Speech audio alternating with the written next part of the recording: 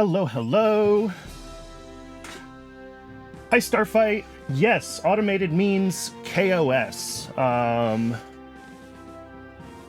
The goal of this, what I guess is arguably a challenge run, is that I do not want to be hitting any buttons on my keyboard when my ships are flying. So I'm going to do everything with KOS scripts, from staging sounding rockets to orbital insertion, if I can figure out how to write a KOS script to get myself into orbit. This is a bad idea. I'm a programmer professionally, but I have never done avionics or really anything with control theory, so this is going to be hilarious. I'm going to learn a lot. I'm going to be spending a bunch of time in the KOS documentation and looking up PDFs. This is very much, at least as much a programming stream as it is a Kerbal stream. That's... but it'll be fun. Learning is fun.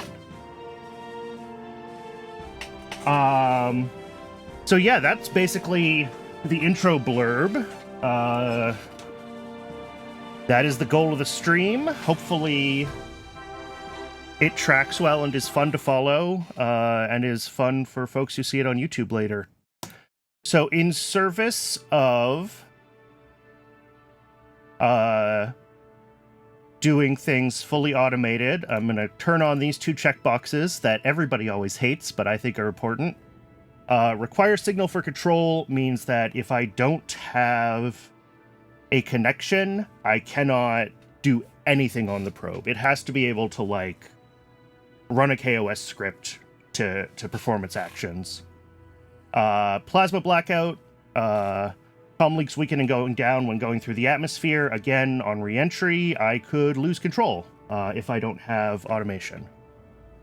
There's a few other things that I usually like to tweak.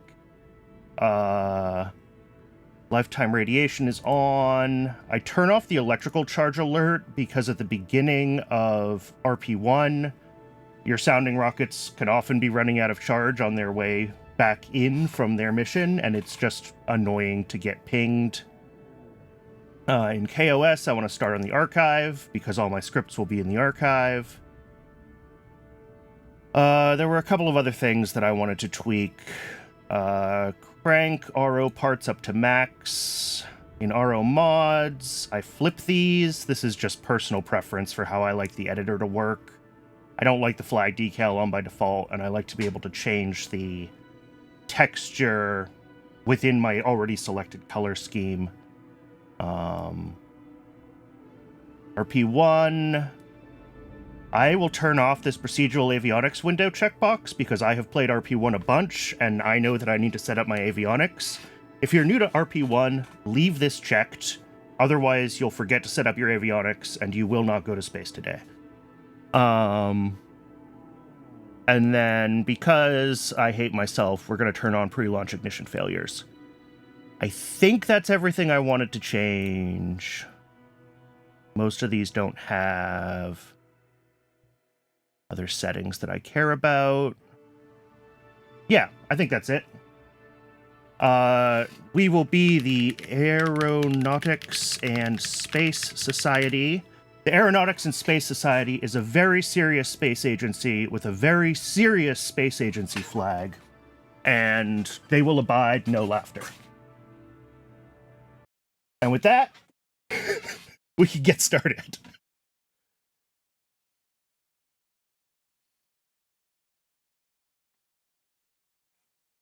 I put entirely too much effort into that flag. I actually got the SVG of the NASA logo and, like, tweaked it so that the kerning looked good, and that was that was like an hour of effort to make a flag that says ass in the worm font. Okay, if you're new to RP-1, I just closed the thing that shows you all of the startup information.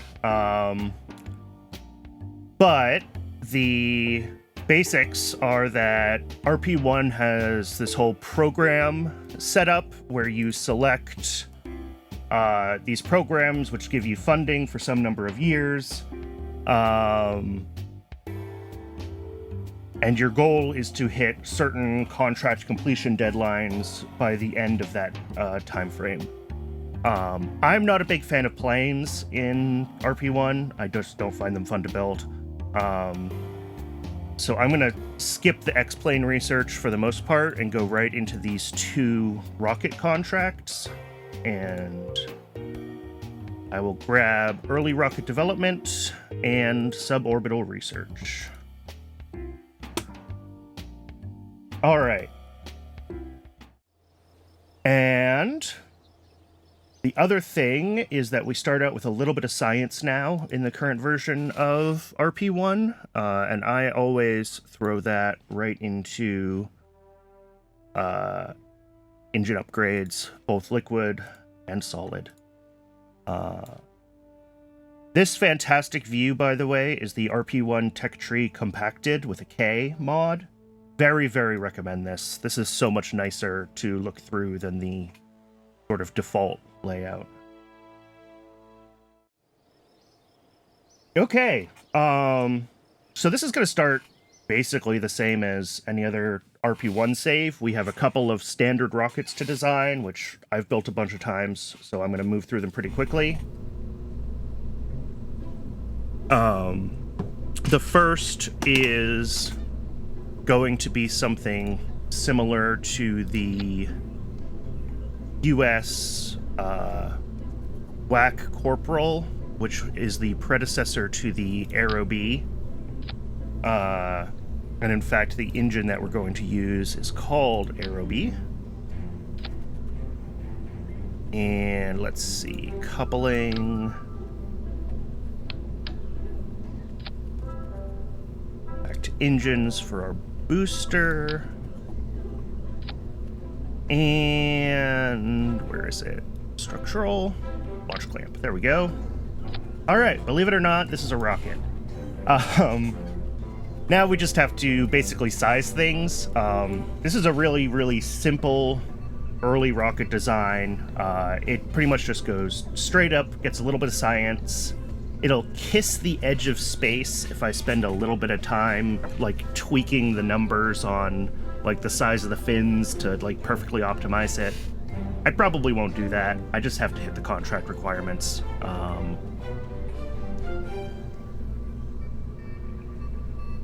Oh, I always do that. So, smooth cone, top is 0, bottom is 0.3 millimeters, which is actually not quite right. In the real world, the WAC Corporal, I think, was exactly a foot in diameter, because this was the US in the 50s, and they were still doing space in feet.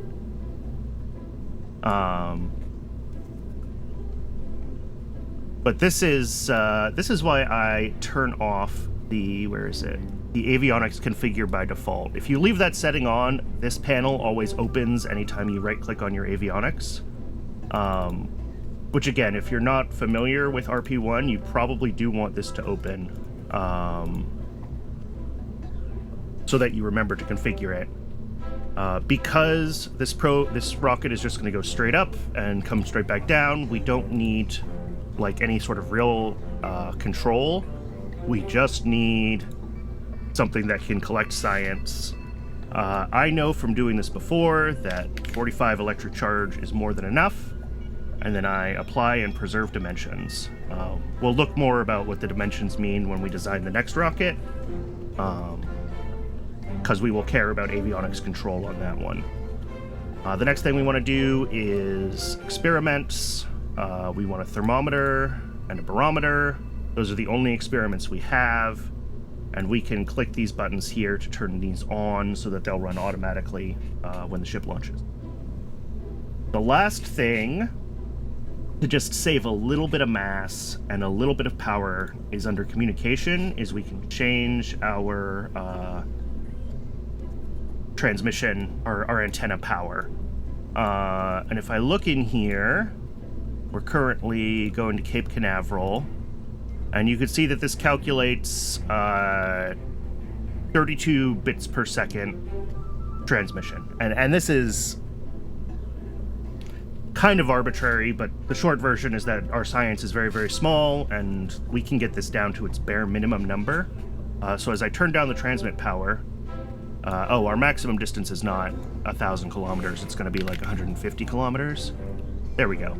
So as we turn down the transmit power, you can see that our data rate goes down until it eventually says no connection. I happen to know, though, that on VHF, and this is somewhat based off of real life, where lower frequencies generally have less loss through the atmosphere and other interference than higher frequencies do. At the VHF band, we can get away with lower power and still have a connection. So you can see we can go all the way to 0 dBm on VHF, but on the UHF band, we're going to have to go up to, 2 or 3 dBm, which is, twice as much power, basically. We're still dealing in milliwatts, but still. At this stage, being able to keep the battery packs a little bit smaller and things like that is worthwhile, and that's a quick hack. For higher data rates for higher data rates, you'll want UHF eventually. You can see that even at max, our VHF data rate is only 13 bits per second, right? But this science is so small that doesn't matter. With that, it's basically just finishing the rocket. Let's see. We're going to add a shroud to the bottom of this. Get it down to our 0.3. And choose the tank type. This is another realism overhaul RP-1 thing. We need the right type of tank for our fuels. Over time, we'll unlock better material.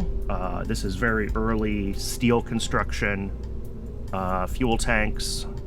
And in particular, we need these HP tanks, which are highly pressurized. These are modeled as basically having more dead weight in them than not highly pressurized tanks. But for this type of fuel, for this engine, it's a pressure-fed engine. You can see that tag here. So we need the high-pressure tanks.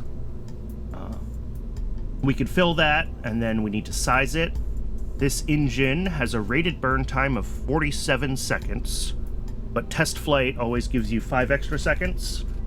So we want to size this for like a 52-second burn. 3.1 meters. 53 seconds. That's probably fine. You can get away sometimes with longer overburns, but... And then, again, our decoupler down to that 0.3 meter diameter. We'll use the Aerobee interstage because it matches our design. Oh, something I forgot to do on this tank. The mount V scale here will extend just down a little bit further so that we can attach the fins lower down on that shroud around the engine. The decoupler will set the force percent to 0 because we just want the booster stage to fall off and the upper stage to pull away under its own thrust. We don't want the decoupler to try to give a kick because this rocket has no actual control. It's passively stabilized with fins. That kick can mess things up, and we don't want it.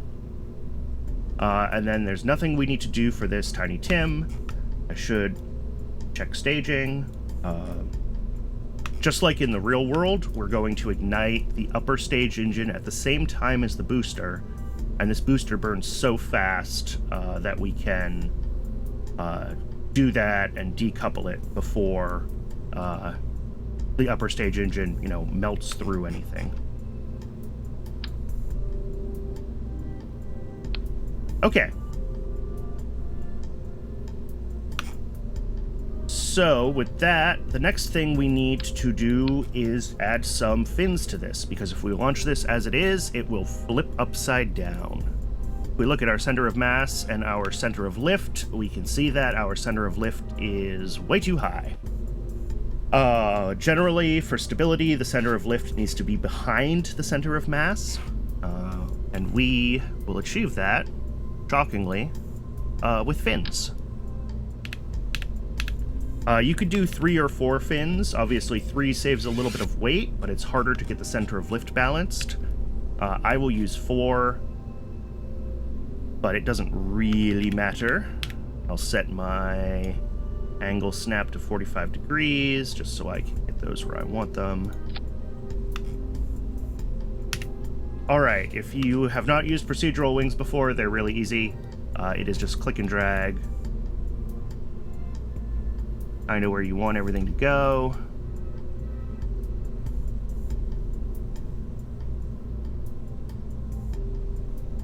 Tip that, pull that in, and then the only thing I don't actually know how to change with click and drag is the thickness, and I will do that by hand here. Whoops.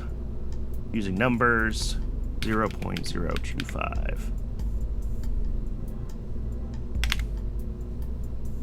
All right. So that looks good. Our center of lift is way behind our center of mass now, which is fantastic. The other thing that we can check is in FAR, which is the sort of realistic aerodynamics modeling mod. Under this transonic design tab, it tells us our Mach 1 wave drag area, and you want to try to minimize this number. And you can look at various, there's the cross-sectional area, curvature, pressure coefficient. You can see that, as expected, you've got air flowing past the side of the rocket, it hits the fins, and stuff gets special. You can spend a bunch of time tweaking, fin design, to try to minimize these numbers and get this, there we go. That's a lot smaller. And we still have pretty good, well, I'd prefer a little more passive stability. But, again, you can play with this forever. That's actually pretty good. 0.006. So with a little bit of tweaking, I got the wave drag area down to 1/3, and we still have pretty good passive stability. I'm going to call that good enough. I'm not going to mess with that. The last thing is you can see when we attach the booster, our center of mass is below our center of lift again.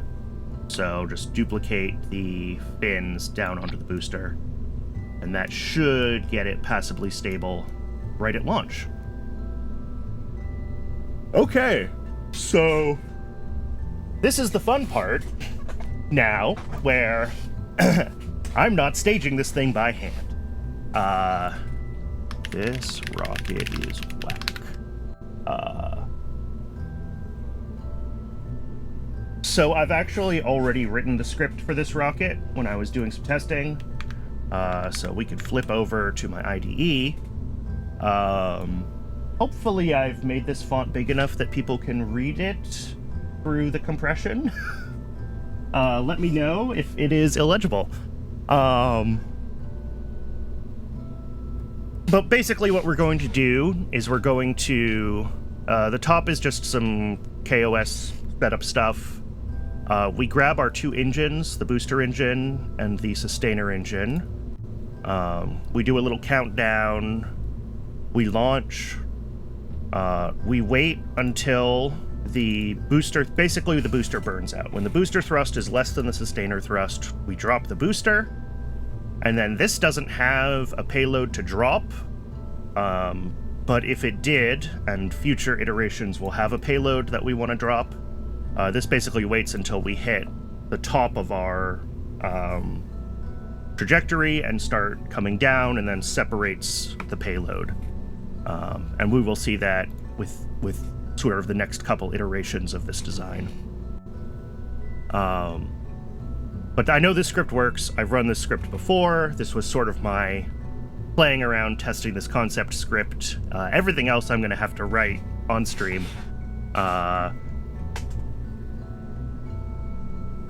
So yeah, this is what we're going to run. For this to work, we need to tag our booster engine and our sustainer engine correctly so that KOS can find them. So going back to game, turn off these overlays, I don't need them. There's this KOS section in the part panel. We have a booster, and our Aerobee engine, if I can grab it in there, is a sustainer. Once again, check our staging. Save it. This should, at this point, just work. So we're going to simulate it. We're going to make sure that it works. The game starts at midnight UTC, which is I don't know. It's dark at Cape Canaveral is the point. So we skip ahead a few hours, so we have light, and we can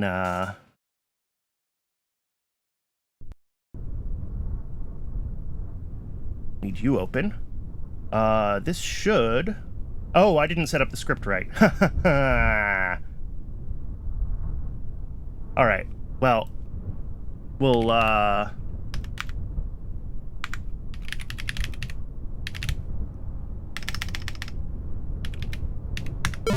Oh.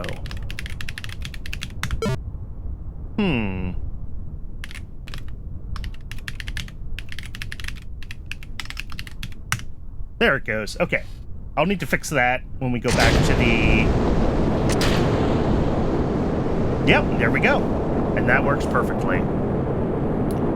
We just need to make sure that our altitude is going to be good enough to complete the contract. That's 100,000 kilometers.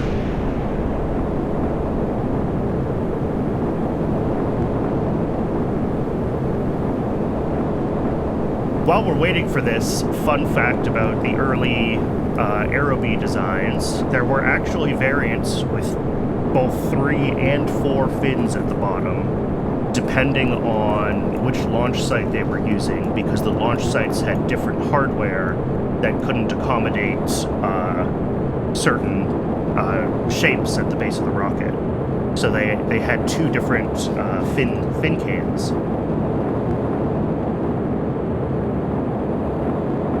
All right, and we can see now, I know it's small at the top left, our apoapsis is a little over 120 kilometers. That's all we need.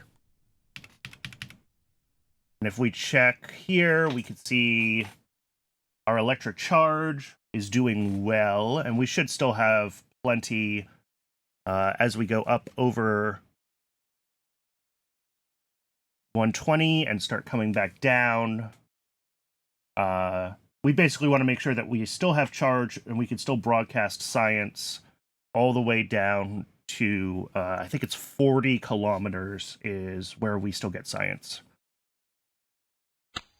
Yep, and that click was it trying to separate the payload. This payload doesn't separate, so there was no actual staging there.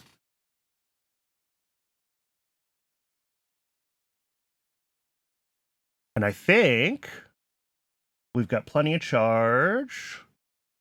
Yeah. Yeah, that's good.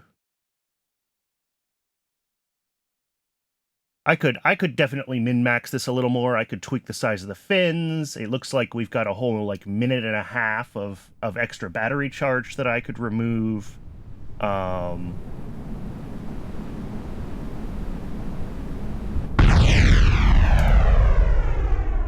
But this does what it needs to do.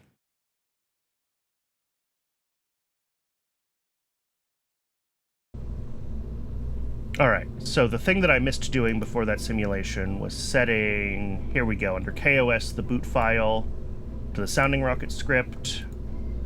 And the other thing that I can actually do is this mass strength multiplier on the fins. Probably get away with putting it all the way down to 0. Let's do one more sim with the script set correctly and with that tweak to the fins. The mass strength multiplier does exactly what it sounds like it does. It multiplies the mass to give you more strength.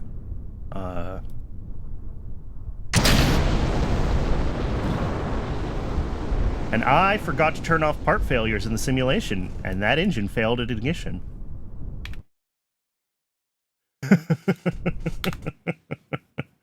All right, let's try the simulation one more time. This is why you turn off part failures in simulations. Starship wannabe. Yeah. Who needs an upper stage? There we go, that's what I want. And what I want to see is that this basically remains stable and that these fins don't fail as we go through sort of max Q.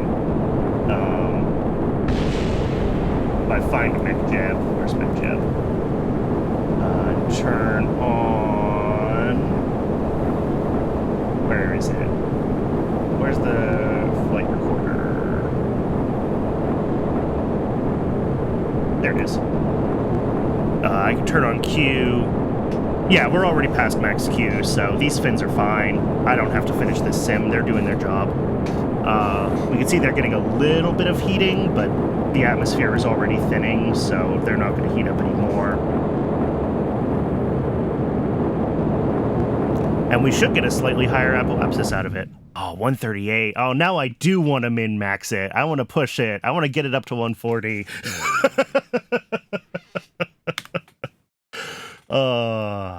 I definitely can. I've gotten whack corporal designs up over 140 before. You know, I guess I could fix the max strength multiplier on the second set of fins as well. You know, there's lots of little tweaks that I can do to this to get a little more oomph out of it. But I think we're good. It'll do what needs to be done. It'll get us some science early on, which is what we need. So the last thing now is just to paint it, because I'm not going to send an ugly rocket to space. So let's see, what have we got for options?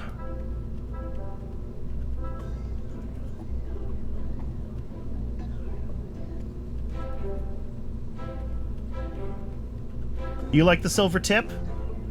I usually try to go for like especially on my sounding rockets, sort of the actual sounding rocket sort of checkerboard designs that would have been used. This one do...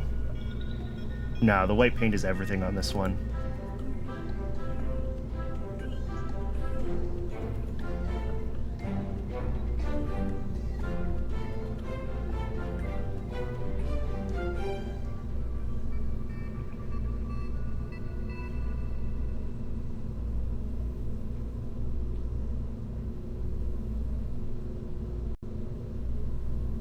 Yeah, let's keep the metal tip there, and let's do something with the tank so it looks better with the metal tip.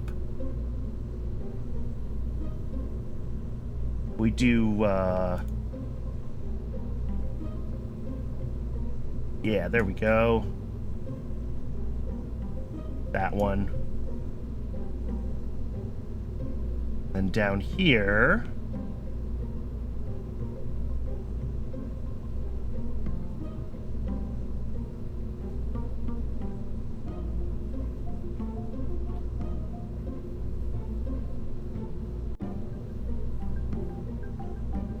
There we go.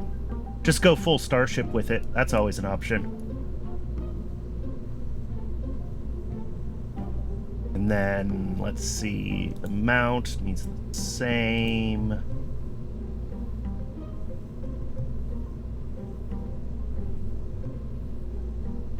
Then the wings also need the same.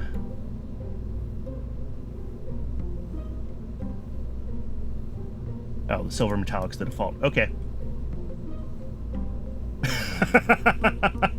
Yeah.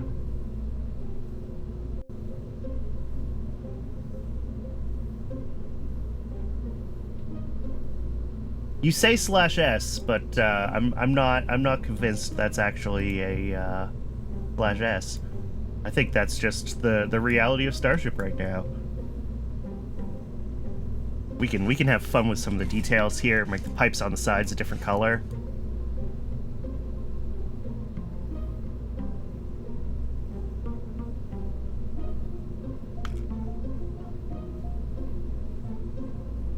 And then let's do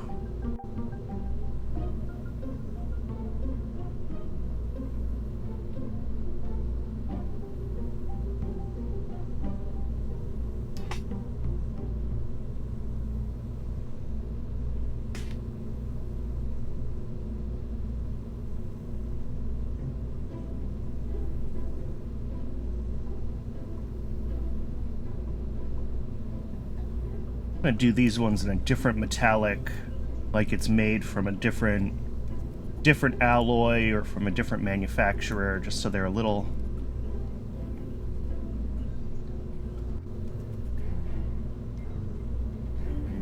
bit different. And then this side, let's paint those stripes on. Yeah, there we go. That's not bad.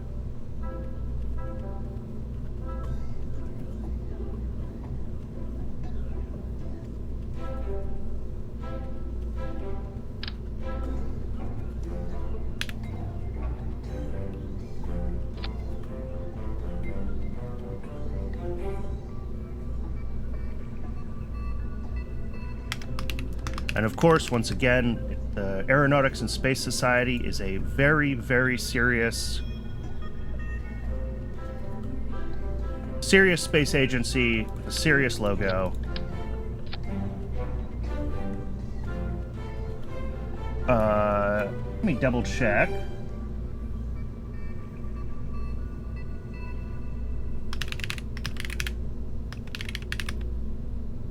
I looked this up and I forgot to write it down where I had easy access to it. 217-416 is the NASA red.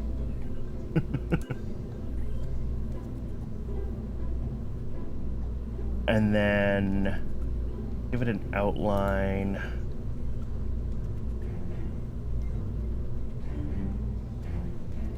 There we go. That looks pretty good. And then we need some, like, manufacturer decals on here, right? It's not a space flight without advertising somebody.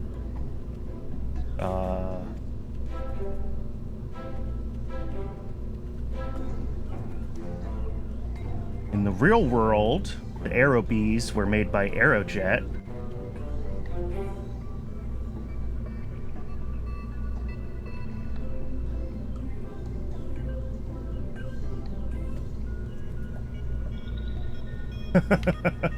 Powered by the Home Depot. Yep. And bring that scale way down.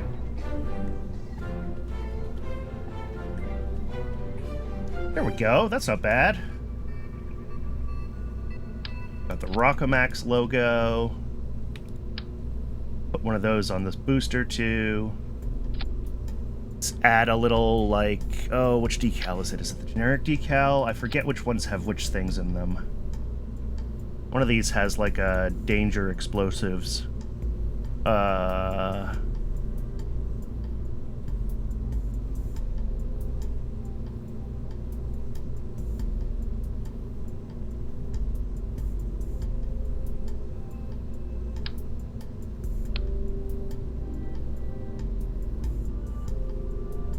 Uh-oh.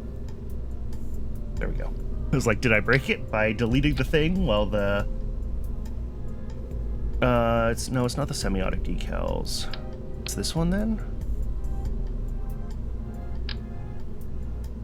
The one that has what I want?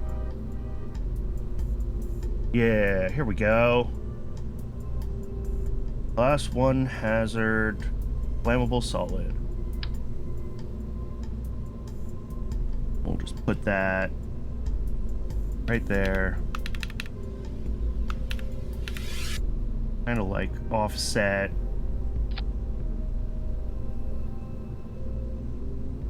And then I think there's also a pressurized fuel one. Pressurized fuel, yeah. There we go, and that goes on that engine as pressurized fuel. All right, I'm gonna call that designed.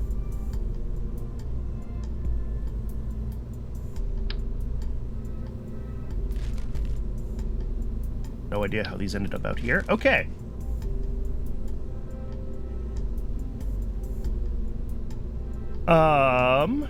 With that, onto some more RP-1 specific things. Our rocket has to launch from a launch complex, which is designed to be able to hold our rocket.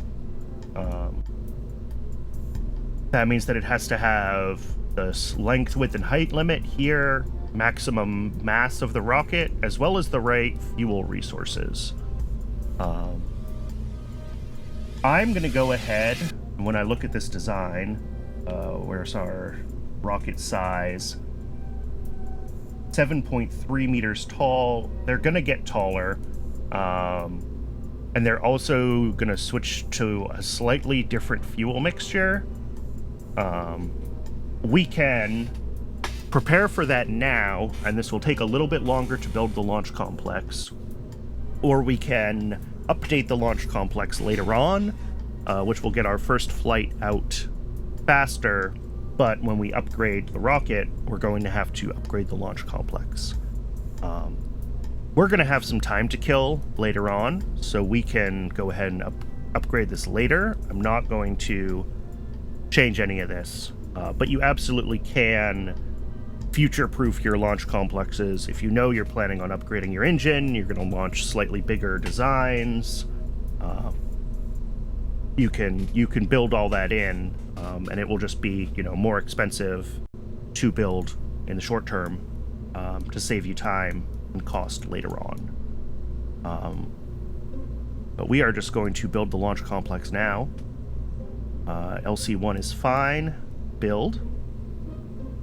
And that is it for this rocket for now. It is going to... until the launch complex is built, we can't actually launch this. So we are going to move on to rocket number 2.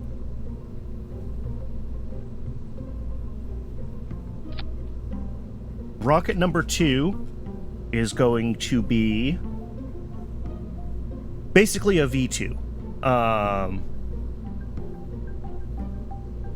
The V2s that were captured by the US and the USSR were used as test vehicles for all sorts of space and rocketry experiments.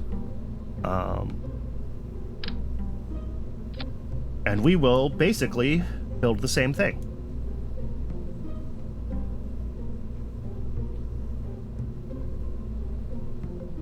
Let's see. I think Hollow Interstage is the one I want.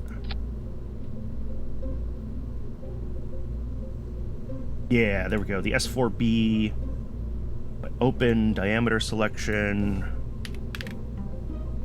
4/3, 3/2. 3/2. There we go. Yes. Can Kerbals drink alcohol? I don't know if we know that canonically. Kerbals can drink alcohol or not.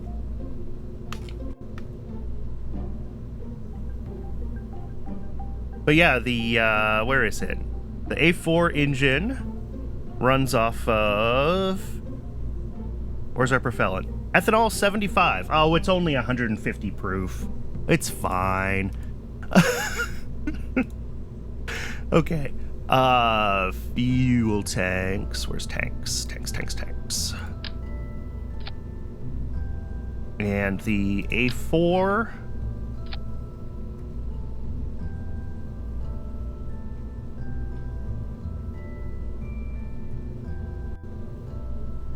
And a launch clamp. Okay.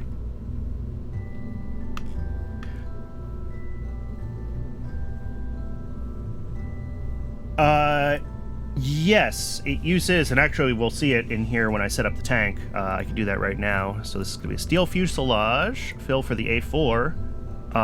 It's hydrogen peroxide run over a catalyst to cause it to decompose into water vapor and oxygen.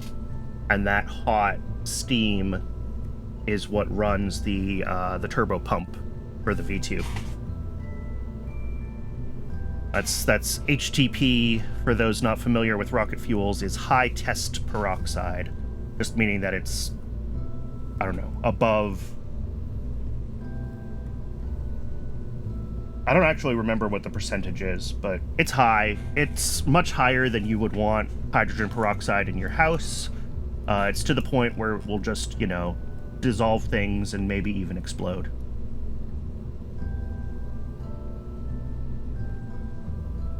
Let's see. Can I copy this? No, of course not. Open diameter selection. We'll do 1.25, 3/2 again. There we go.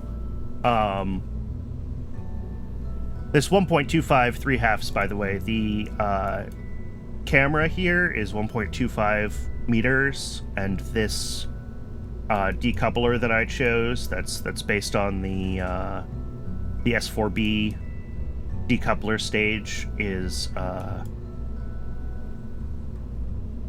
3:2 ratio in its diameters. So we need 3/2 of 1.25 is the diameter of our fuel tank.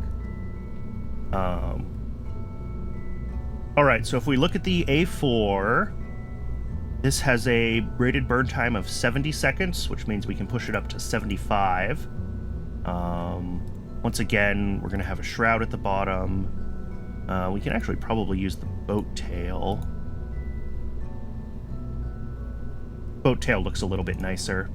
And we'll adjust the vertical scale on that once we get the engine skilled up. So this needs to go up to 1 minute and 15 seconds. And I'm seeing 1 minute 17 at a nice round 4.5 meters. So I'm going to call that close enough. And then the other thing we want to do is adjust the size of the mount here.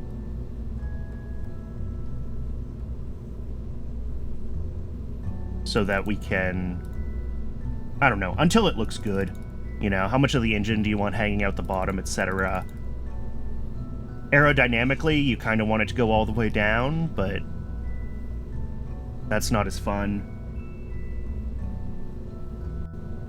Yeah, it does, a little bit. I mean, the real V2 would have been a little curvier, right? This is pretty blocky, but good enough for my purposes. Can I do the tight?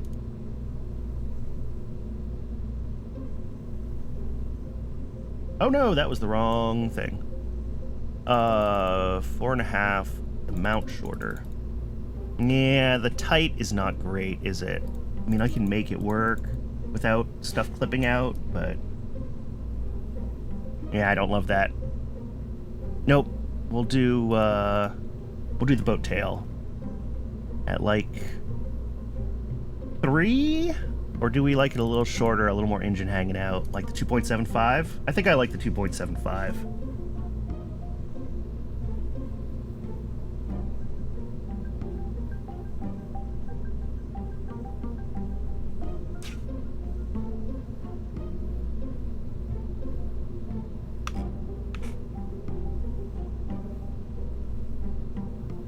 Okay, we're gonna have to add fins to this. I will do that in a minute. But because this rocket needs to steer itself, it does not have the power to go to orbit, but it is going to go a certain distance downrange. For the camera, we do better if we go over multiple biomes, science-wise, and just for the contracts that we need to complete, we have these downrange contracts where we need to go, you know, so many hundreds of kilometers and eventually thousands of kilometers downrange before we unlock the contracts to actually put things into orbit. So if we look at our avionics here, and I Good. KOS is a lot of fun. RP-1 is a lot of fun. Well, again, the combination of the two is going to be very challenging, but yeah. I think everyone should play Kerbal Space Program more often than they do. That's my hot take. That's not even a hot take at all. What am I looking for? Configure avionics. Okay. So this one needs to be able to steer itself. If we look at our engineer's report, this rocket is currently 12.5 tons. So we'll say we want 13 tons of controllable mass. I'll say 150 kilojoules of power for now. We'll tweak that. If I hit apply preserve dimensions, you can see that it's like, hey, this avionics is too small. So instead, what we want is we hit apply resize to fit. It's gonna pick an awful length, like 609 millimeters. So we'll make that 700, and then we'll do this again, and then we hit apply preserve dimension, and we're like, okay, our 700 millimeter avionics does what we need it to do. It's just a nice round number. I don't like having a 609 millimeter avionics unit. That makes me sad.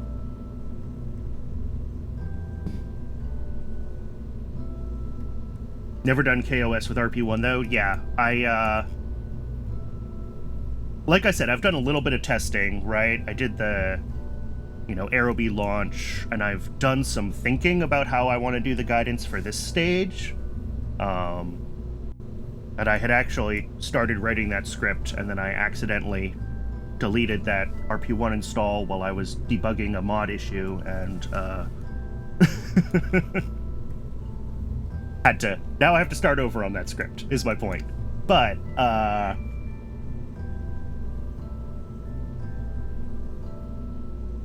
that's okay. What was I doing? Okay, right. Avionics, 700 millimeters. Just as before, we need to set up our experiments. There's still plenty of thermometer and barometer science to get, especially since we're going to be going through different biomes. We start all of those, and then we also want to do the film camera.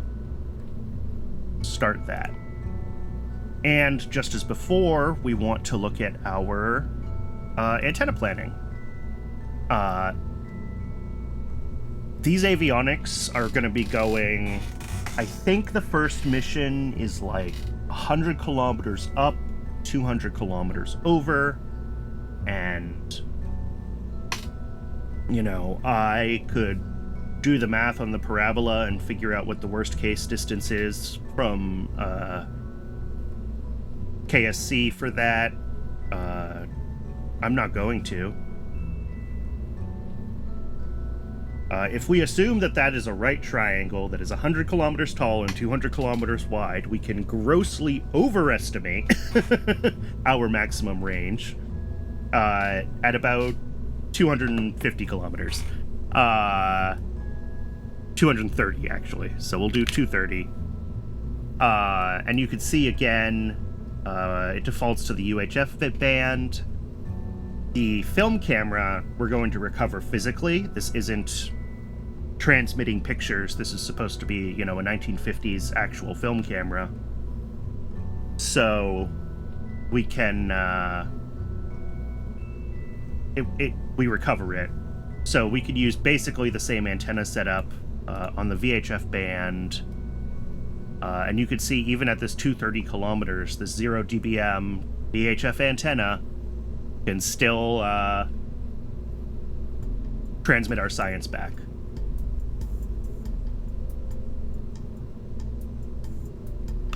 And lastly, let me fix my staging a little bit. Engine, and then takeoff. All right. The last thing that we need to do is configure our parachute for this. So we'll take off the decoupler, and if we right-click on the parachute, there's this Show Parachute Editor.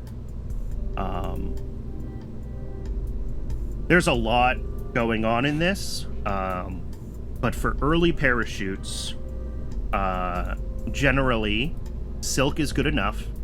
It's the nylon is a little bit lighter, but also more expensive.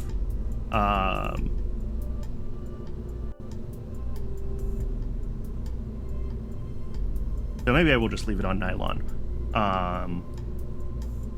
Spare chutes. Silk also looks better. Spare chutes is 0. We don't need spare parachutes. This is only deploying once. The chute model, we can choose if it's the single chute or the triple chute model. This is purely visual. I like the single chute model for small things, and then I use the triple chute model for larger capsules. Our wanted touchdown speed needs to be under 10. The avionics at the bottom can survive 10 meters a second, so we will set it to 9 meters a second touchdown.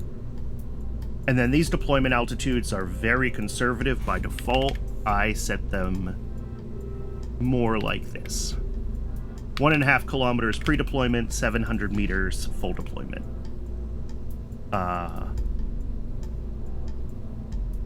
And that is basically what we need. Get rid of the spare chutes, set our desired speed and deployment. You hit apply, and this just changed the mass of the parachute part, right? Because it just recalculated everything. So you generally want to hit apply one more time, maybe a third time. Unfortunately, it doesn't do this iterative solving itself. But 3 is usually enough to get it to where it needs to be. You know, until the total part mass here stops changing. Now, something to note about this design is that we are bringing this big, heavy avionics that's capable of controlling this rocket with us, instead of what could be a very small avionics core just doing science. And it would be significantly lighter, but close, yes. That means that our parachute obviously is bigger and heavier, but for this design, the mass of the and at this stage of technology where avionics is expensive and heavy, the trade-off of keeping the booster avionics with the booster and having a separate avionics with the payload is worse. I've run both designs. This is worse. So for now, we're going to be dropping our whole avionics with our payload, but in the future, we will want to switch to using a very lightweight science core with our payloads and keep our avionics for the ship with the ship. Booster, rather, not ship. Especially as our boosters get bigger and heavier and the avionics to control them get bigger and heavier. Yep, exactly. We just decapitate the whole rocket and go from there. Okay, and the last thing that I haven't done yet is put wings on this thing. Let's do that.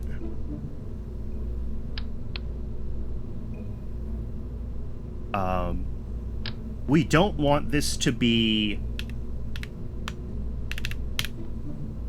There's a fine line adding fins to a rocket with control. You want it to be passively stable enough that your control loop isn't constantly, you know, flipping the engine back and forth trying to keep you steady.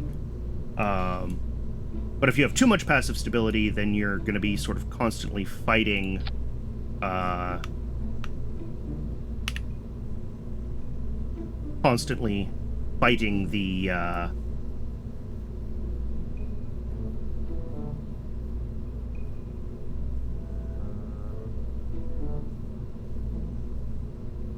constantly fighting against the wings. Sorry. Couldn't finish my train of thought there. Move you relative. There we go. But I think just visually, kind of want the wings to look like they come out of the boat tail section. Have a little bit of a... That looks pretty good.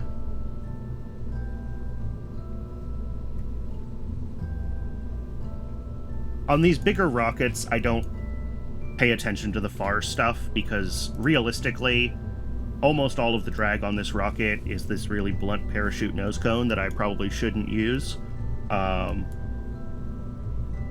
So tweaking these fins to try to reduce drag is not really super useful.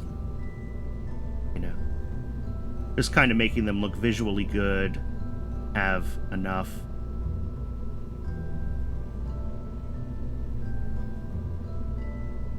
control to keep your center of lift below your center of mass.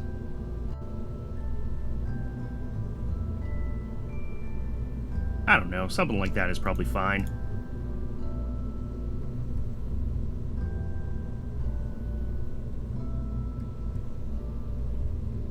Okay, so we're going to sim this, and I'm going to fly this by hand in the sim, just to make sure that it does seem like it can achieve what I need it to achieve. I don't really know what to call this one. Call it the V2.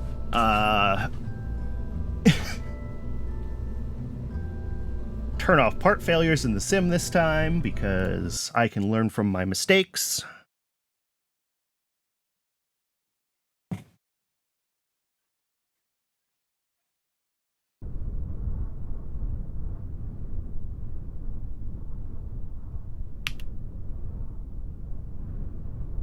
Alright, so I'm going to turn on SAS. And in theory...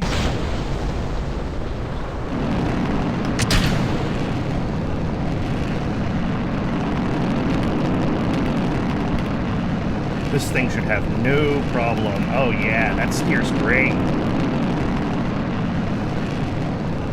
And that's what you want, right? If I look at this... I see the... there's a way to see...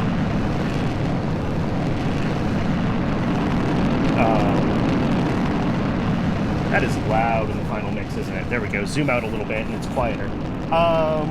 There's a way to see, like, the commands that are going to the engine by SAS and stuff like that, but this doesn't seem like it's flapping too badly. It seems pretty stable. And it steers really well, which even at lower...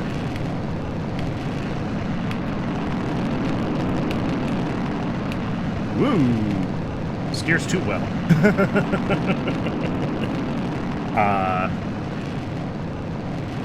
The fins are a good size, is what I'm trying to get at. They stabilize it enough that it's not stabilizing itself with its engine gimbal, but also...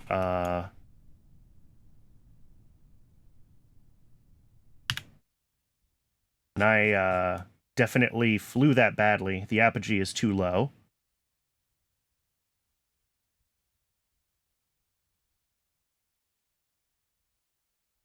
Yeah, and it's going to go out like 1.5 kilometers.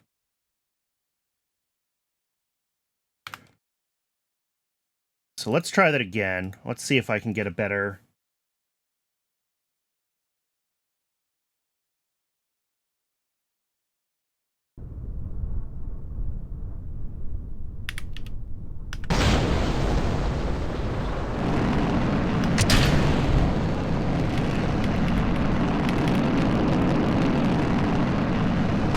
see if I can get a better trajectory here. I probably just pitched over too soon. Obviously, the final computer-controlled flight is going to use a much more gradual change in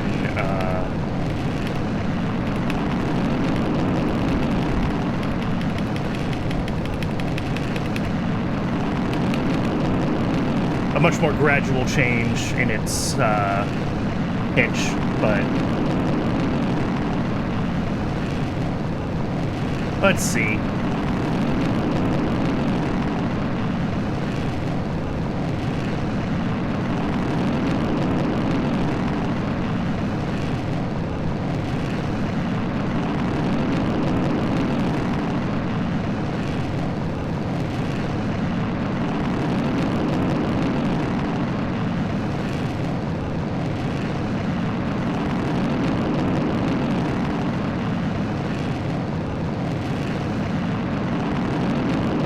There we go, 130. Yeah, and I still pitched over a little too soon.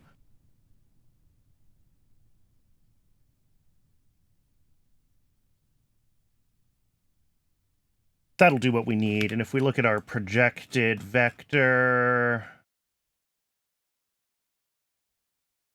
Actually, I can see that on MechJeb. Let's find MechJeb. And that flight recorder again. Downrange is going to be... We're up to 50. Let's just make sure our downrange is going to look good. It'll look fine, but...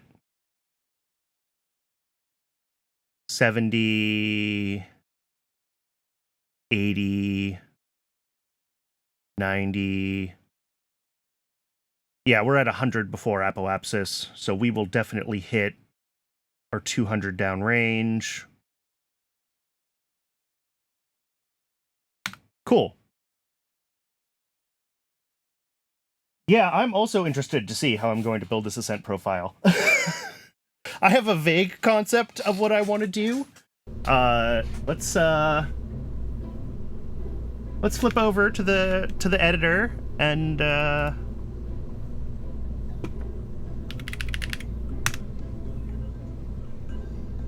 all right, I'm gonna start by copying all of this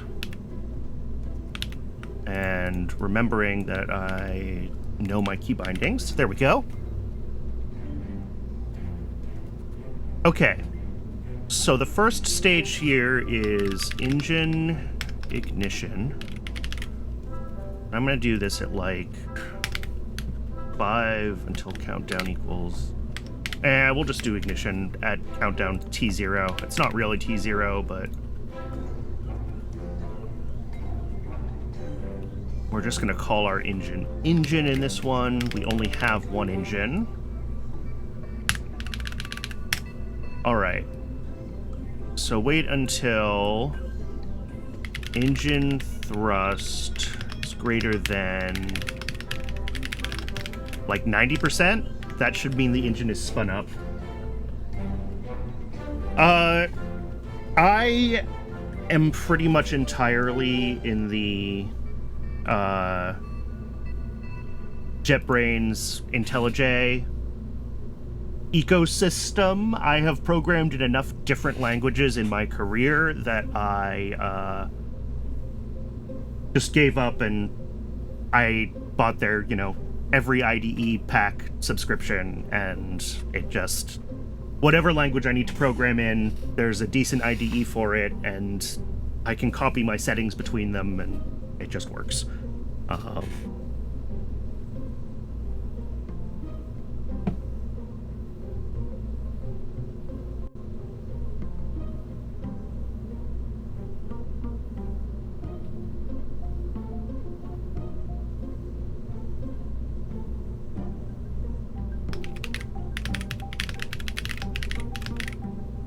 Yeah, it gets cheaper the longer you have it, and like the cost for the all products pack versus just IntelliJ Ultimate is like they're practically begging you to just buy everything at once.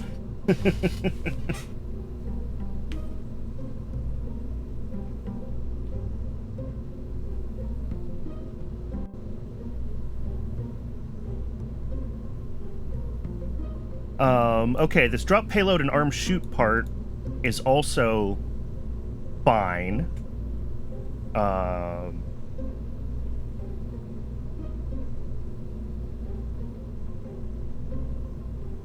So really we just need to like lock steering to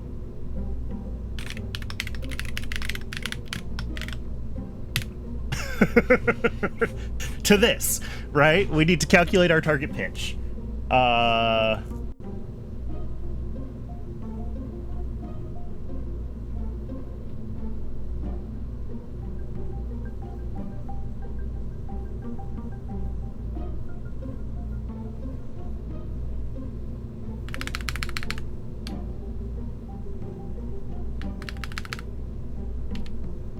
I guess we'll do it right here. And I'm not going to have calc in the name. Come on, Brandon.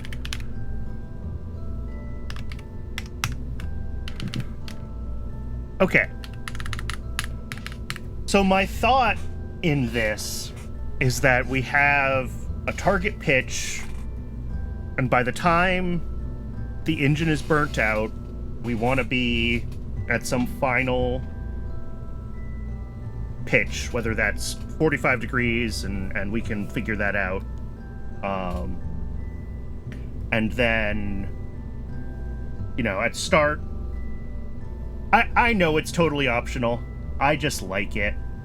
Oh, actually, I didn't use it up here. I don't know.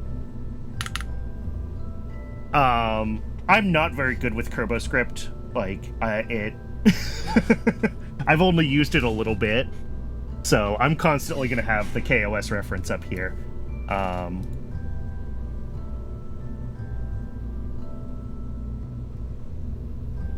I think, in theory, I should be able to... Parts.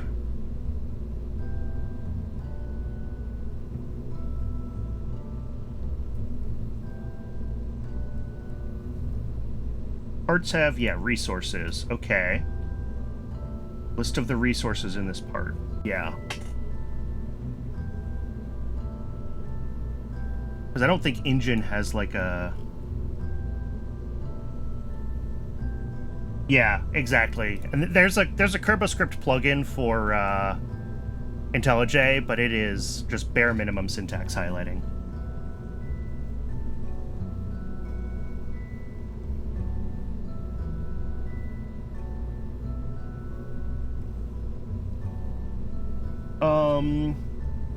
There isn't a... No, there isn't a...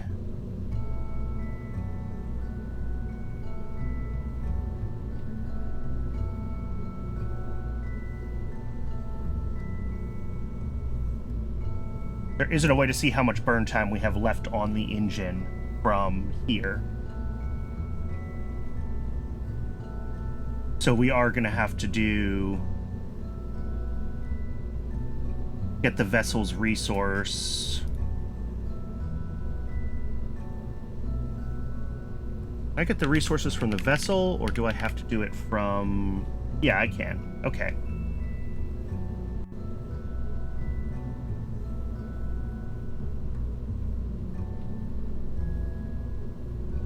All the aggregate resources.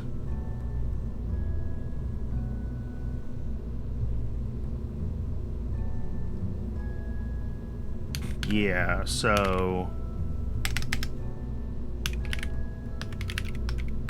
Oh, maybe in stage? Maybe.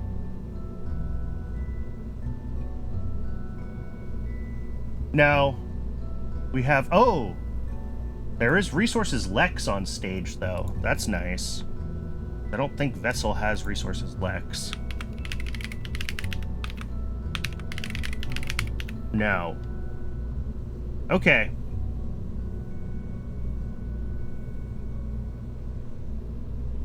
Dictionary collection.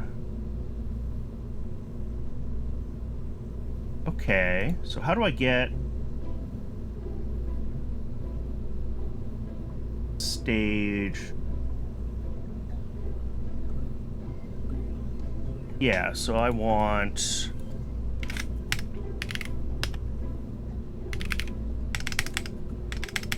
Local fuel equals stage resources Lex at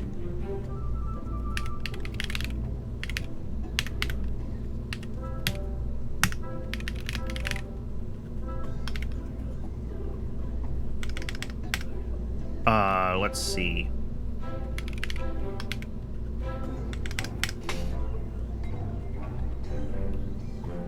Now, Vessel has resources, but not resources Lex. I have to use stage.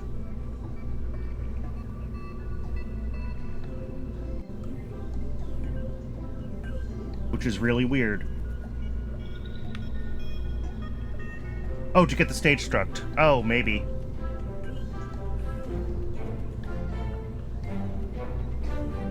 Is it Vessel stage?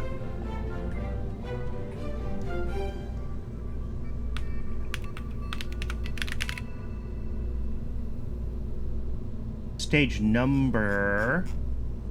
I think it's just a global.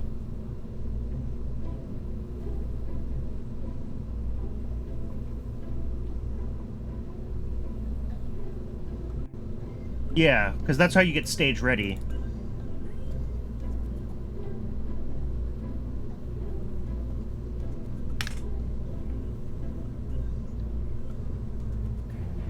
And then we want like a emptiness, which is going to be fuel. Yeah, and it might have changed at some point.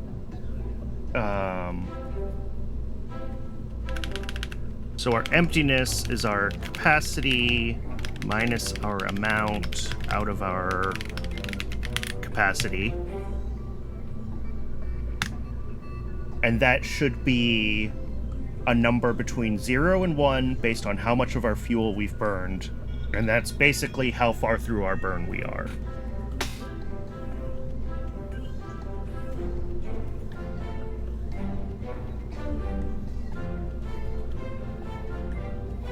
And then...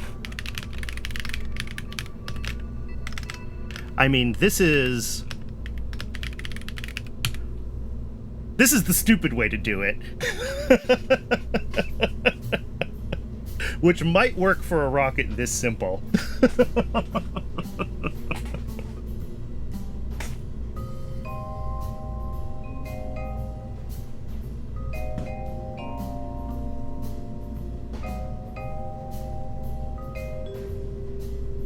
Basically saying we want to be at 45 degrees when we burn out, and we can tweak this number based off of test flights.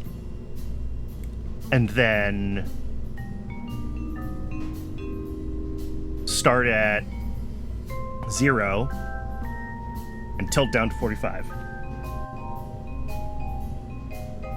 Now I need to remember how to get, like...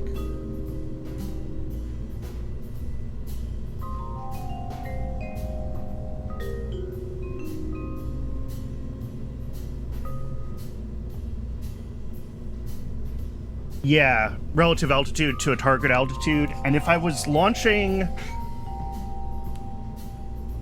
a bigger vessel that was going to be able to hit a target altitude reliably, I would. And maybe we'll do that instead of fuel emptiness. You know, arguably they're the same thing, right? We're going to hit a certain point where the engine burns out, and then we have no more control, no more pitch. But...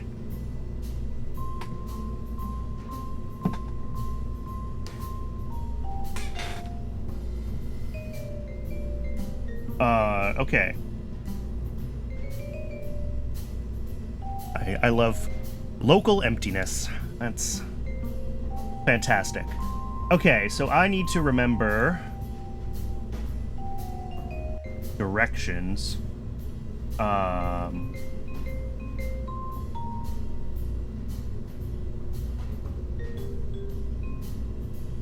Direction can be created out of a heading.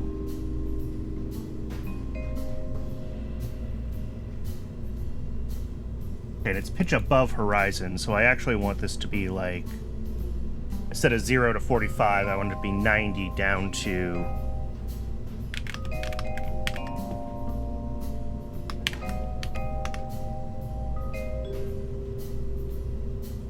And then I think...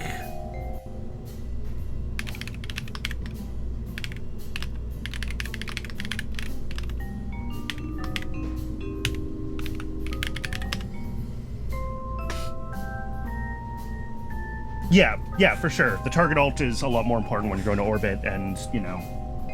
I spent some time this morning before the stream reading NASA white papers on primer vectors and things like that.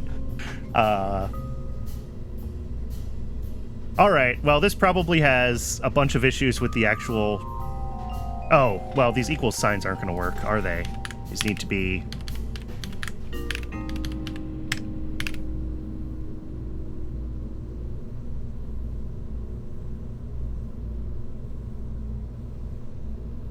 And then I need to set... I think just lock steering to this function should do everything I need it to do, right?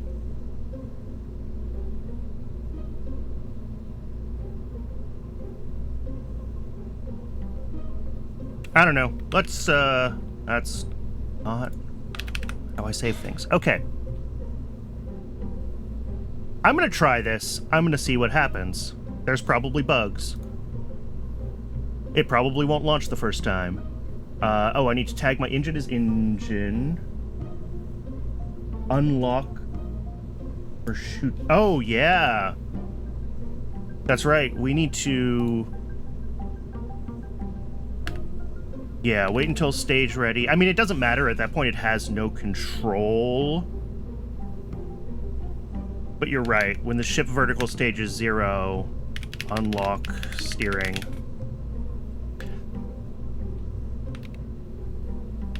Or actually, I can wait until... I should do this instead.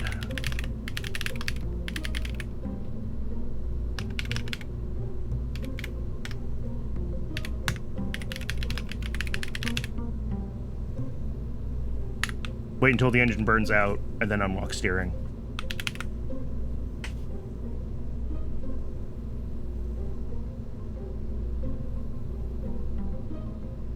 Right, that's how I do equality in this, right? Just a single equals sign, because this language is special.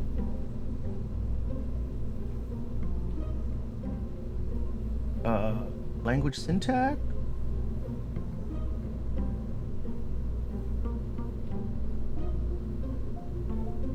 Yes. It's retro. There you go. I definitely have not spent a couple of hours digging through, learning a little bit about how the KOS interpreter works so that I could write my own language, because KerbaScript frustrates me that much. I would never do that. Let's try this.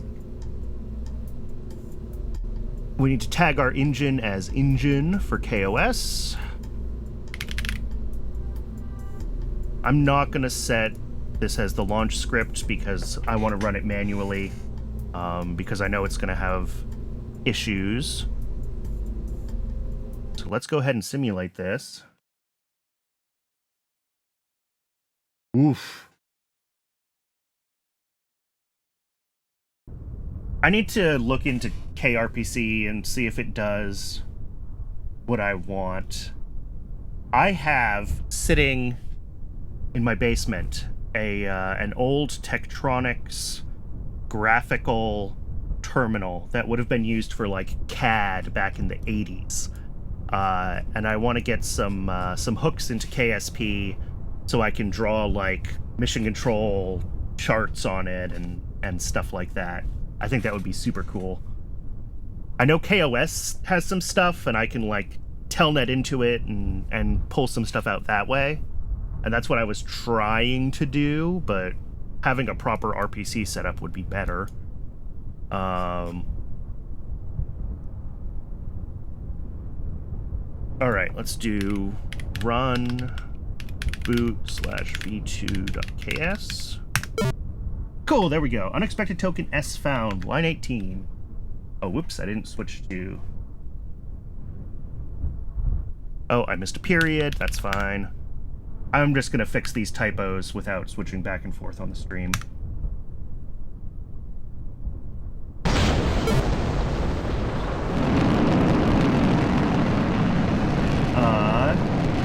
Undefined engine. Oh, yep.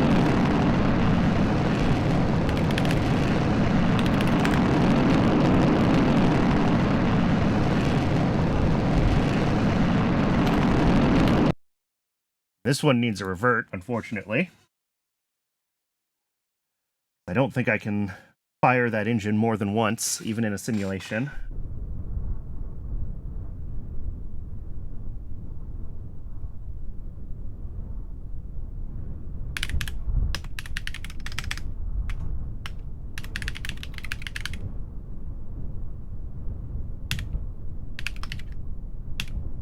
Oh yeah, there's all sorts of stuff that's already been implemented in KOS, and, you know, I might end up cribbing some of that, or at least reading over it, but part of the fun of this run for me is the excuse to learn a bunch of that stuff, right, and implement the algorithms myself.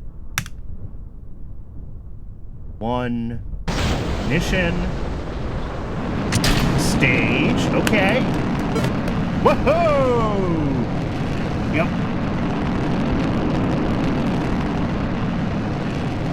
Yeah, exactly. The trial and error is fun. Target pitch, target pitch.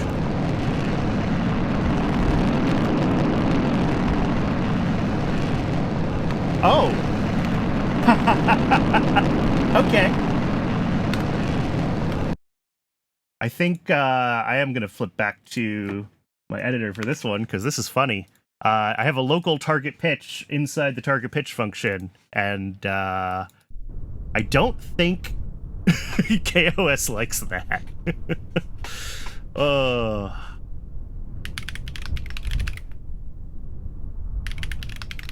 Let's call that pitch angle. Okay.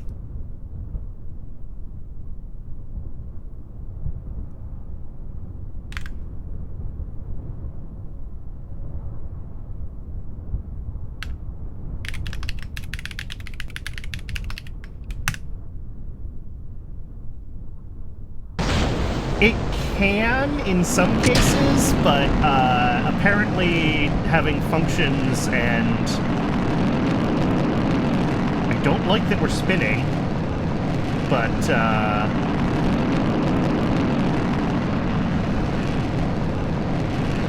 oh, look at that! It's pitching over! It's actually working!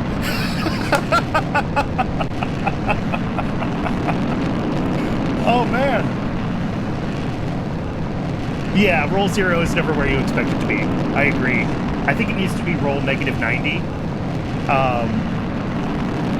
So one of the things that I might need to do in this program, or I might want to do even if I don't need to do it, is clamp our angle of attack based on Q. It looks like it's okay with this one.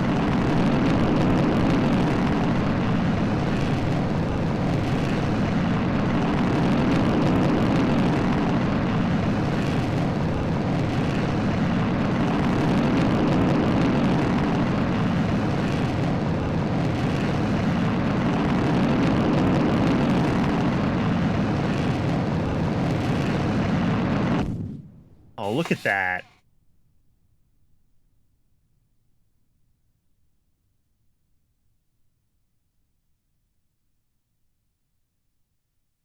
It actually worked.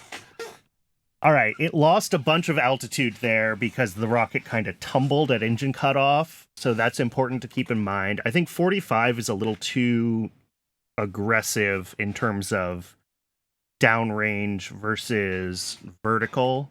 I might want to go, you know, 40 or 30 or something, but I am shocked that this is actually doing what it's supposed to do.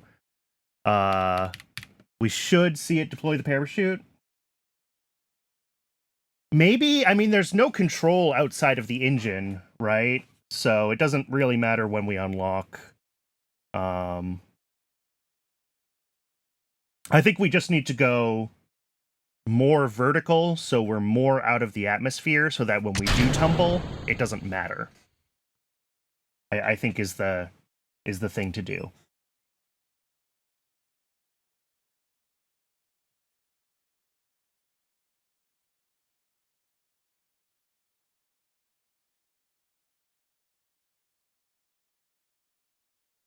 Yeah, one of the joys of early RP-1, and I could put RCS on this, but Boy, that just seems like a lot of dead weight just to keep the thing pointed forward when it doesn't matter anymore.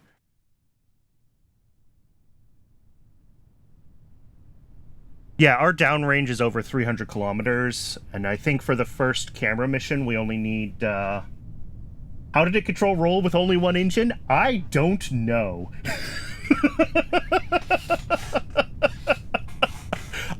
I was surprised. I'm as surprised as you are.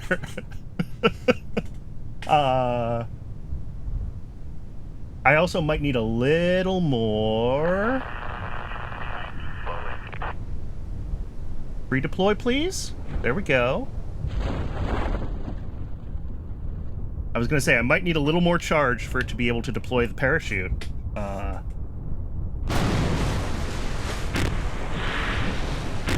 But that is pretty successful.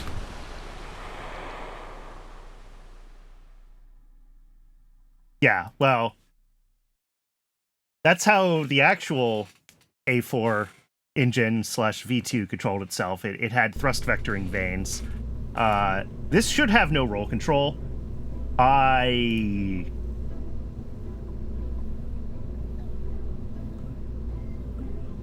really don't know. I have no answer. All right, I'm going to add a little more juice to this, just so that we have a little more buffer on deploying that parachute before we run out of energy. In the script, I'm going to set the target pitch to 40 instead of 45. I'm going to set the boot to the V2. And we are going to do another simulated launch, and we'll see if that 40-degree target pitch gets us a little better altitude, a little less tumbling in the atmosphere, and make sure we can still hit our 200-kilometer downrange target. And if we're good, then this rocket is built.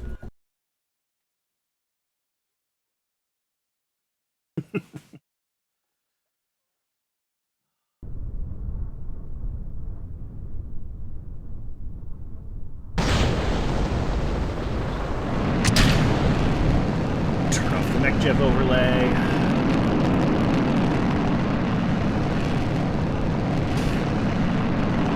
Yeah, here it didn't manage to roll itself. Well, oh wait, yes it did. 90 degrees exactly. That's so weird.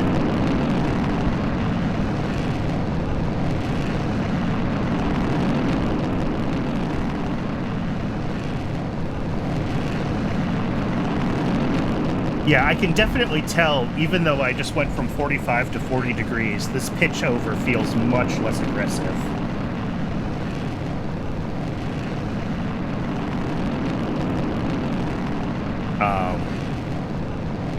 And I didn't even have to limit the pitch.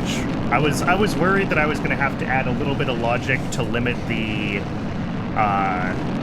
angle of attack relative to max Q and things like that, but really, like, our angle of attack is within a degree anyway, pretty much the whole time. At least when Q is high. So I think we're okay. Tiny control surfaces in the wings. There we go. And that... Ooh! Oh, if I hit the target pitch just a little bit higher, it should hit space reliably. But yeah, definitely when it does that little tumble at the end, the angle of attack goes higher. We're still getting some drag here. I can tweak the program for the, you know, actual target pitch over at engine burnout. I could also tweak the curve, right? Like, this is a linear interpolation of the angle, which is definitely stupid. I am not a rocket scientist, but I know that my maybe bigger wings for more passive stability. Yeah.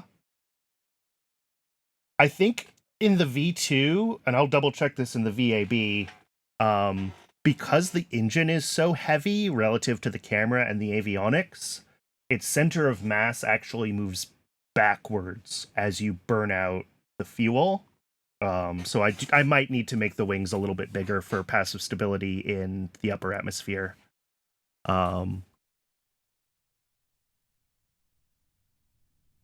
Or I could just try hitting the target angle a little bit higher, because we're still going over 300 kilometers downrange, and we only need 200 for the first contract. So let's try being real aggressive. I'm going to set that to 30 degrees, and we're going to do one more test flight at 30 degrees target.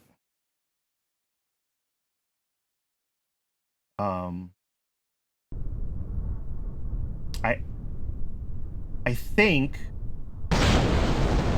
Oh, that's bad. That's clipped.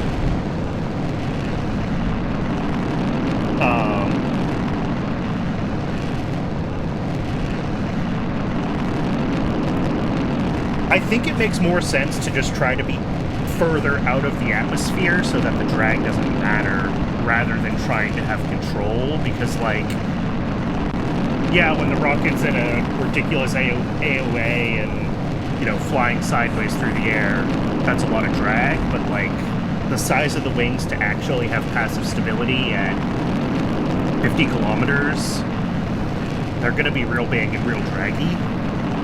And if I can hit my target downrange going higher in altitude, I think that's going to be a better flight profile.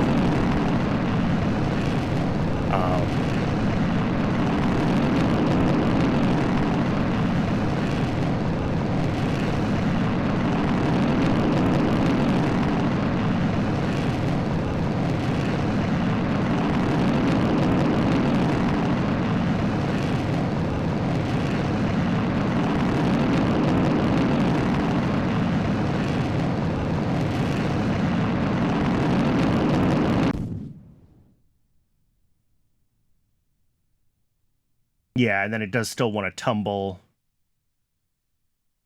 But that's a much higher altitude. Okay. Let's see what our downrange looks like. I mean, I guess I can check it.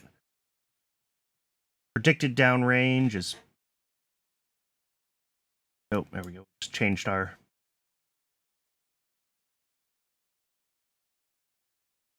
As long as we're over 100 by the time we hit apogee, and we will be, I think this is perfect. This is great. We spend time in space, which means we're getting a lot more science. And we get to listen to the cool space music, which I always appreciate.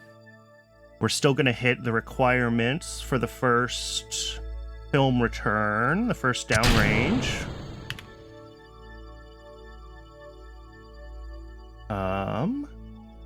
Only concern with this profile is if we spend more time in the air or not, and if I need to add a little more battery.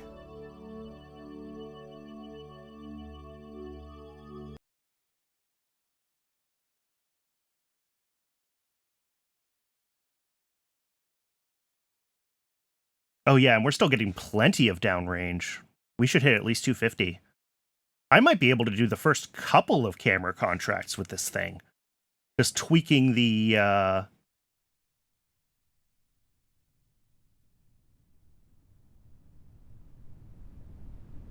I don't think we're quite going to hit 300 at the 30-degree target angle, but no, this is getting pretty vertical. And I'm just going to sit here and wait through just to make sure that this has enough EC to deploy its parachute. Because we are right on the cusp of what it can do with this EC.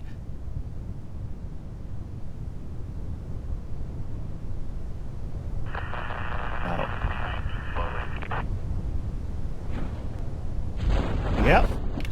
There we go. Perfect. 3, 2, 1.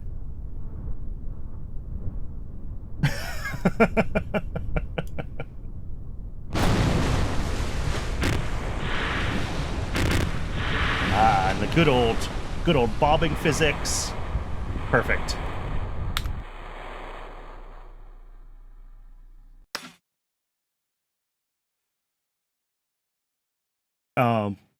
So these two scripts should carry me pretty much through the early sounding rocket stage until I'm trying to do really more complex downrange things. you know, staged rockets and you know, basically bumper whack. You're familiar with the actual tests.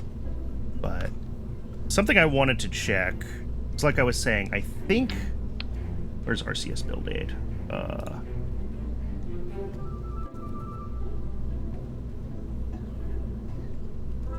Yeah! I was right. You can see the dry center of mass is actually lower because this engine is so flippin' heavy. So I could make the wings just slightly bigger. Pull that, yeah, down a little bit. That'll be a little more stable as it gets higher in the atmosphere. That's probably all it needs, though.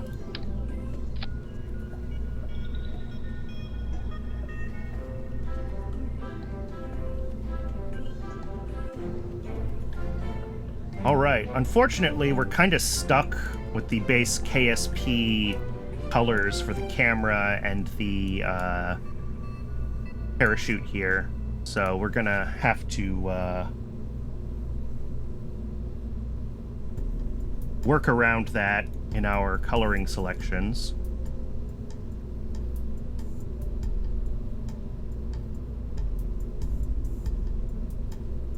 Where is the... There we go.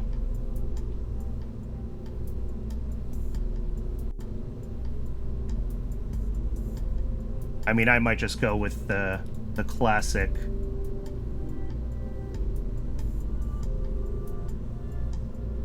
sort of black and white. Although we can have fun with it. We can do like, let's see, go to the historic. Delta blue is always a fun one.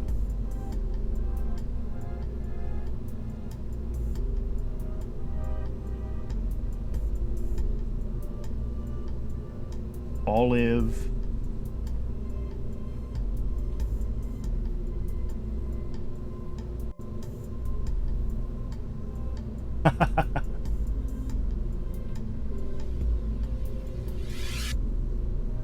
Sleek black electron paint job. That's, I mean, where's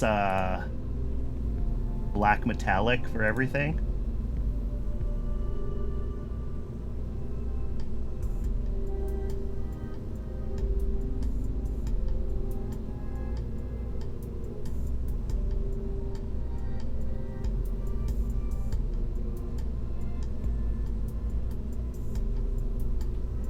Oh, this one doesn't recolor. I didn't realize that.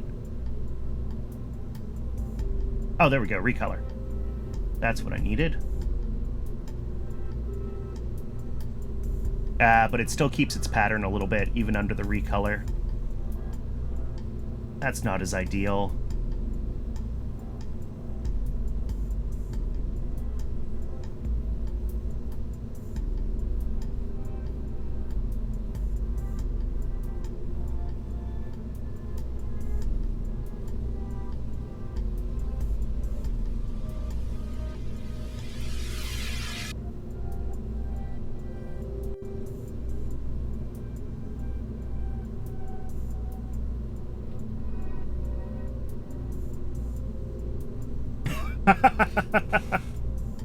There you go. Save it for a rocket where we throw the batteries overboard.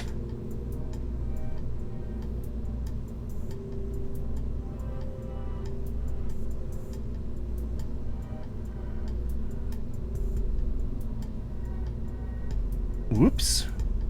Oh no. Oh no. Mount. I wanted boat tail. There we go. Ooh. Well, I don't know what I did that got me this, like, orange and metallic look, but I do kind of like it.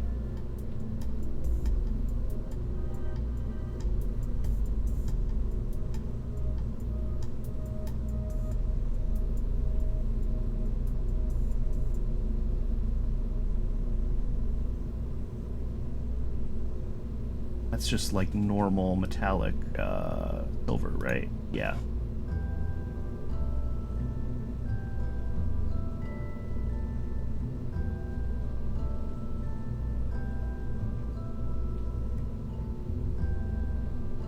What do we think about the orange and silver?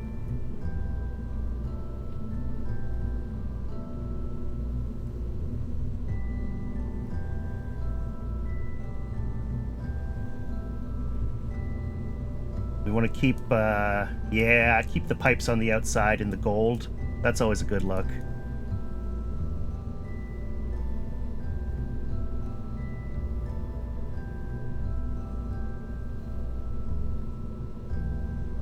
Let's see how well those do.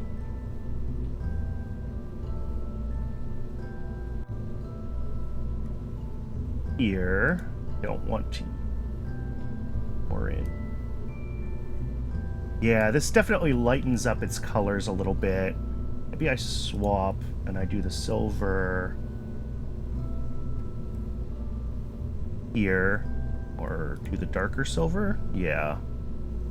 And then do orange there. See, that's still dark.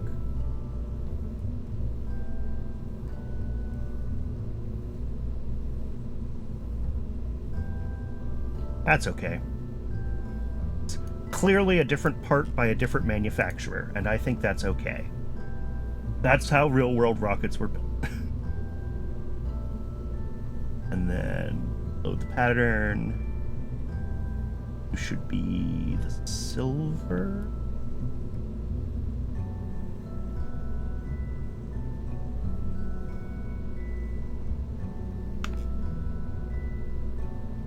That's not a bad look.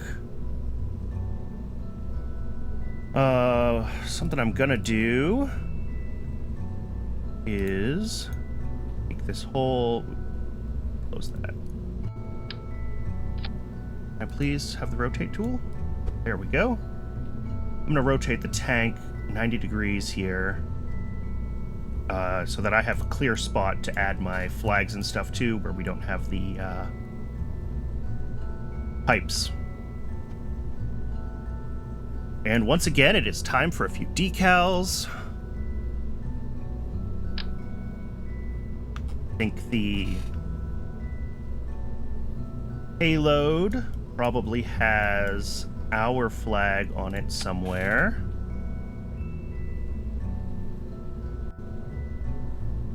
That's fine.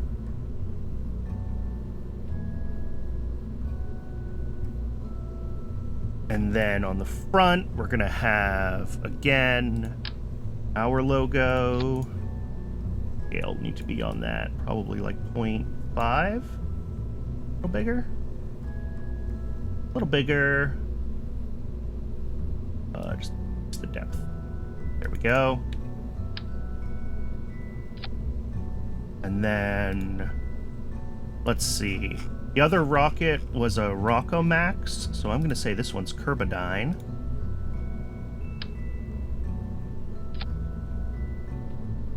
And the orange in their logo doesn't work as well. Who else do we have? What other? Herbal Motion, Robodyne, that one's not going to work well. What about the reaction systems? How does that look against the... Oh, that looks pretty good against the orange. Scaled appropriately. Yeah! Alright, let's scale this down to match then. They wouldn't let our logo be bigger than theirs on the rocket they built.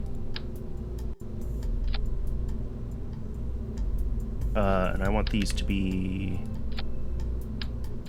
on both sides.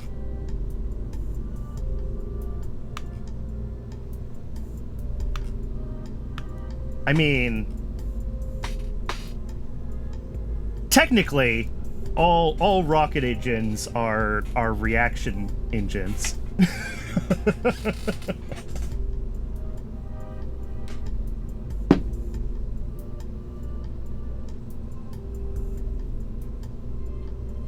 But who else do we have?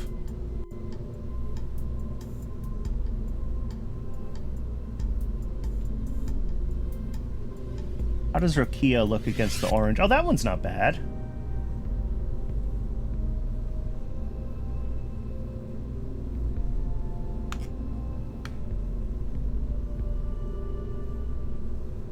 And I think, actually, I'm going to use this sort of intermediate section as an excuse to tweak some of our colors.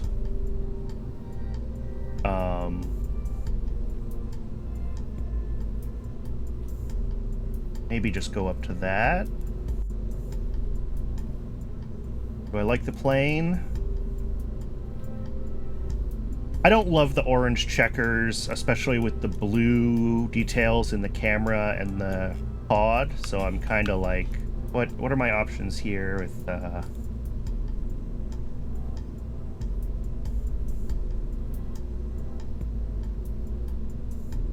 I just go to the black checkers, just sort of a way to flip through the textures and see what they look like.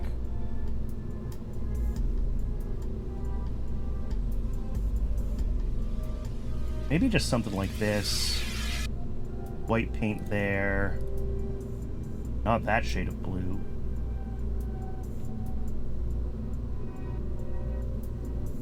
Delta blue? Delta blue's not bad there. That's not awful. Especially because we kind of go through this lower saturation orange, so it doesn't clash quite as badly as the bright orange of the tank does. And then we have the blue on the cameras. I could try to match the blue of this, but I'm not very good at RGBing things. What do we want? A little bit less green? That's way too much less green.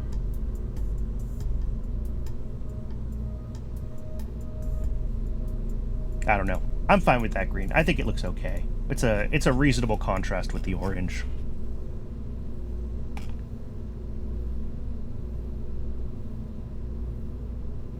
All right, and we have our...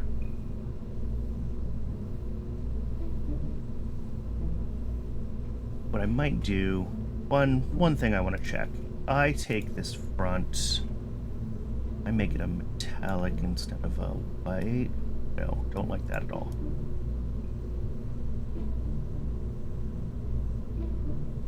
Do the white metallic? Yeah,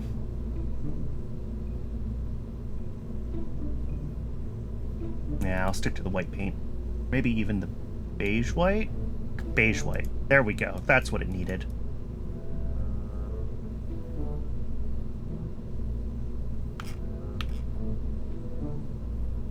All right, so just like with the other rocket, we need to build a launch complex.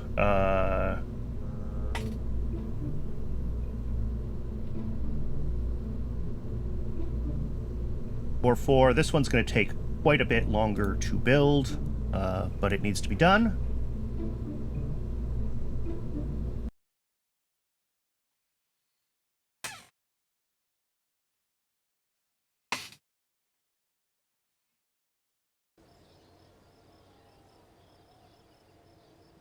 Okay, so we start out, there's a couple of things to do now that we've designed our first rockets, kind of getting into the RP-1 management side of things. First is we have 20 applicants at the start. I'm going to drop them right into research so that our research sort of starts rolling. And if I check my budget, you could see that right now we're actually... losing money with those researchers because of the cost that we're spending building our launch complexes. So we don't want to hire any more researchers right now. But we can just sort of fast forward to our launch complex being done, and then we can build our first rocket and get ready to launch it.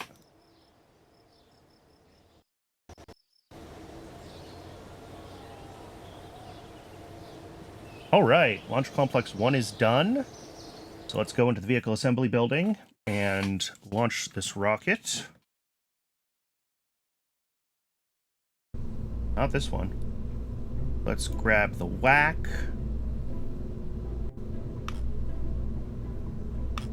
And before we launch it, we want to... Where's the button? RP-1. Here we go.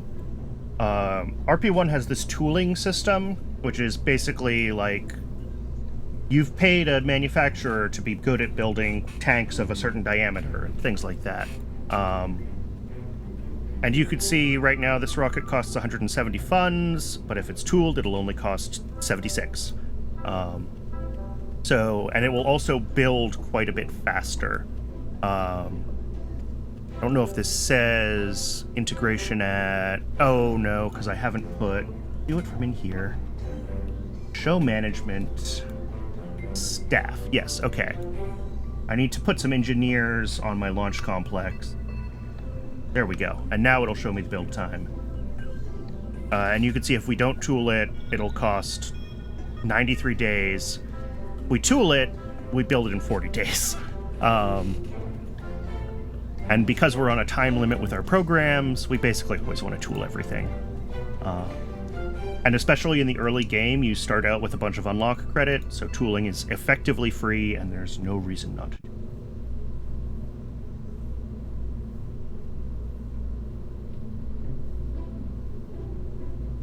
Oh, the staff button is yellow here because my engineers are assigned, but they're not doing anything. It's telling me that I have unused engineers, but as soon as I launch this rocket, unlock the parts, those engineers are no longer unused. I'm going to queue up a second one of these, just in case it fails. It will, we'll have one already sort of having been started being built, and even if it succeeds, the second one will still get a little bit of science, etc., etc.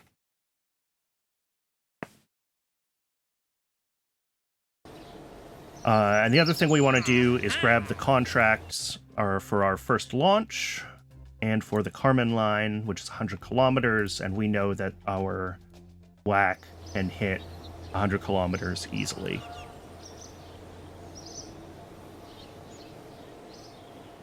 If we check again our budget, yeah, we're still running budget negative, so we don't want to hire any more researchers or engineers right now.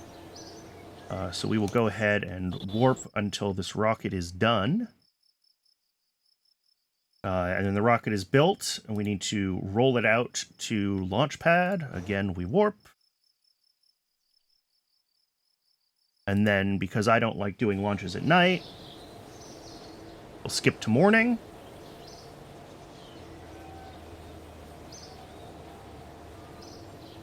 And we can go ahead and, I think, do this launch.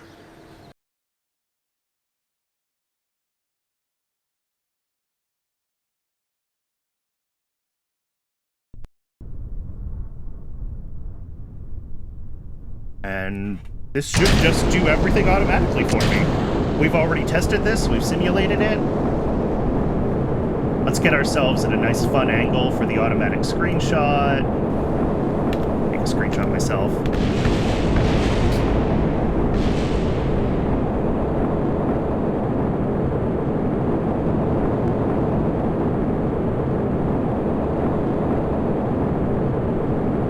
This looks like it's running great. The engine could still fail. We do have test flight on.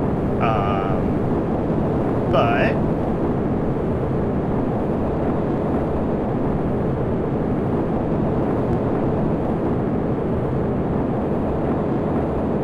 looks like we're going to get a pretty clean burn.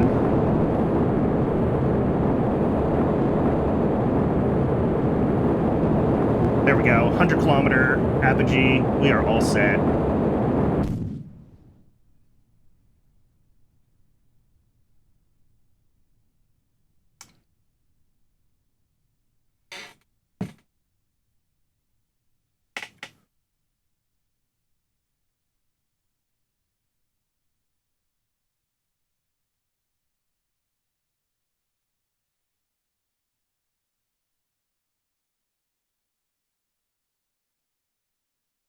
Oh, I can let this fast forward. So we are collecting science. Not that one, this one.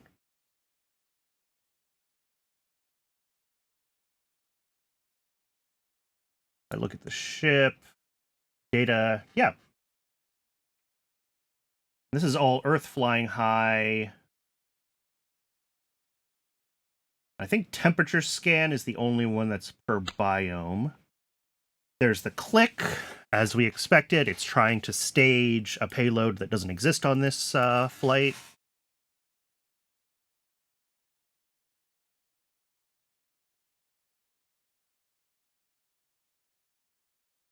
We should come back with quite a bit of science. I'd like to see 4.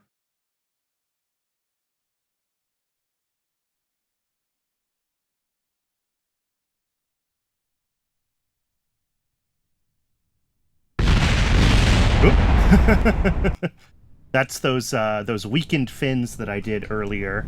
They didn't quite survive the... Oh, here, we're low enough. Let me just... range safety. All right. We got all of our science from that flight. We got everything we needed. This should show the contracts completed. There we go. Rocket reaches space.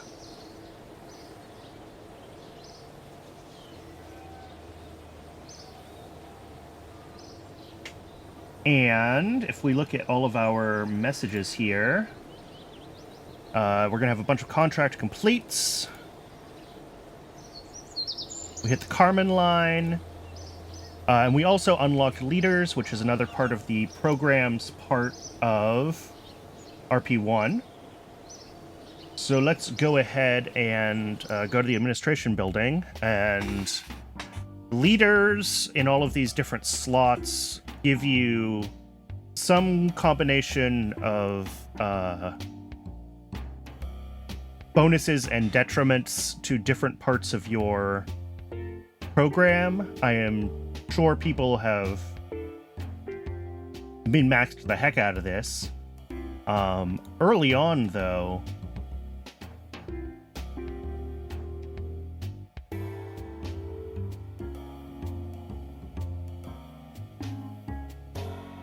you know, as long as I can stay ahead of program deadlines, like the bonus confidence from science and the bonus research speed feels good on Rosen, Korolyev. Werner would fit the V2. That is true. And I will probably mostly be using American engines, so it'll be the...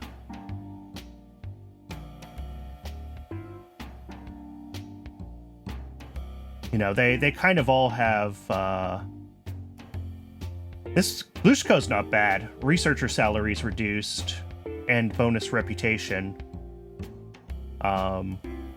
Reputation gives you some, like, baseline funding bonuses, so having good reputation isn't the worst.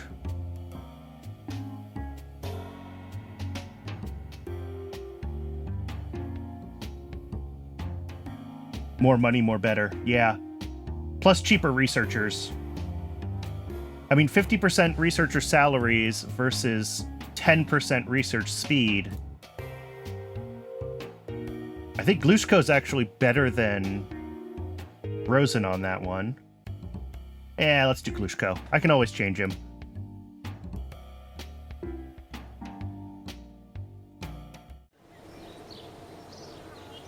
All right. And when you hit that 100-kilometer contract, you get 10 free applicants. I can either put them into researchers, or I can hold on to them for when Launch Complex 2 is done and assign them as engineers. And I think I'm probably going to assign them as engineers. The Launch Complex 2 for the V2 can support something like 75 engineers to be running at maximum speed. And right now, I only have $5,000 to hire them with. So it's going to be hard to get that staffed up and running efficiently. So I'm going to hold on to those applicants for now. And I will, when Launch Complex 2 is built, I'll hire them as engineers and assign them there. So we reconditioned the launch pad.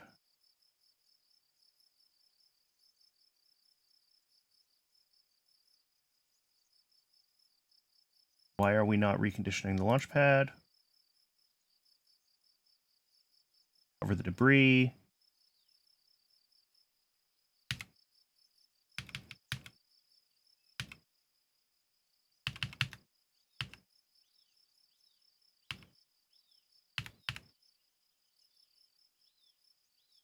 There it goes. Okay. I'm not sure why that wasn't going before. And then Launch Complex 2 finishes. And we're going to start staffing that up because we want it to start building our rocket. So we'll go to Launch Complex 2. We'll hire 20 engineers, our 10 free ones plus 10 more. And we will assign those to Launch Complex 2. But that's only 20 out of 77.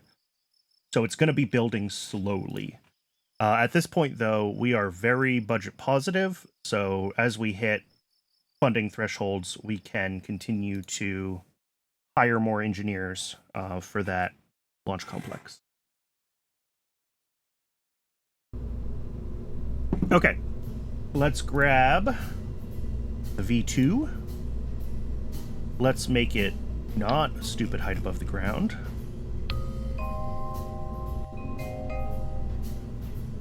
So this will launch on Launch Complex 2. Just like with the first one, we want to tool it. This 552-day time even tooled is because we don't have enough engineers at this launch complex. So as we get this complex staffed up, we'll be in a better place there. But for now, that's just what we're going to have to do. And then we will go ahead and launch, unlock the parts.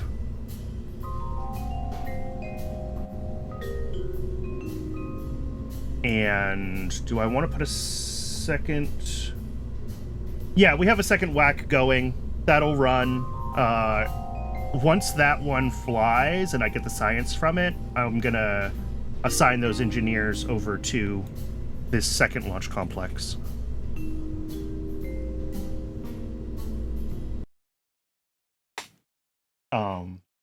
Because I'll still get some science from that second whack launch.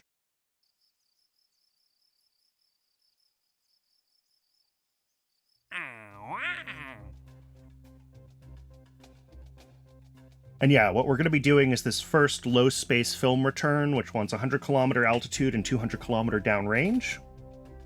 And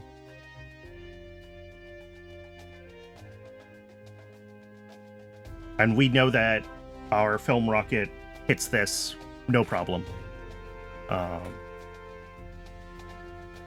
These altitude sounding rockets require payload, and it's going to be tough to push the current whack to these requirements with this much payload. Suborbital trajectory and return uncrewed, we can definitely hit with our film. You know, we know that it hits 140 kilometers, which is space. So we can do 2 missions right away with that film camera rocket. The first low space film return and suborbital trajectory and return. So I should actually probably queue up a second V2.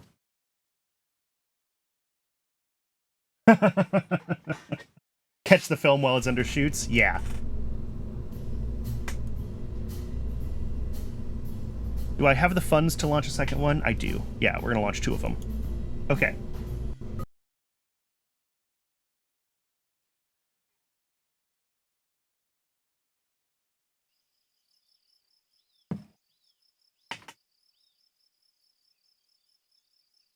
And the reason I'm launching 2 of these, one is just insurance in case of a failure, but also, if you look at the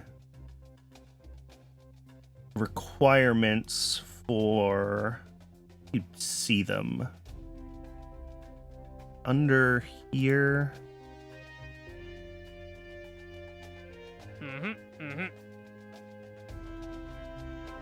I thought there was a way to see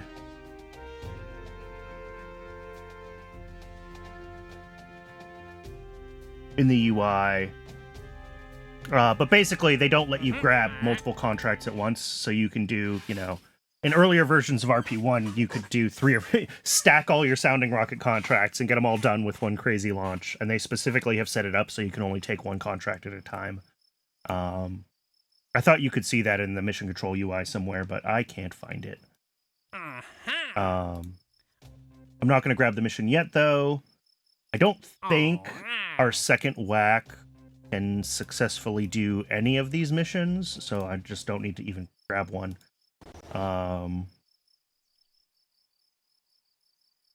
to morning again. Oh no, I forgot to roll out first. That was silly. All right. And now that this is rolled out, we can see we have some idle engineers on the WAC complex. I'm going to take them off of that complex, and I'm going to put them on the V2 complex. And that pulls the V2 only into April of next year. A year away. And as our funds continue to tick up, because we do have... We're budget positive, yeah. We can keep hiring more engineers and getting them on that V2 complex. But right now we're at 1 V2 a year, which is less than ideal. We will catch up to that rate, though, and get it where we want it sooner than later. If I had played on normal instead of moderate, we would have been... Oops, I did a night launch by accident. Sorry. I forgot to skip to morning. My apologies to everyone staring at a black screen right now.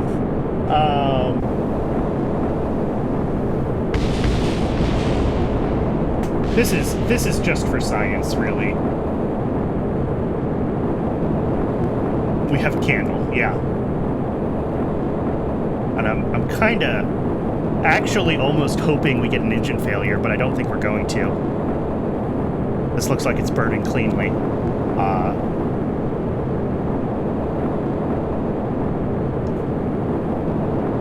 Test flight, the mod that models engine failures, carries over experience from flying engines over to experience flying similar engines. So if we got a failure on this sort of throwaway flight that's just gathering science, that would mean that our next engines that are derived from this engine would be more reliable. But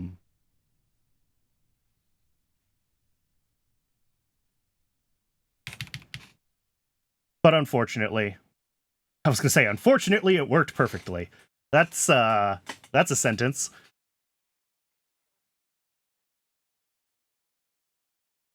That's okay. We'll get science instead, and having science points is always good.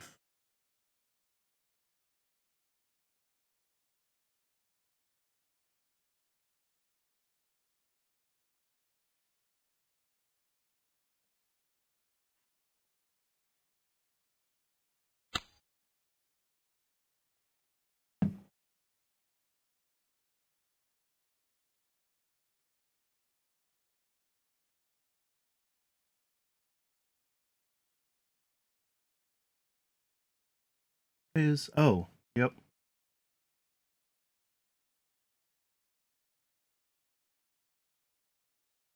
All right. So yeah, we have plenty of science. This thing is gonna... Actually, as soon as this is below... Wings broke again. Yeah, there we go. We're below 30 kilometers. We don't have to wait until this lands. We can just, if I can find the... Please? There we go. Range safety.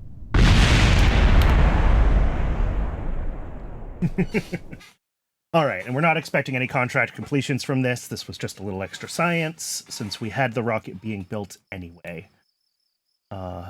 Let's get our science actually queued up. We want post-war material science. This gives us aluminum tanks instead of steel, which are significantly lighter than steel tanks.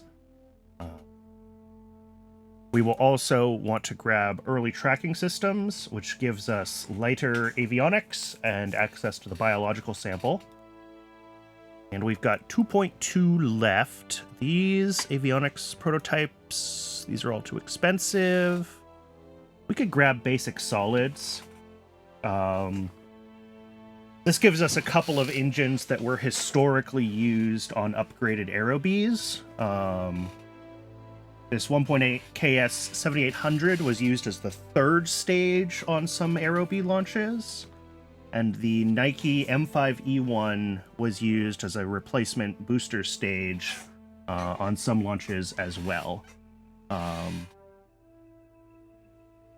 And getting solids further researched gets us into... We might or might not use the Baby Sergeant cluster for our first orbital rocket. Historically in the US, this was the final sort of set of stages for the...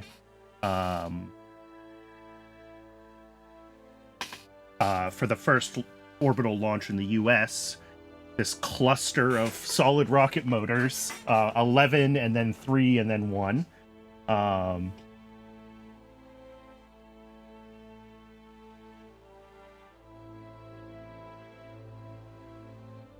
But also, you know, the GCRC.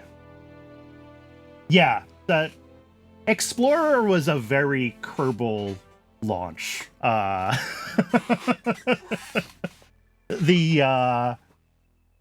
You know, the Soviets built the R7, right, which was really intended to be a giant ICBM, and it's beautifully engineered. Sputnik was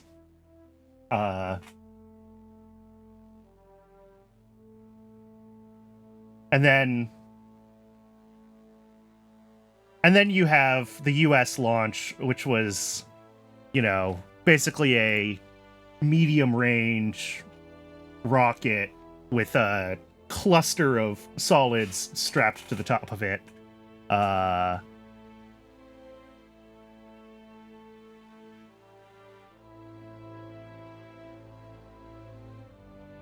But yeah, our solids will be good, and eventually we get up to this point where we have the casters and some other things which are good for booster engines if we need them.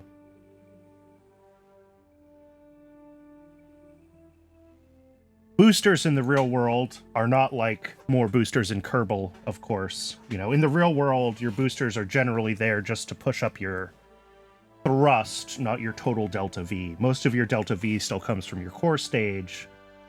You just need a little extra oomph to get all your fuel off the launch pad, and that's what the boosters do.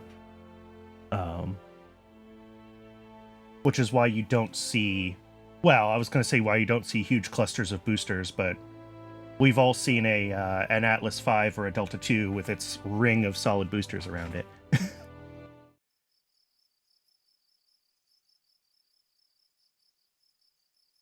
Okay, so looking at that, I think we can warp to complete here. I am going to... Can I do it from... What's the view? Here we go. Warp to fund target.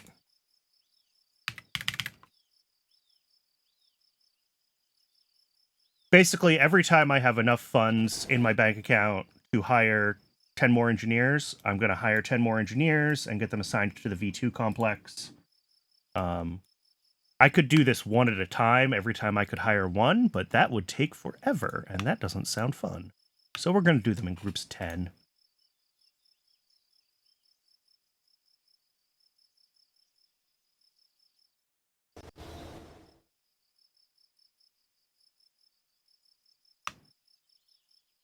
And every time I do this, you could see the launch date for the V2 pulling in closer and closer and closer to where we want it to be.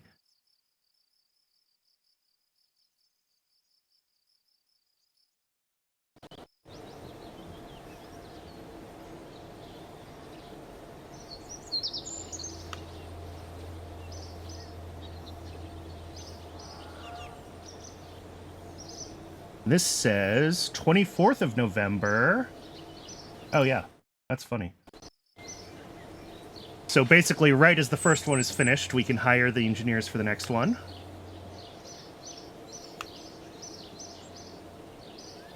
All right, and we can let this thing complete itself. Roll out.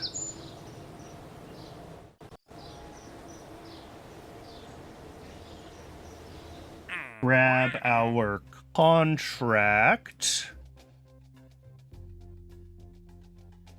Low space film return gives more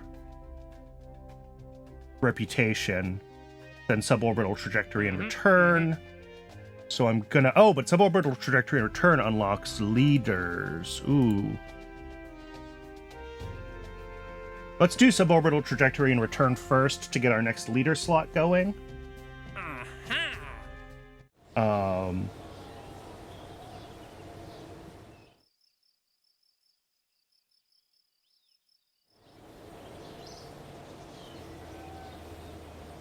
And then the second one that launches will be a...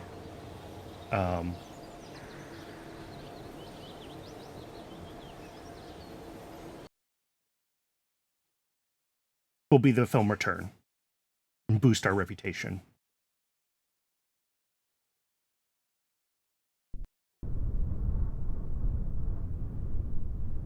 And this should...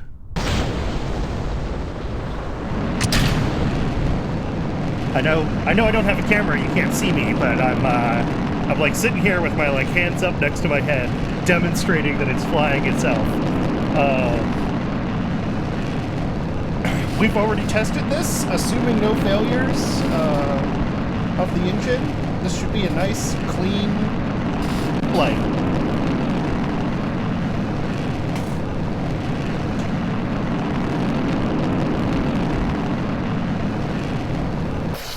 Oh!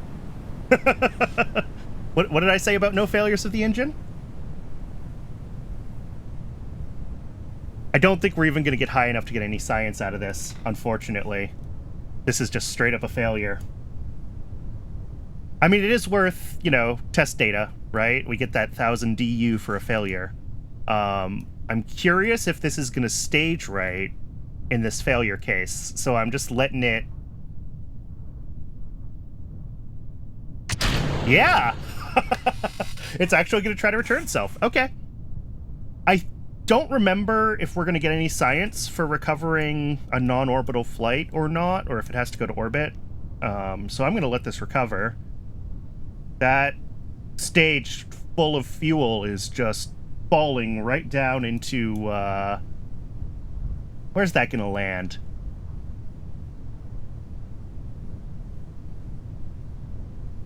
Because let's see, LC-30 whatever is up there, A and B.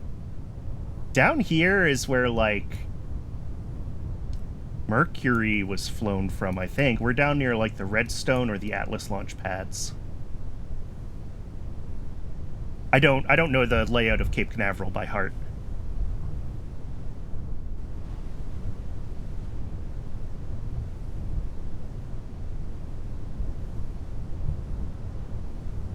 And then this should deploy. This should deploy. There it goes. Cool. All right. Well, it works in the very, very degenerate case of not actually making it to space, which is great. And like I said, I think there's still some, even though we didn't hit suborbital for the contract, we're still going to get some science and some stuff out of this flight. So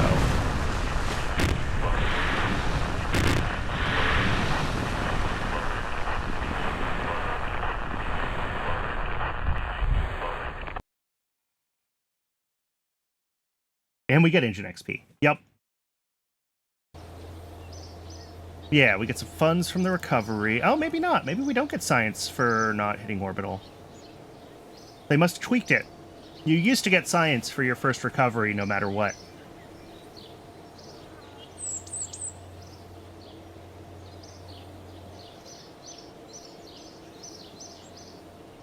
Okay, so we still can get 7 more...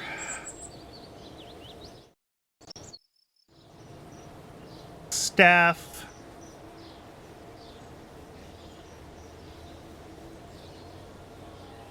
Good. We still have a positive budget, so I could hire more researchers as they become available. So I may as well do that. Hire some more researchers, because our science is going to become our limiting factor really soon. Before I do that, though, while I'm thinking about it, I want to launch one more V2, because we do still have 2 contracts to complete, right? We need a replacement. Oh, but I have no money right now. Never mind. I just spent my money. Let's warp until we can build one. All right, warp to fund target 850.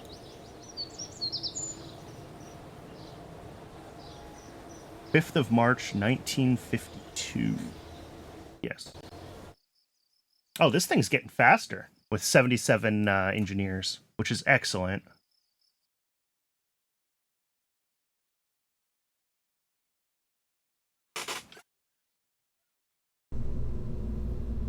Now we can launch this.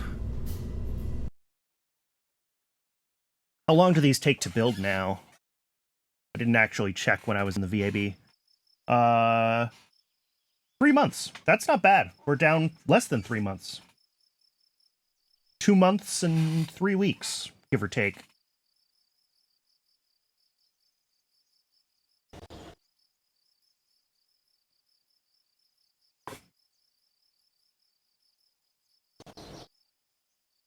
And for some reason that I do not understand, rollout always finishes in the middle of the night.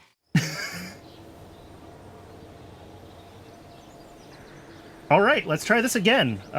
We should still have the contract, right? Suborbital trajectory in return.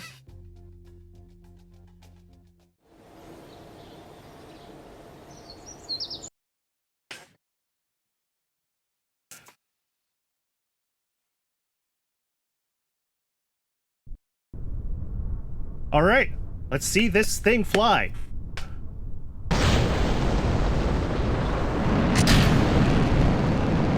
I still don't know how this thing has roll control, but that's okay.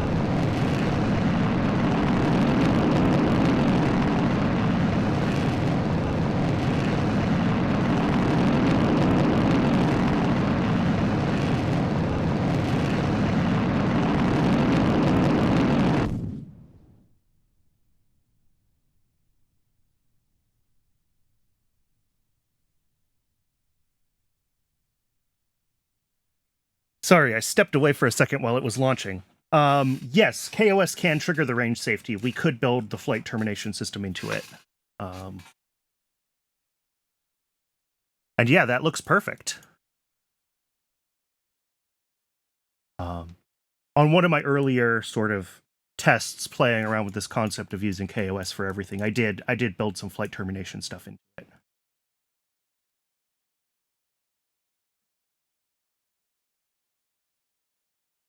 Okay, we can fast forward at this point. I try not to do physics warp under thrust, but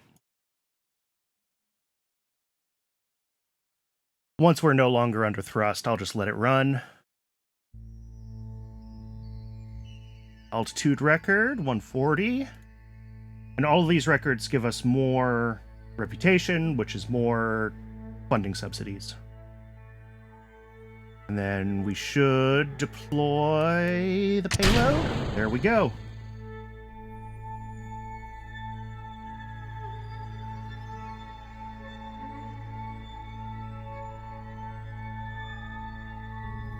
And if we look at our ship, yeah, we have a bunch of these planetary photography samples.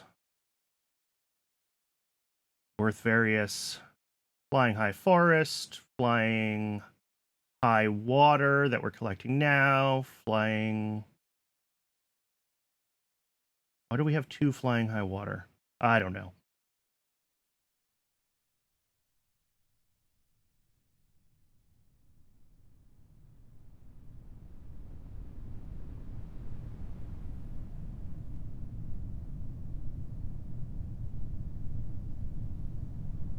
But yeah, that looks like it went perfectly. We're going to have a bunch of science when we get back, or, you know, a couple of science points at least.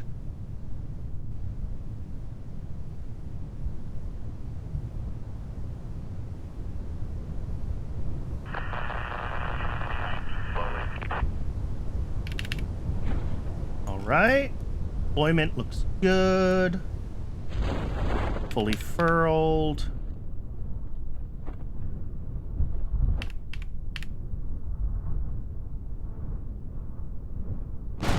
Beautiful. And there we go. We hit our suborbital trajectory in return. We have new leaders available. We can recover this.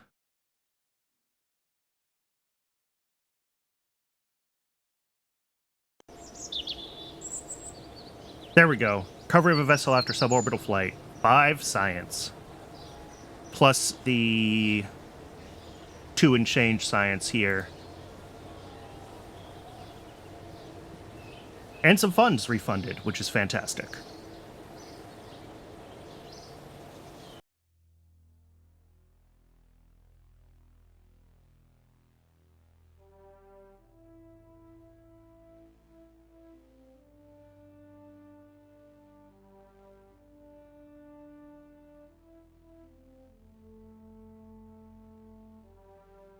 All right, that's kind of everything in this tier.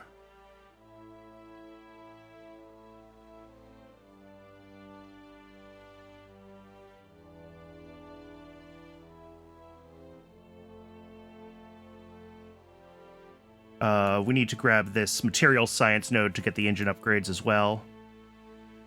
But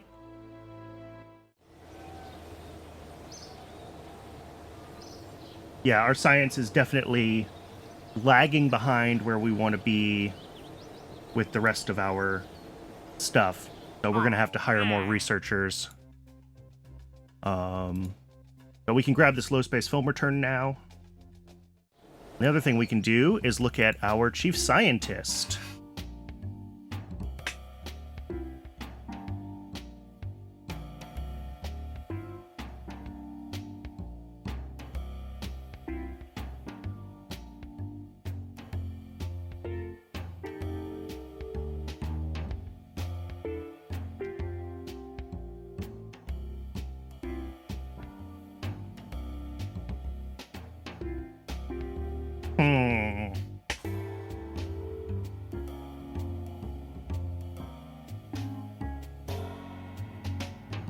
All of these are about planes.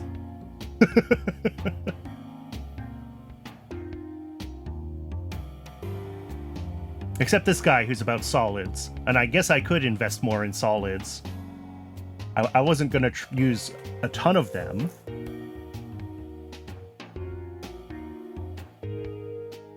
But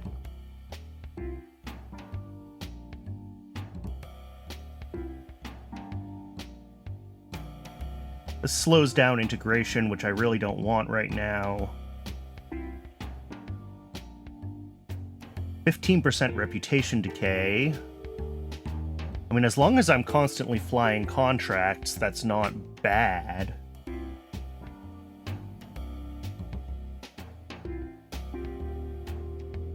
Yeah. Well, I think the advantage of KOS versus like MechJeb with solids is that I should have a lot more control over how I'm using my thrust curve and how I'm staging around solid burnout, which is nice. But they're definitely tough. I am going to be using solids for a while, though, right? Like, all of my Aero-B type rockets are going to have solid stages, and, you know, we're probably going to have solid kick stages for a while if we go with the American tech route.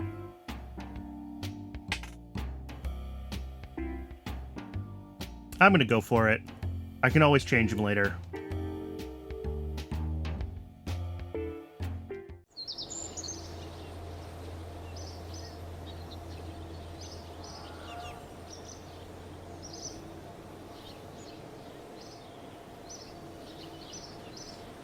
All right, and just as we were doing before, skipping ahead by 3,000 funds to hire engineers, now we're going to keep skipping ahead by 3,000 funds to hire researchers.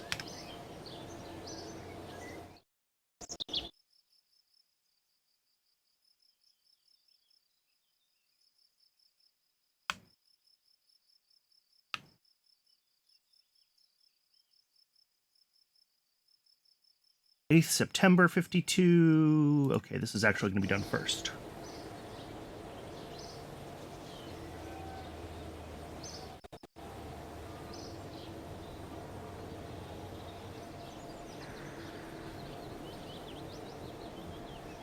And this is mad at me because I have engineers that I'm not using, but there's not a lot I can do about that right now.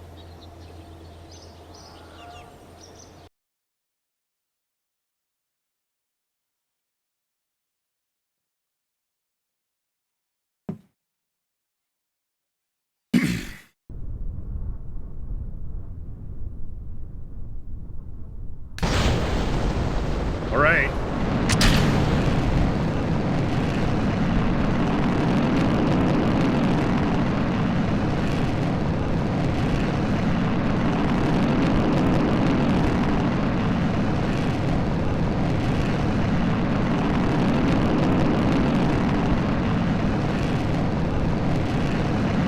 Hopefully, this is another textbook launch.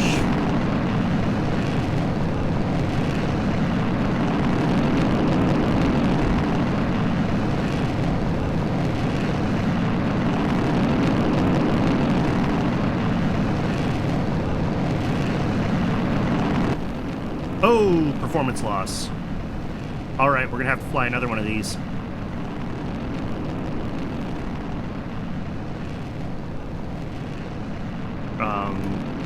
I'm going to let this keep going because we might hit an apoapsis still that's above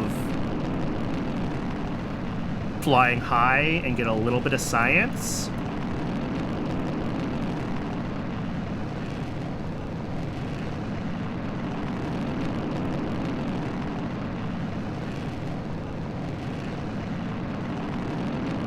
Yeah, we should get a little bit of science out of this.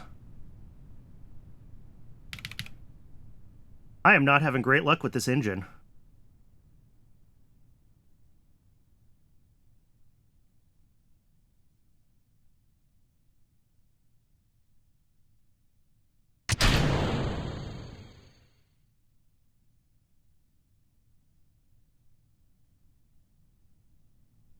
Still, a little bit of science.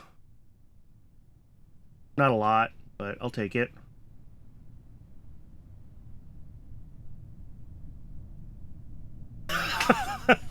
That is true. I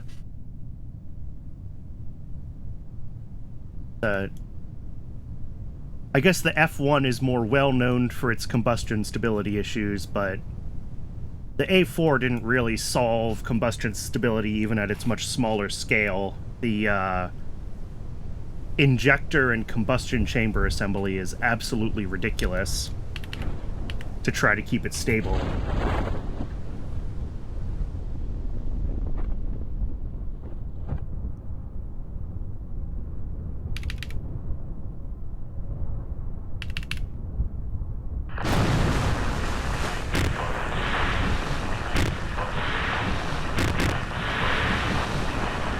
Oh, come on.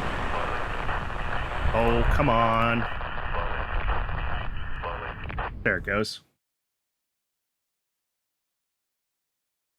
I need to tweak the chatterer settings so that it is slightly less annoying when it's sitting there splashed down.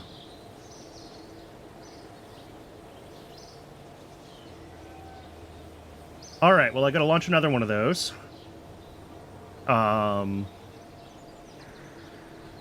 And I have the funds to do that, so let's just get that queued up now.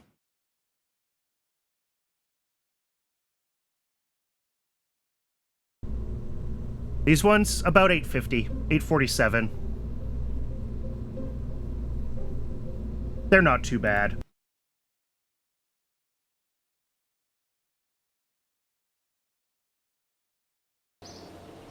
I don't think... Yeah, I need 8 science for that research node there.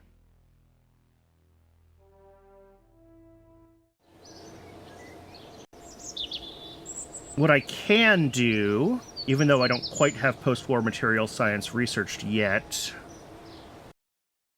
is get my 2nd generation Aerobee type rocket going.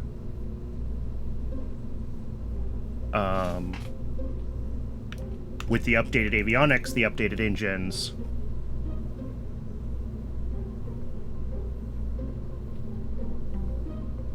And these need to be a weird number, I think. To fit the biological capsule, you want them to be 0.38. Is just not fun. Okay. And remove all tanks. That's not the right button. Choose tank type. Highly pressurized aluminum. We don't quite have this unlocked yet, but it will be unlocked shortly. So, and that'll be the better.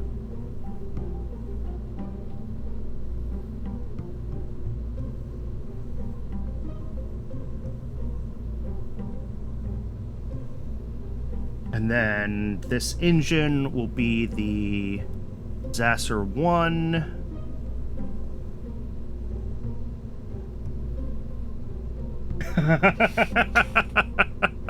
I'm okay with that. That's a great name. Yeah, SASR 1. So we're gonna fill that. And the rated burn time on this thing is only 40 seconds. So even at this... Yeah, we'll do the 3 meters exactly. And this will get stretched as we get improved versions of this engine, but... Now, let's check here our mass and lift. Yeah, these wings can be a little bit bigger.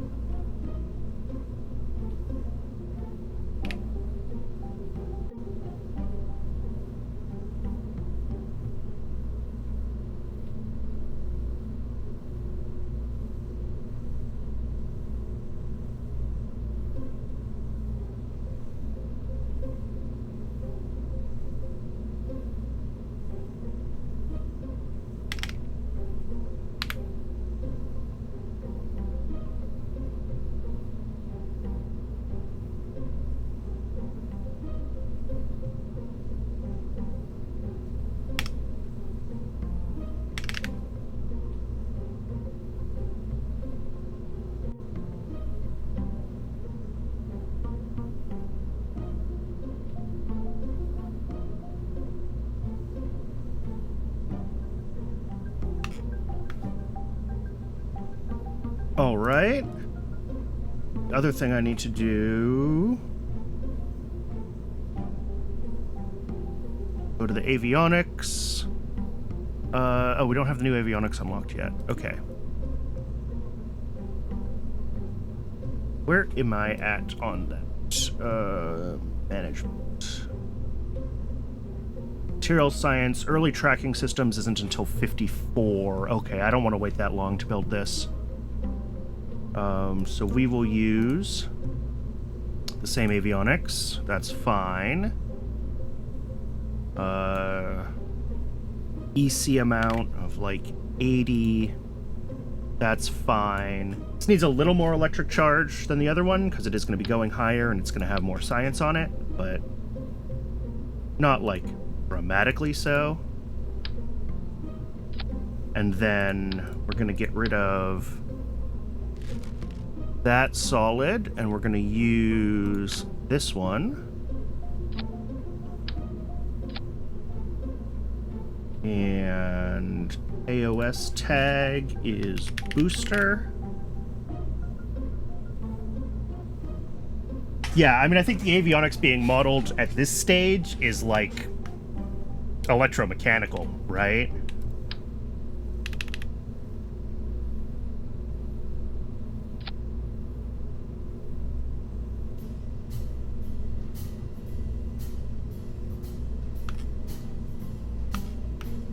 There we go.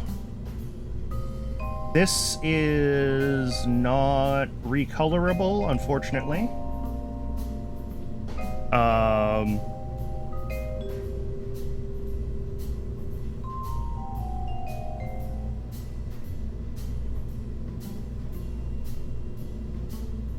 So we're gonna have to use this engine as is.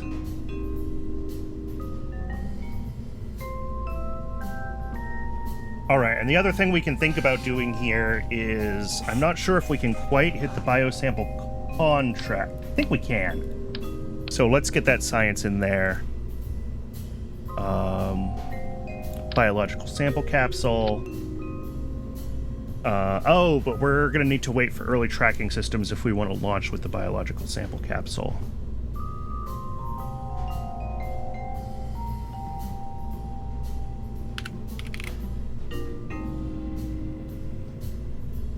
Let's check the contract list and kind of figure out what makes sense to design this rocket for.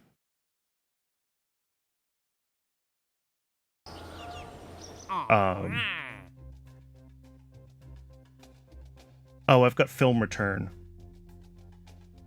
There we go. Okay, low space bio. We need 35 units of sounding payload, 100 kilometers, and a recovery. We can do that with this rocket, I'm pretty sure, but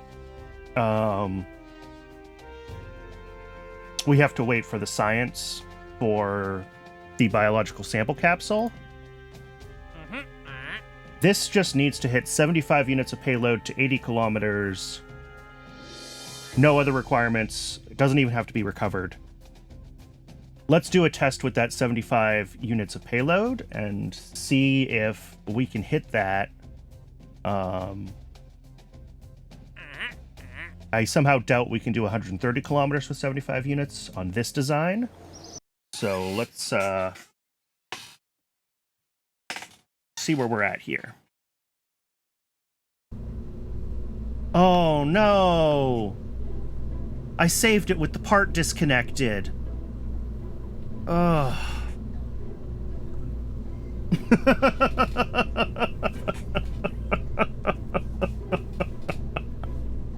Alright, well, let's go back to this one, because I think it'll be faster to... is there an autosave? I don't think so. No.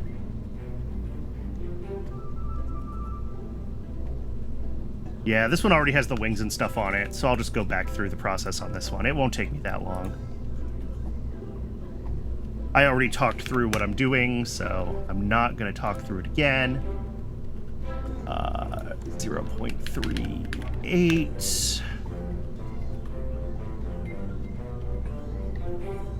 Exactly 3 meters was, I think, the right thing here. Engine goes to the XASR1 config. Move all tanks. Tank type will be aluminum, because I am going to let that be unlocked before I build this. The wings needed to be a little bit bigger.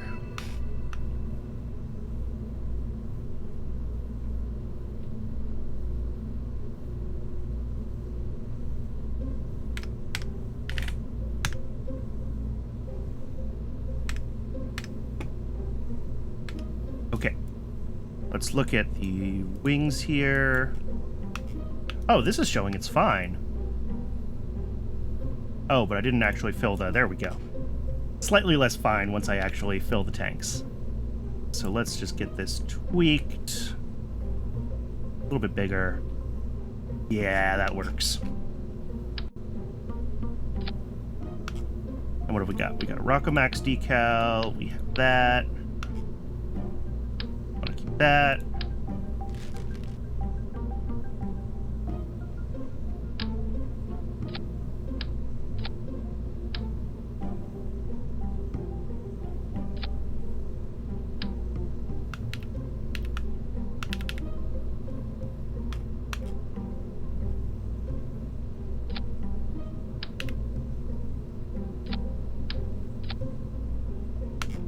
keep the Rockamax decal on there. I think this is made by the same company that makes the other one. And we'll overwrite Wackier now. Oh, we need to put fins on the bottom booster.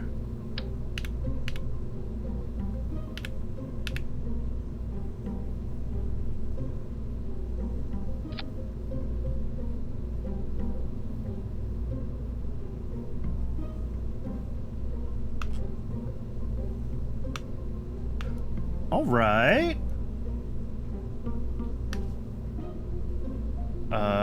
Retag this engine so that the script works. And I need to add our 75 units of sounding payload. Right. So let's grab another fuel tank.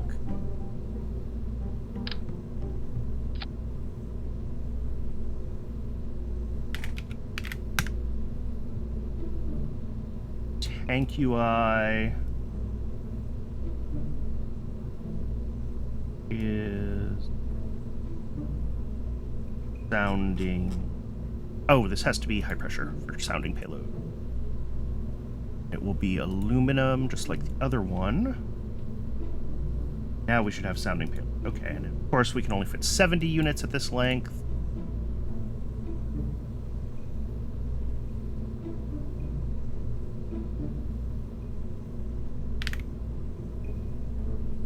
$75 units in.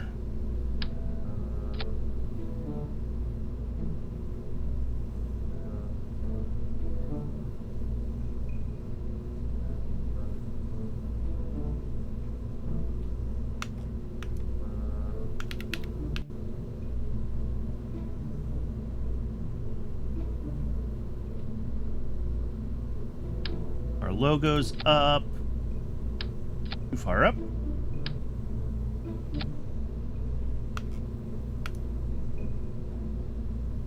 Okay. In theory, this should work fine.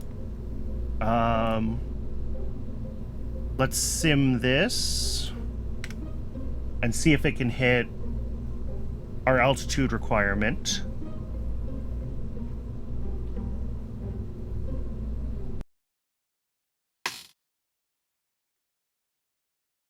And I shouldn't have to change my script at all for this launch.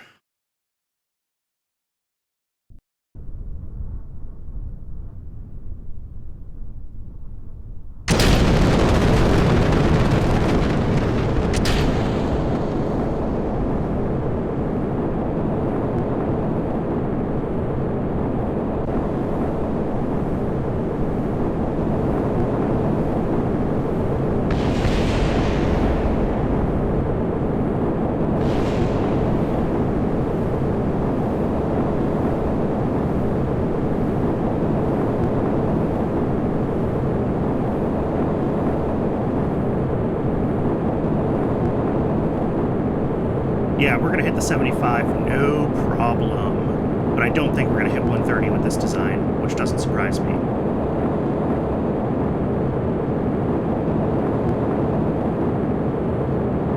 Well? Oh, it's real close. Ooh.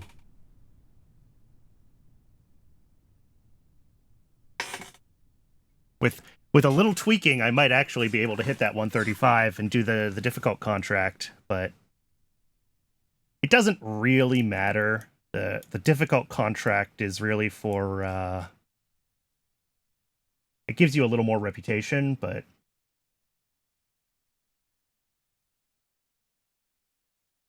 all right, yeah, this will hit our contract requirements, and then I'll be able to update it with the biosample when that's unlocked and other things like that. Unfortunately, this won't get a lot of science early on, just because we've already run all these experiments. But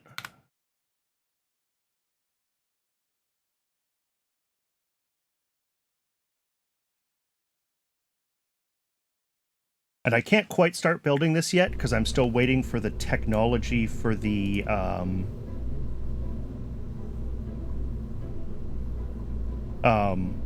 aluminum tanks that I'm using, but we have to update the launch complex here, and that'll take a little bit of time anyway.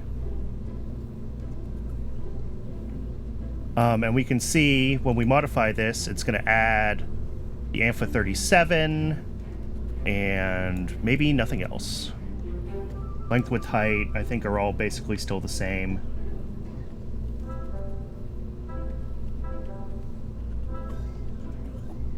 I'm going to take the opportunity and I'm going to add an extra meter to the height limit just so we can stretch this a little more if we need to. We'll go for a 10 meter height limit. And we will modify. So when that's done modifying and we have the technology researched for this, can I tool before I have the tech research? Yes, I can. Cool. All right, it's tooled, it's all set. It costs exactly the same as the last one, maybe marginally more.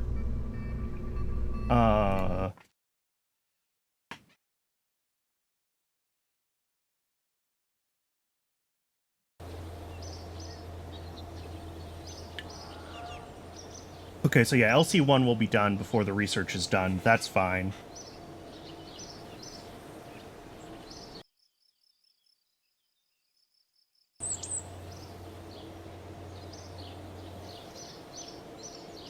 Oh, there we go. Come on. My funding is sad. That's why it's yelling at me here.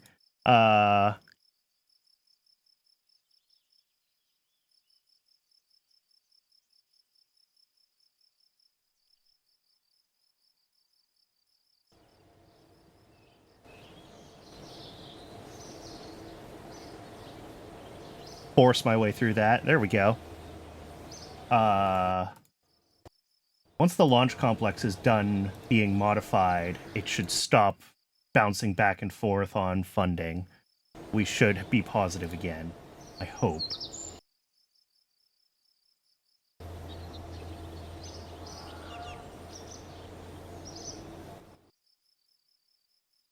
Come on, figure it out. There we go. Yeah, we're positive again. Yep, we're very broke.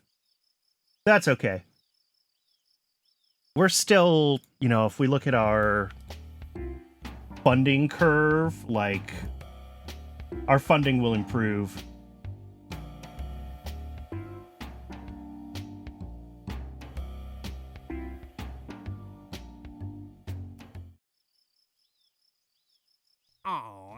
Let's make sure that we actually grab our film return contract that we want.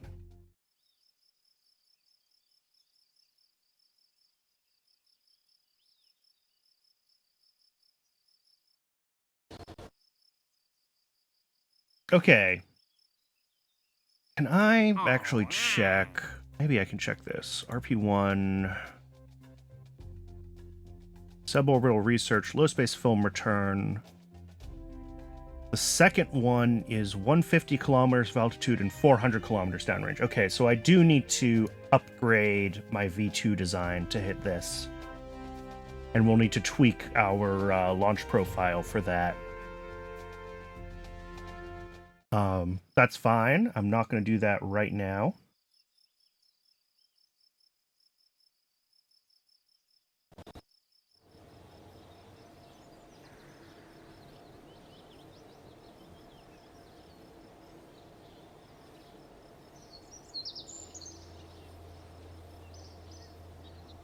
Go to the morning.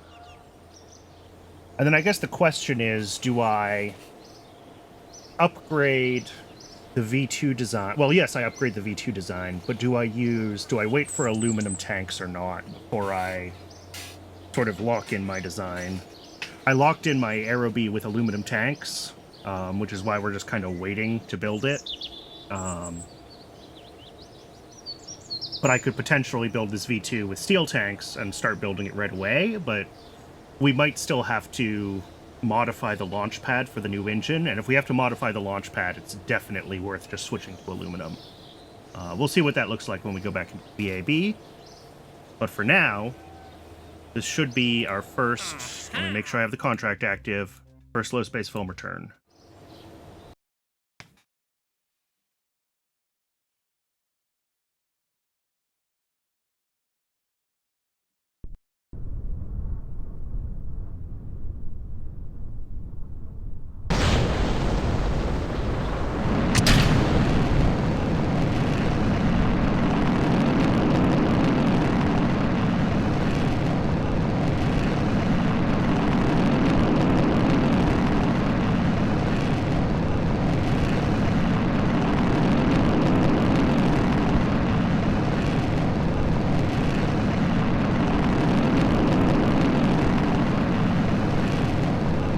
Hopefully, this one doesn't fail on me.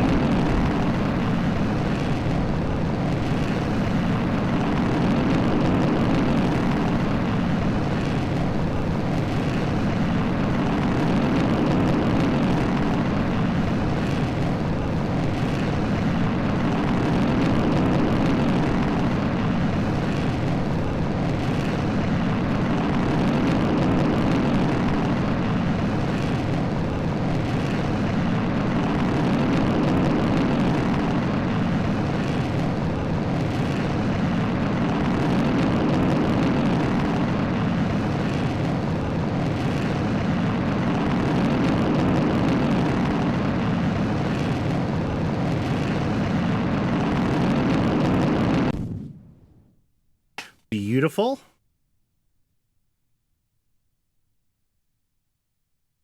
I think that's perfect.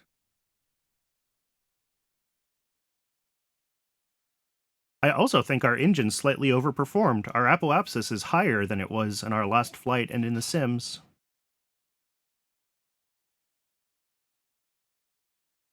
Although, since I have Principia installed, it could very well be that our apoapsis is higher because the moon is in a different place than on the last launch, and it's slightly tugged by rocket. I don't know if that's actually enough of an effect to be meaningful, but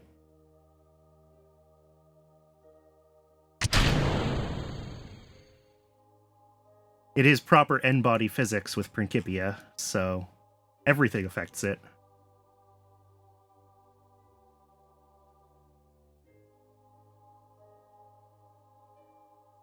There we go. A little more of that Earth space science.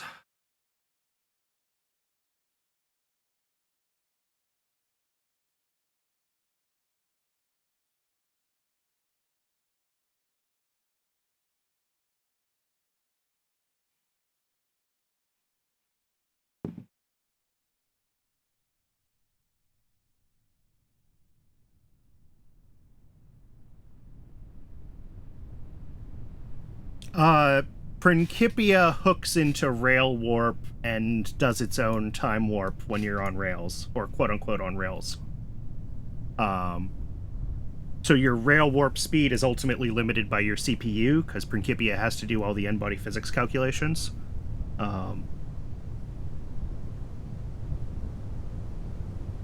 It's not too bad with only a few vessels. Once you have clusters of satellites in orbit, Principias can really start to slow down, calculating all your satellites every frame.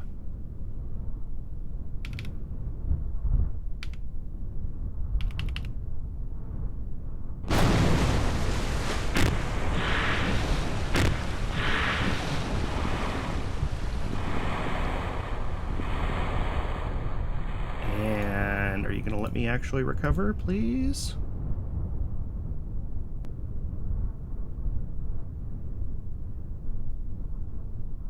There it goes. Depending on how the ship is bobbing in the water, sometimes it'll go, above the threshold for...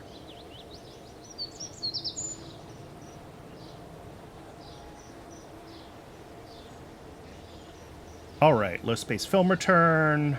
Done. LC2 is reconditioning. That's fine.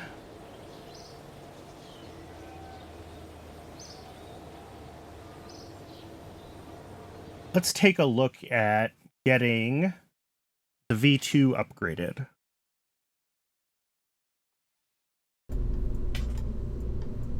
So my engine options here now.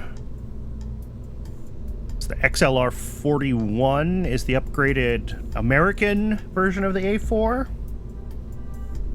Or there's the RD-100, which is the Soviet version.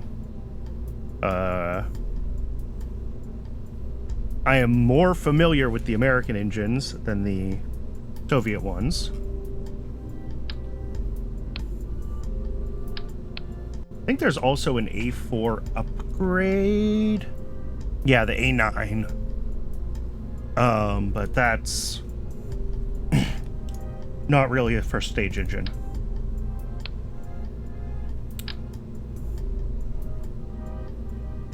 Let's get the XLR-41 in there. Move all tanks. Fill. What's our rated burn time? I think it's still 70 seconds. But the XLR-41 burns a little more aggressively. So we get that 70 seconds with a longer... That's not what I'm trying to click on. Longer tank.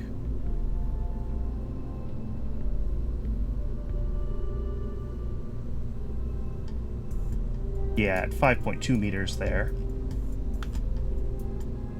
And this looks like it can launch...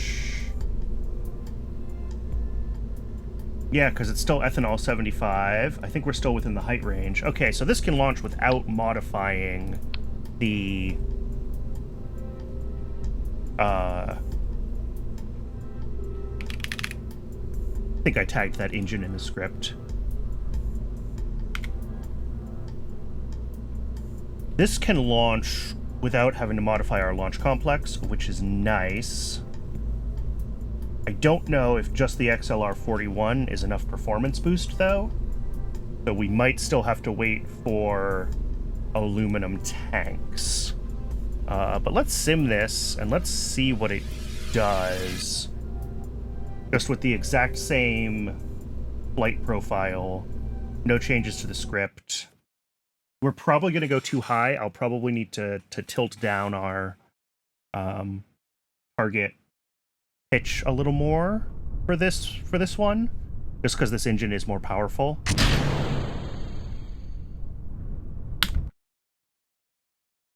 We're not gonna talk about that.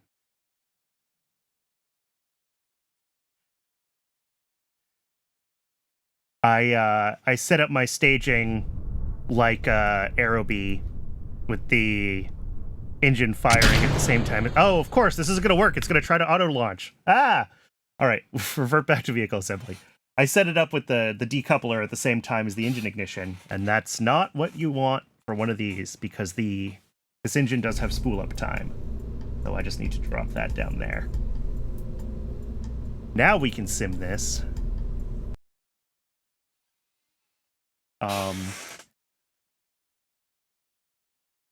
I might be able to get this to the, I think it's 140 by 140 altitude and 400 downrange.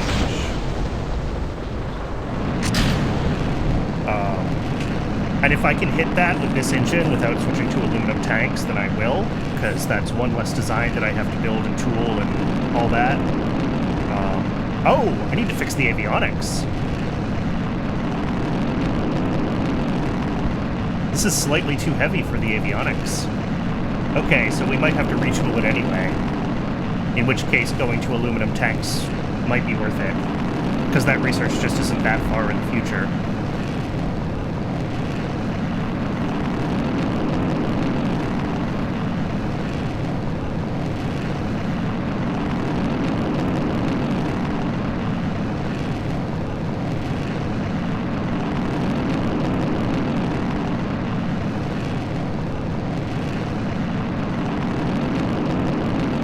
Because I'd much rather retool the aluminum tanks, because I'm going to keep stretching this design for a while, for a couple more iterations. So I'm going to have to tool the aluminum tanks eventually anyway. And stretching those is going to be better than constantly retooling my avionics. Yeah, this is way overlofted at 30 degrees. So we'll probably want to bring that down.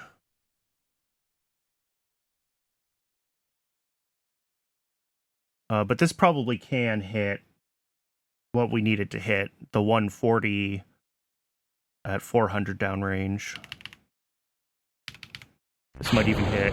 Yeah, okay. This only hits 300 downrange at 220.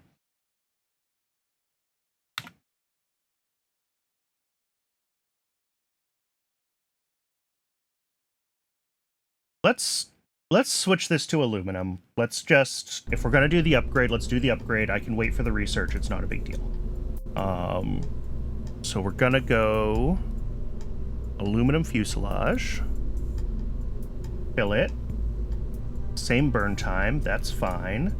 Our delta V is probably significantly higher. What's our overall mass? 13.8, and this is only tooled for, I think, 13, right? Yeah, I should have tooled this for 15 when I did it the first time. Alright, so we will still need to retool the avionics either way. That's unfortunate.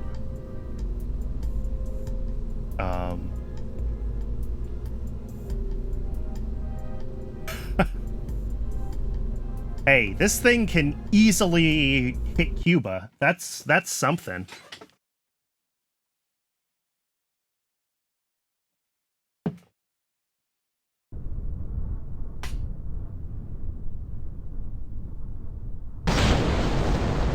Oh, I still didn't tweak the target pitch in the script, so this is going to be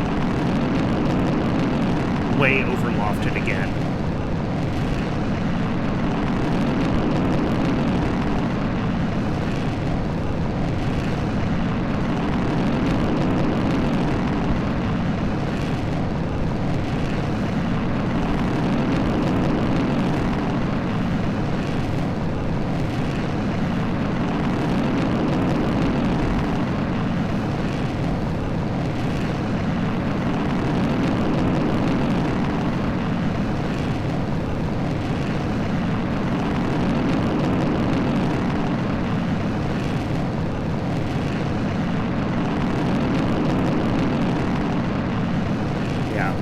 I should have just tooled this avionics for 15 tons at the beginning.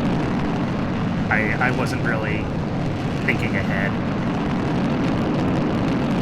But hopefully it's not too expensive to get it retooled.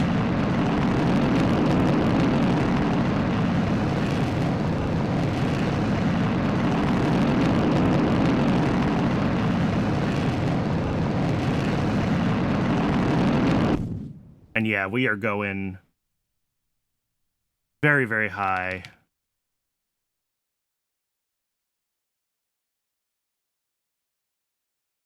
So we definitely want to pitch down a little more aggressively in the script.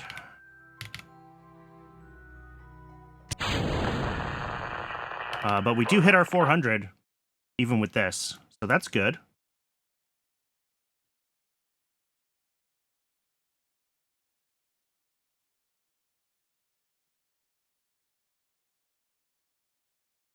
So this would beat the next contract. Does it hit the third one, is the question. And I didn't double check what that was. All right, let's go back over to mission control and check that.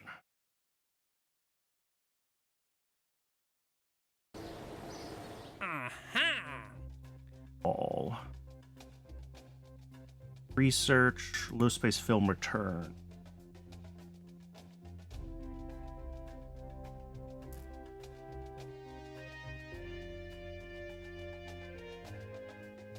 Oh, in the first 50 seconds, okay, yeah.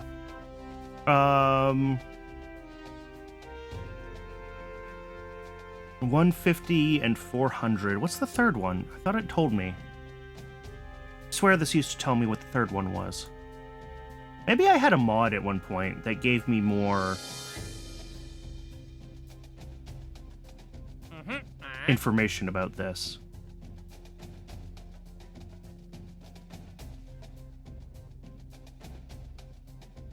I can check it in the files if I really wanted to, but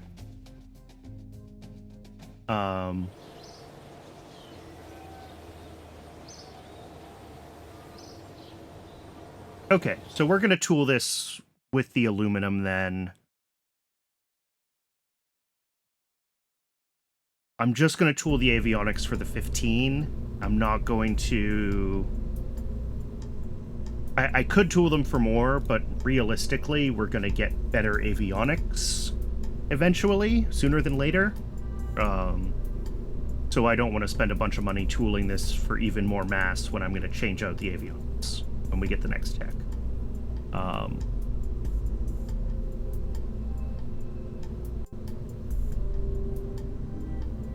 And all the tooling comes out of our unlock credit anyway. That's fine. All right. This can't launch until we get aluminum tanks done. Same with the other vessel. So we need to warp until aluminum tanks are complete, and then we should be able to get both of those queued up on their launch pads.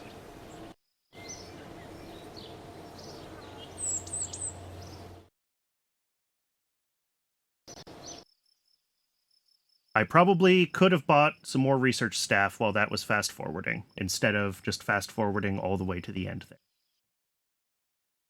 I realize that now, looking at how much money I've accumulated.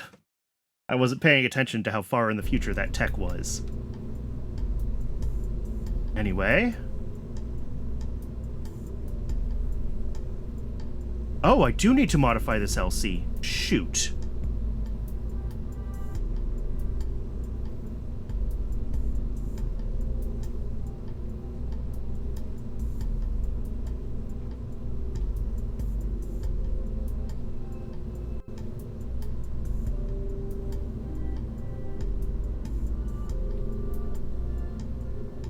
Alright, this one, though, I should be able to launch.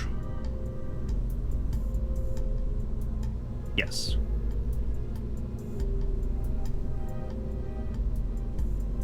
There we go.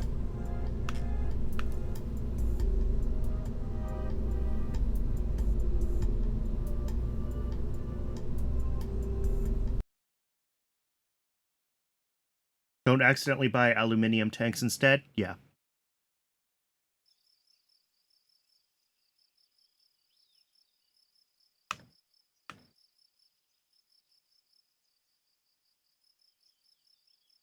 I am painfully from the United States. I am aware.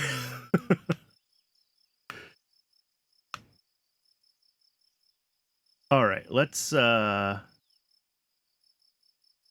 a bunch more researchers.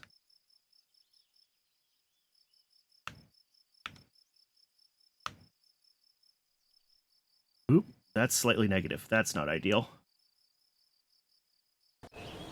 All right, yep, now it's positive again. We're good.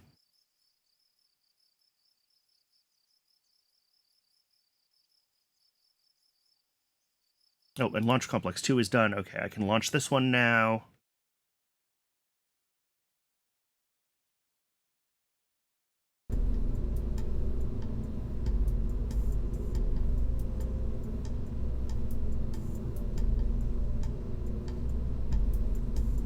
At LC2, will you let me launch now? Yes. Perfect.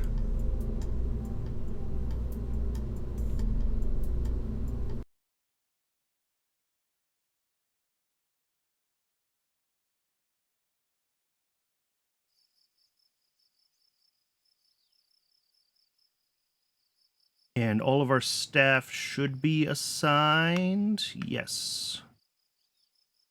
Engineers 87, unassigned 0. Bunch of researchers. How's our budget? Slightly negative, because we're building rockets right now. Okay.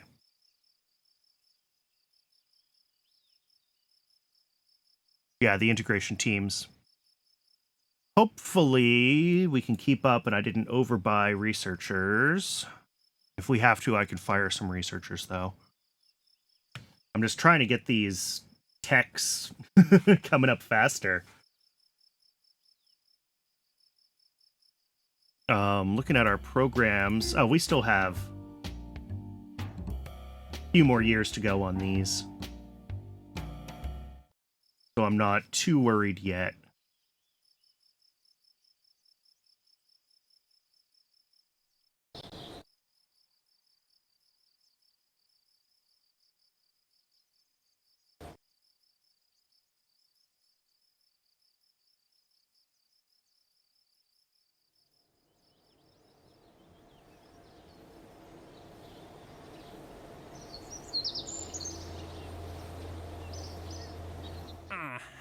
Okay, so this one should be altitude sounding rocket intermediate. No problem on a wackier.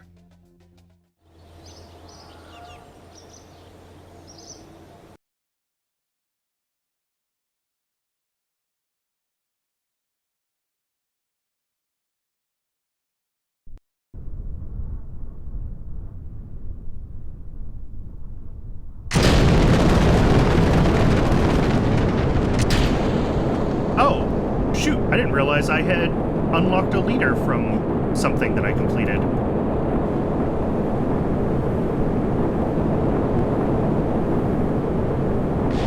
That might be from researching a tech, which is why I let it go past without thinking about it, not from finishing a contract.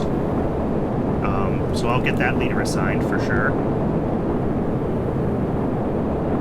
I think it's your, like, first subcontractors that you can assign that you get from completing the material science that I waited for aluminum tanks.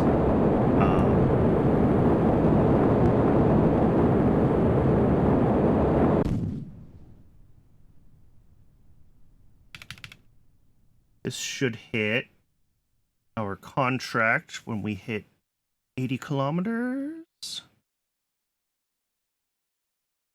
There it is. Contract complete.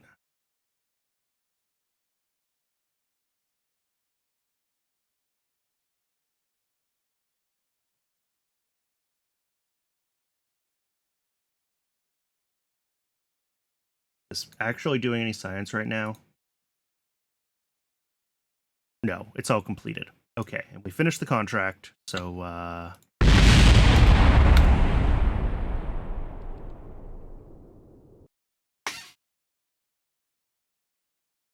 not getting any science, no sense in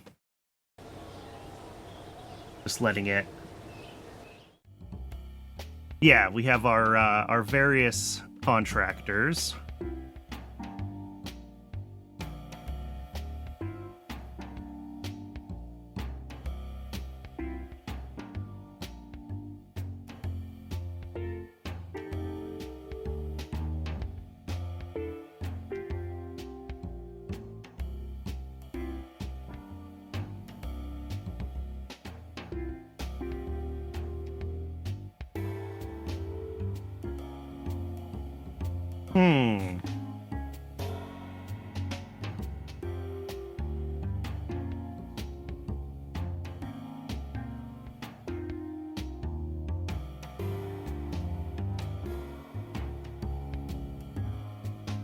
So this slows down a couple of my early engine tech nodes, but the materials science goes on forever.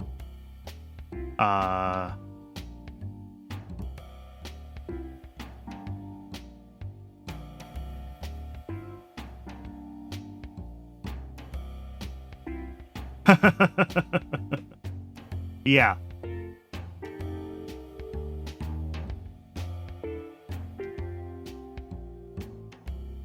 I mean, I don't think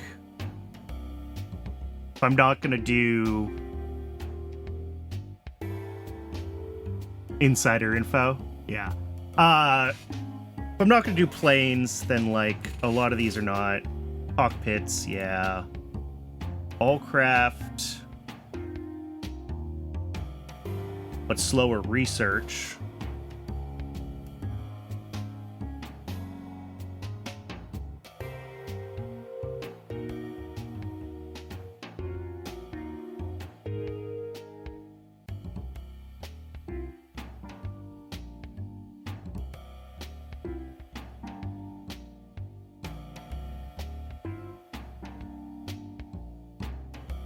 Really, I want faster research.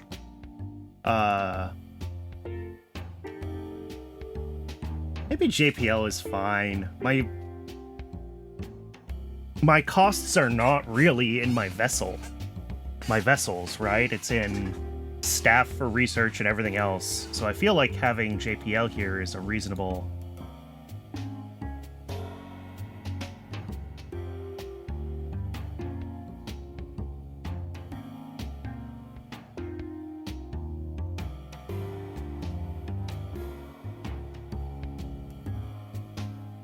Ooh, although this one's a pretty good one as a secondary contractor. -5 to researcher salaries.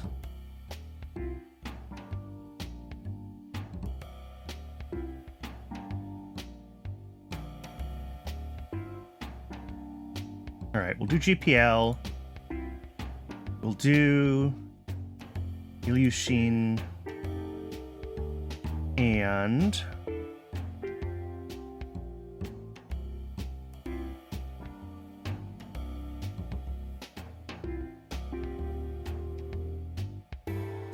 I could go all in on solids with Aerojet.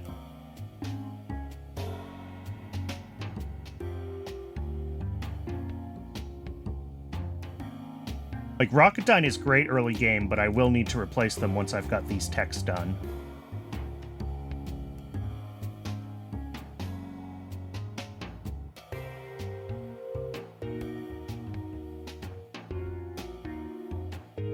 Maybe I just grab them for now, just to get the early boost to those techs, and I can replace them if I need to, or when I need to, because I will need to.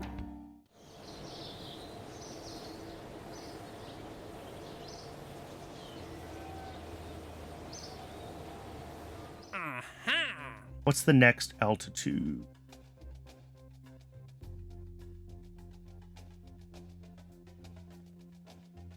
Oh, I thought these ones were supposed to get harder over time.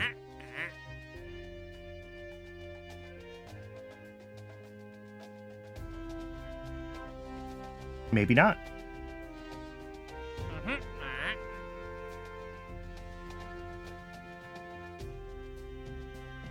And these various, you know, altitude sounding rockets and downrange distance development ones are really just ways of giving me rewards for, you know, intermediate flights, right? And they do give a little bit of confidence. Reputation, rather.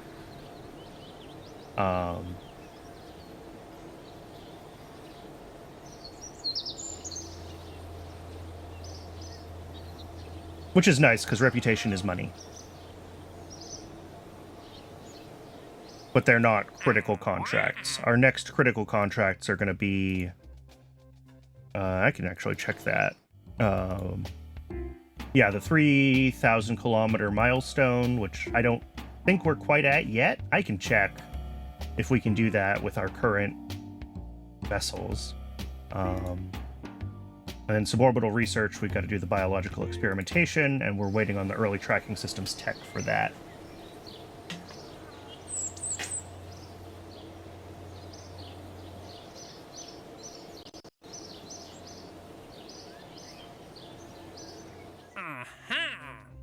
All right, we're going to grab the low space film return.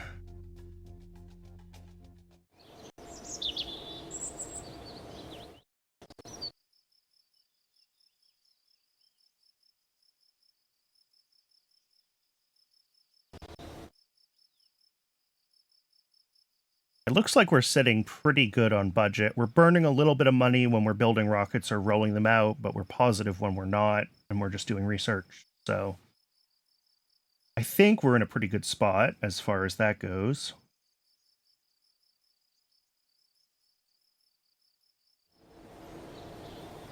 Let's launch this.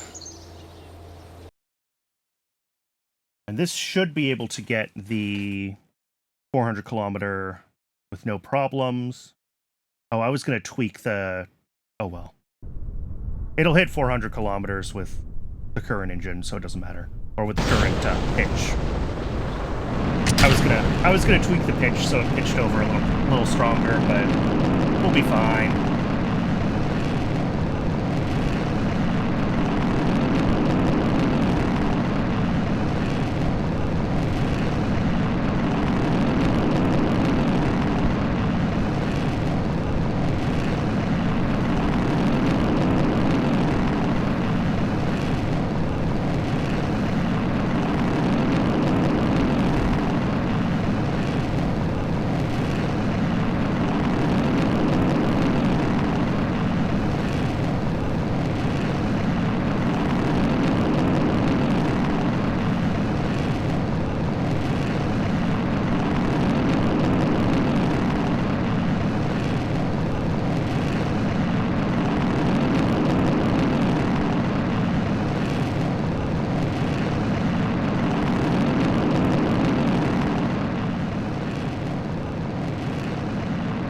Oh, and you can see what I was talking about earlier, where launching extra flights is nice because you get the DU transfers, you know. This is the first time I've flown the XLR-41, but it gets a bunch of flight data from the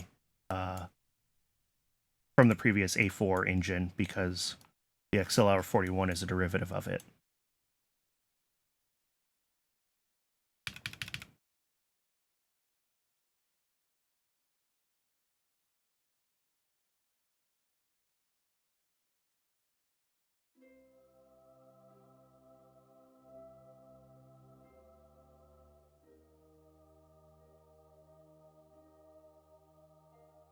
Hopefully we hit our 400 downrange. I think we had plenty of buffer on that on the last one, but I don't quite remember what the test flight looked like.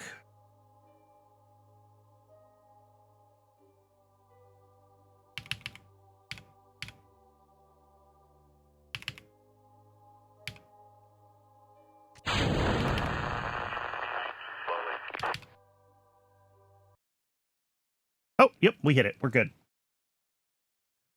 Oh, but you know what we're not going to have?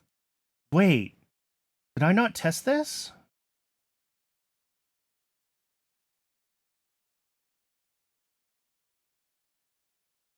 Did I turn off the test before I let it go this far? I'm an idiot. I'm actually stupid. This is going to run out of electric charge.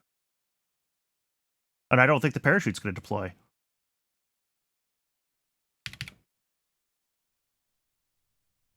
We'll find out if the parachute deployment needs electric charge, I guess. Maybe it doesn't. Maybe once it's armed, it works automatically. Because it is already armed, so...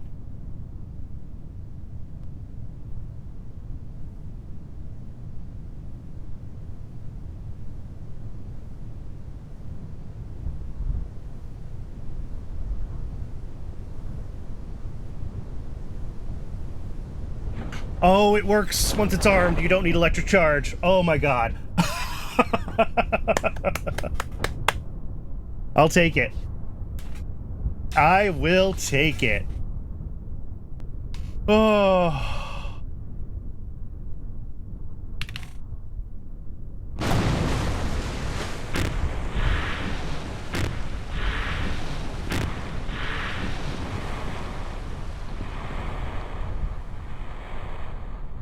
Yeah.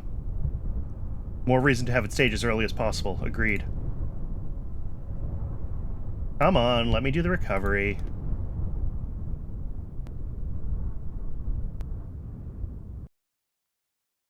Yeah, once power's out, we can't stage and we can't do a bunch of things. And the computer will shut down, obviously, but...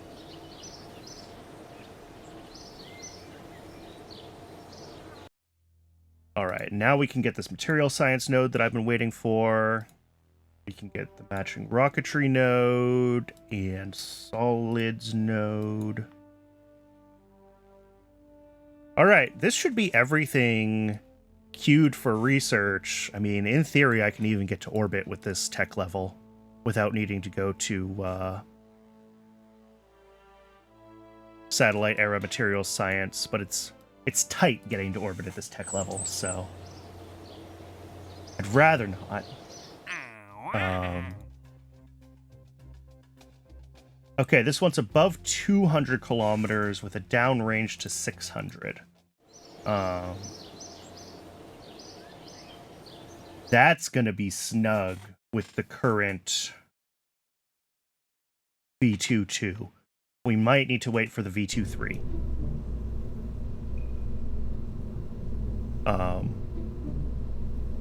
Which will be switching out the XLR-41 for the NA-75, wherever that is. Yeah. I believe is the next engine. Yeah, we have about 50 kilometers of height, and that's what I'm going to do with the test flight right now, is I'm going to tweak our target angle,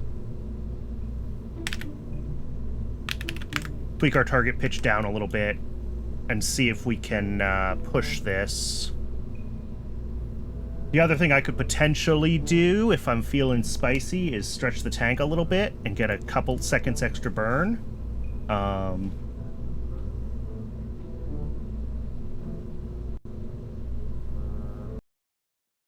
But we'll see if we can avoid that.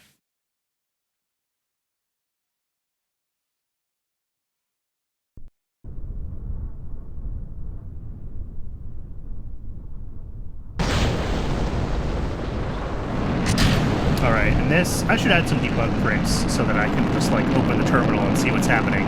But this should be targeting 35-degree pitch over instead of a 30-degree.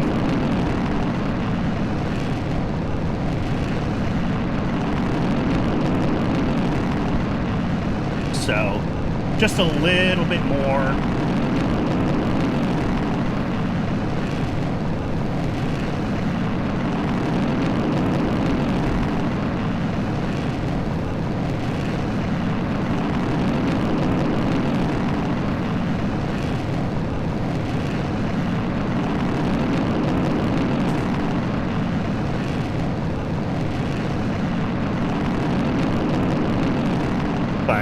I'm not sure we're going to be able to hit that target with this vessel, right?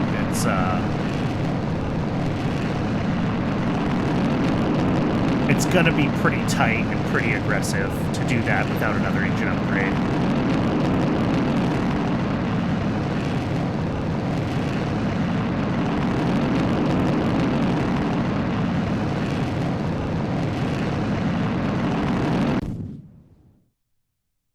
Although we still have plenty of vertical to take care of. Yeah, let's go down further. Let's go down to 40. And revert to launch.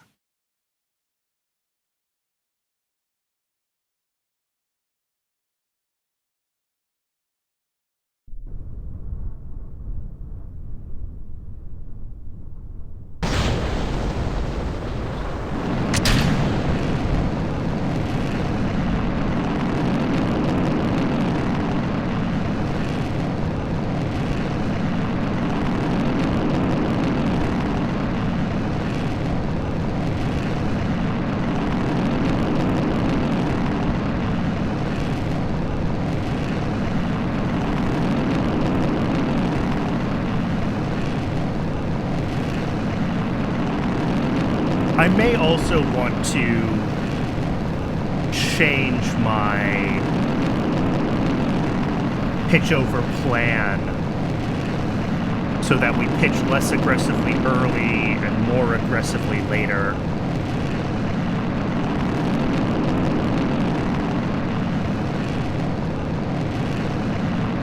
Because right now, with the linear pitch over, we're spending a lot more time in the soup.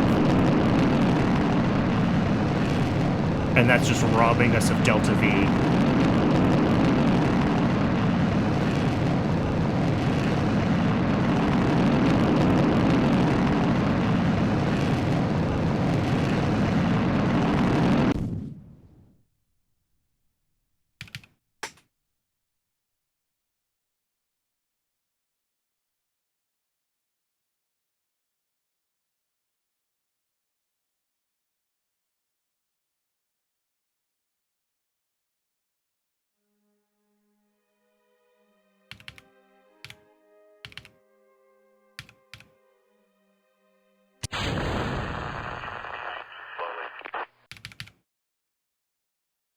So 500 pretty easily.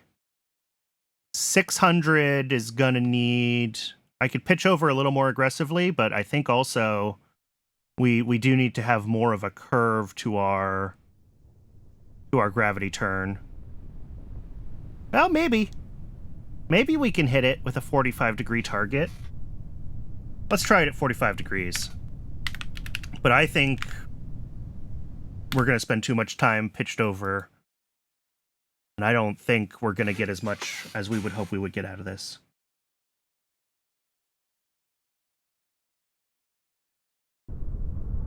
But if we can do it, we can do it.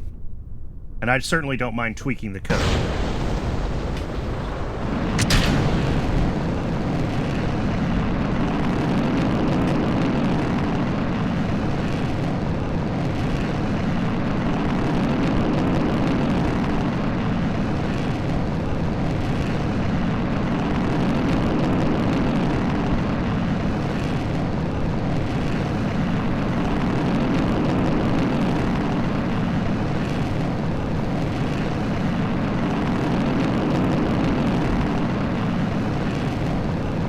Yeah, that's exactly what I was going to do. I think it'll be a... here, we can look while this is flying. Zoom out so it's a little quieter. Yeah, so we have our emptiness, which goes from 0 to 1. So if we just, like, square this, then when it's small, we'll pitch over less and then pitch over more aggressively towards the top.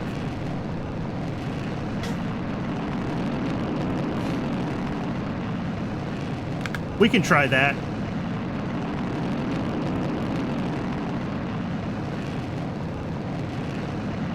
Alright, this is still hitting 200 with the 45 degrees. The question is, do we get the range? We're barely going to hit 200, actually.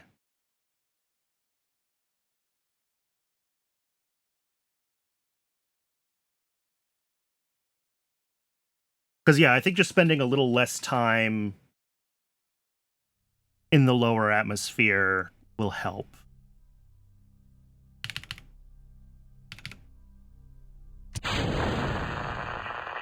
Yeah, see?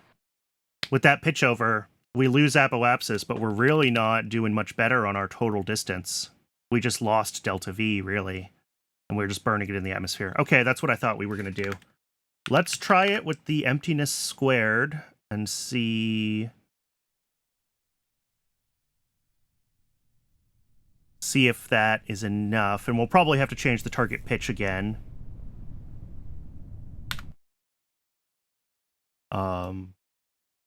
But the difference in the flight profile... Oh, can it? Good to know.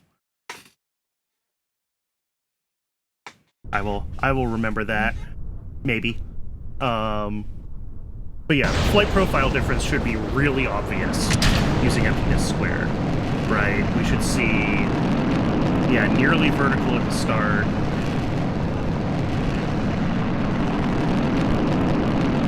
Pitching over much more gently.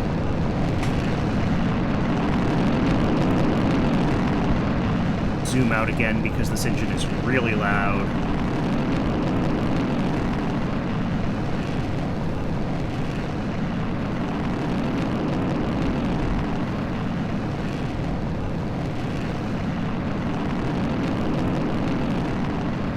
Yeah, that's much better. We're only like...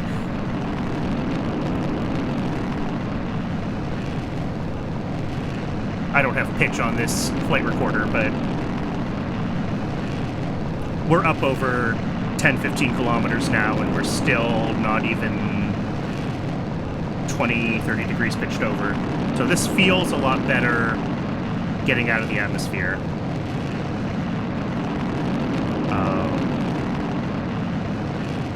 And then, yeah, we're pitching over more and more and more and more. Yeah, and we're going to want to hit a target pitch that's lower again because we are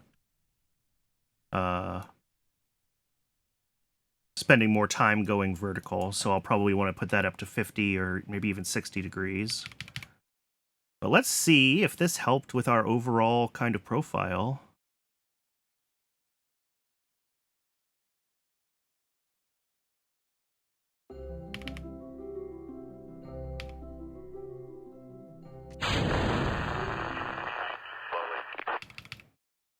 Well, we were overlofted, so...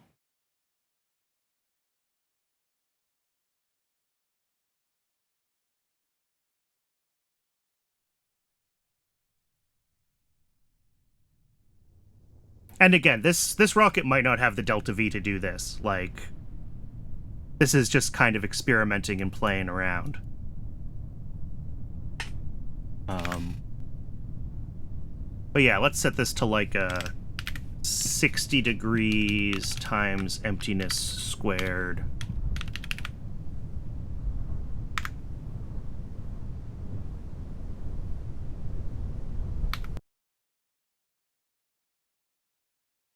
$60 might be overly aggressive. I'm just kind of getting a feel for what this looks like with the new squared emptiness flight profile.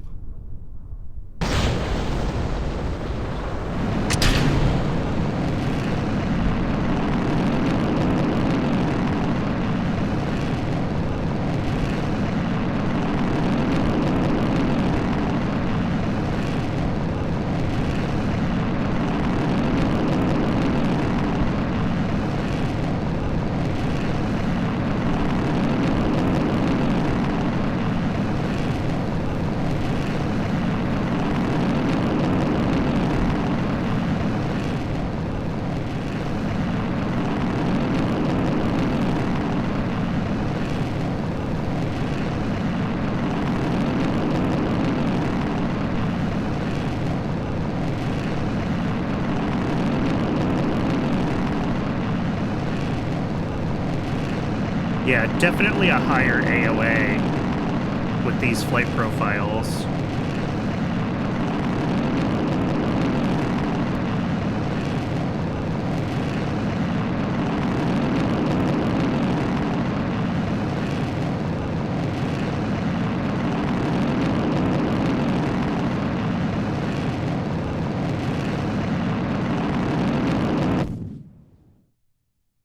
Yeah. See, now we're not even hitting 200. I don't think this actually has the delta V to do this. But I do think the emptiness squared profile is going to be better longer term for more powerful rockets, right? So they're not...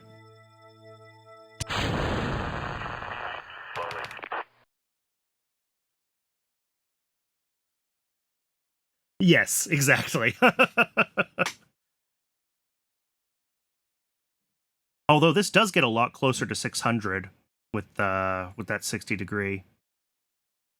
I could maybe make this rocket do it. It's not worth continuing to play with, is what I think. Because yeah, we're gonna hit the 600 downrange probably, but we didn't quite hit the altitude, so yeah, no, not quite 600 downrange either. We're coming in pretty vertically now. All right. But if we swap out the engine and upgrade this for the uprated engine, I think we're going to be feeling a lot better.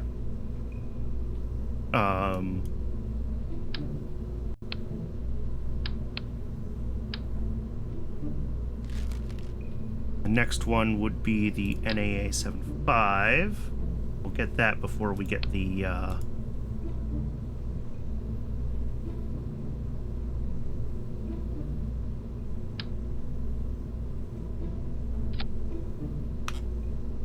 we'll get that before we get the LR-43.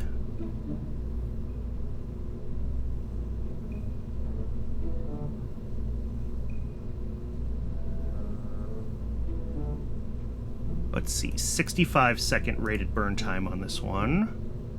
Oh, I gotta have this on or else it doesn't think the engine can start. Alright, 5.3, and then I gotta fix these fins, because they're ridiculous. Oh, that was the wrong handle. There we go.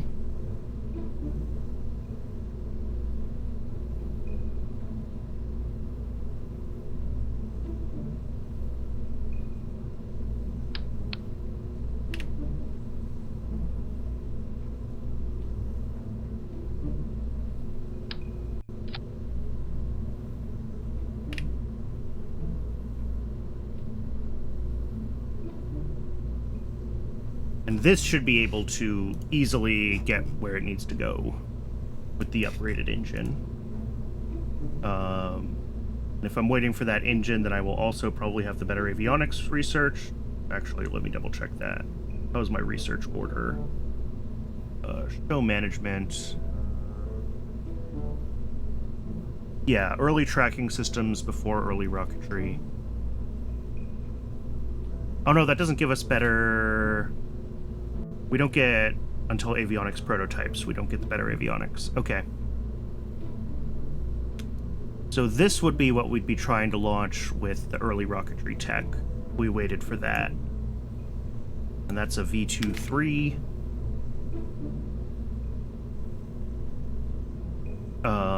Let's see, what's our mass? Are we good on our avionics? Yeah, avionics is set to 15 tons.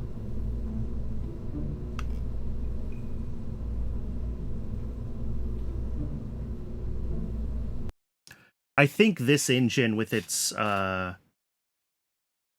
much higher thrust and shorter burn time is also going to benefit more from our more aggressive... Boop? Oh, yeah, I know why you booped. I forgot to label the engine.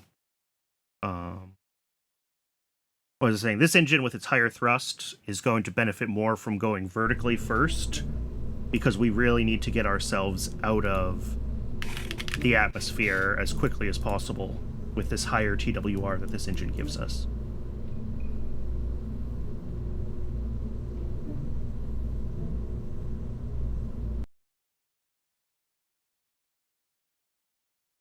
But I'm going to bet with this engine, without even needing the next stage of avionics, we should be able to hit our goals. Did I mess up my staging again?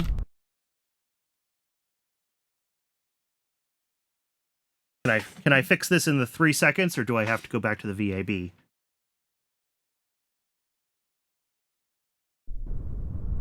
Not my fault KSP doesn't like my staging.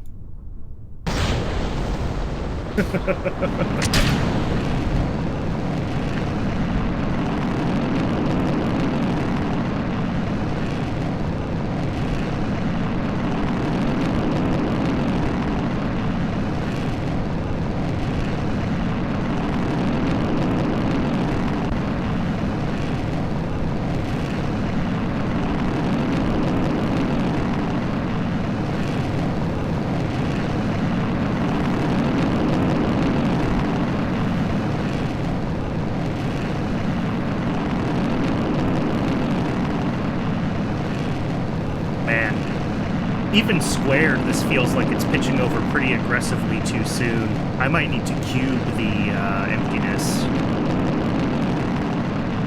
We'll see. We'll see what this flight profile does. It's also still set to a very aggressive target angle of 60, so it's going to pitch over a lot.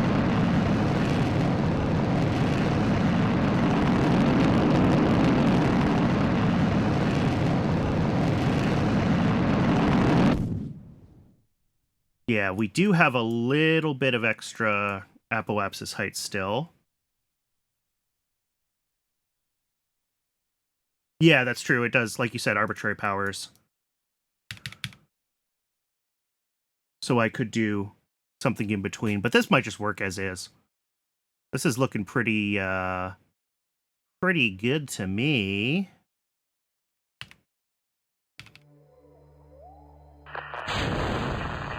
Oh yeah, easy. Apoapsis over 200, 600 kilometers downrange. Don't need to mess with anything else. So we just need to wait for the next engine tech, and then this is a really, really easy contract to complete.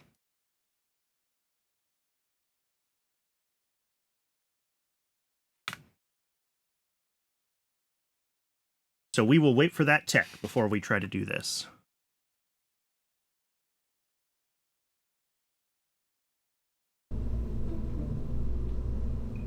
Now, LC2 will need to be modified, I'm sure. And we will also want to tool... No? We don't have to tool this? I thought I guess that little bump to the length is still within what counts as tooled. So I don't have to retool it.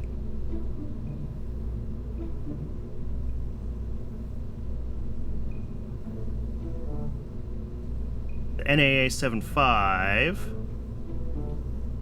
we will need to purchase, and that'll be pricey.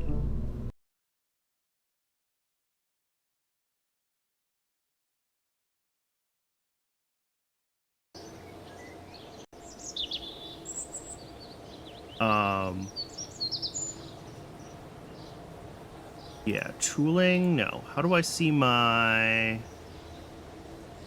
unlock credit?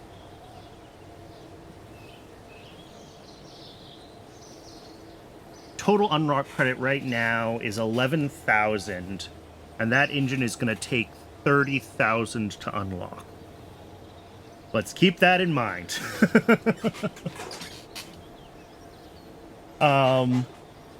The other thing I was thinking about checking was whether I could hit the 3-kilometer downrange with our current tech level, with the XASR and the XLR-41 on aluminum tanks, but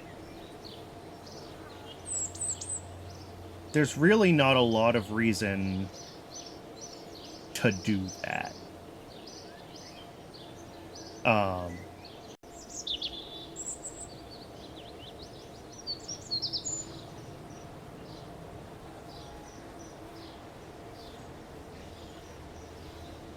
Like, I don't need to rush the 3 megameter contract, and if I wait until I have the next early rocketry tech, which will give me the NAA-75, and it'll also give me, yeah, here we go, the XASR2 config for the Aerobee, which is just a small tweak to the XASR, but it's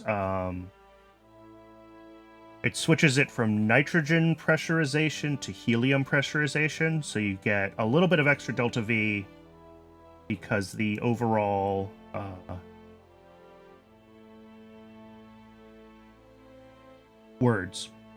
the overall mass, the mass of the pressurant is a lot lower, so the overall mass of the vehicle is lower.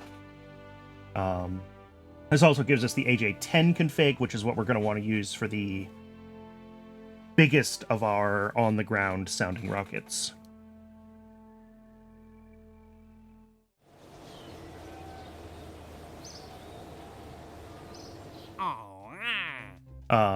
So I think that downrange milestone is, we're going to wait to build a better rocket for that. Low space film return, we're waiting for our engine tech.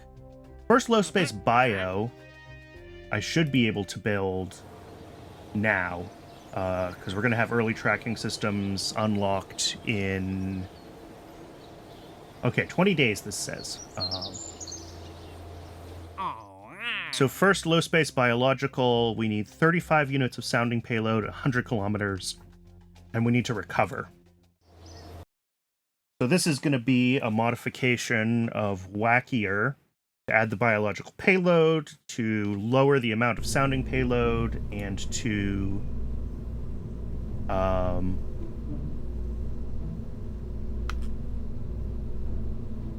add the biological, lower the sounding, and add the ability to return. So biological sample capsule goes in. Start that. We also are going to need a parachute here. All right, we can go through. We want the cancel previous size. There we go. Get this down to the right diameter. No spare chutes. Quick detour into Kitten Space Program. Oof. You know, for the size of this biological capsule, I think we're still on, like, mice and rats. We're not up to cats and dogs yet.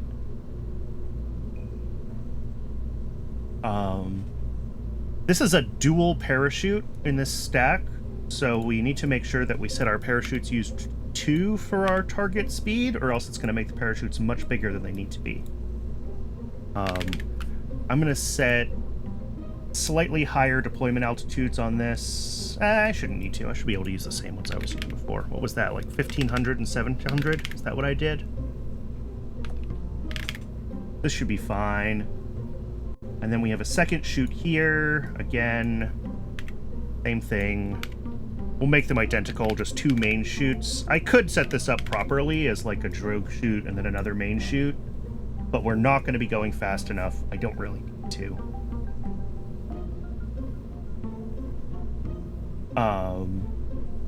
So we're going to apply that a couple of times to make sure that it is really, really applied. We will add a coupler. And just be this one.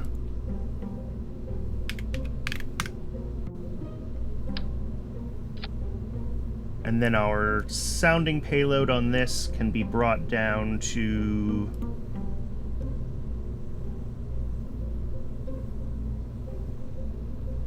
I already forget how much it said we need.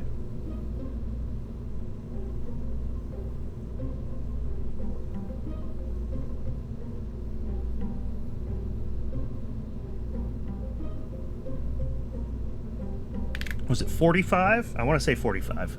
I'll double check that before we do the test flight. The script for this already has the payload and arm shoot in place. That's been there since the beginning. So we shouldn't have to change the script at all.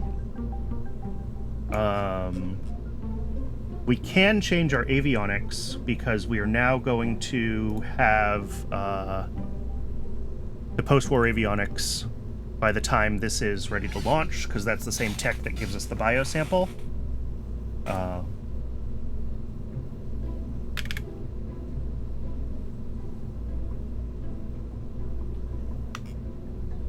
So this...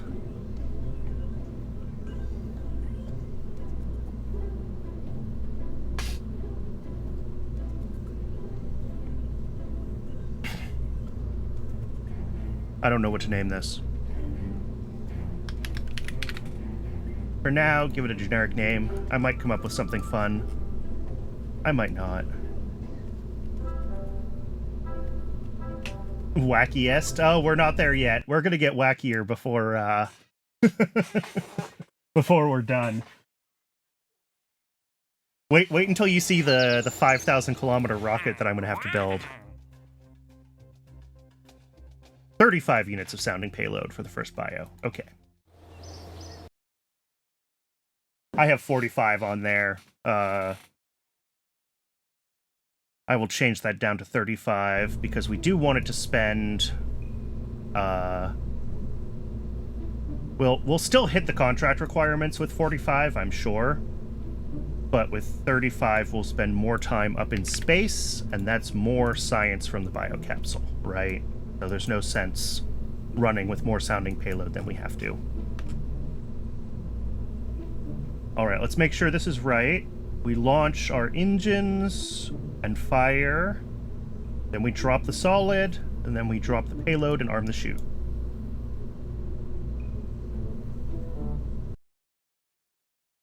Wackiester? Wackiestest? That's, rocket-v3-final-final-final. Okay, so we just need to see this go above 100, but obviously the higher it goes, the more science we get, so...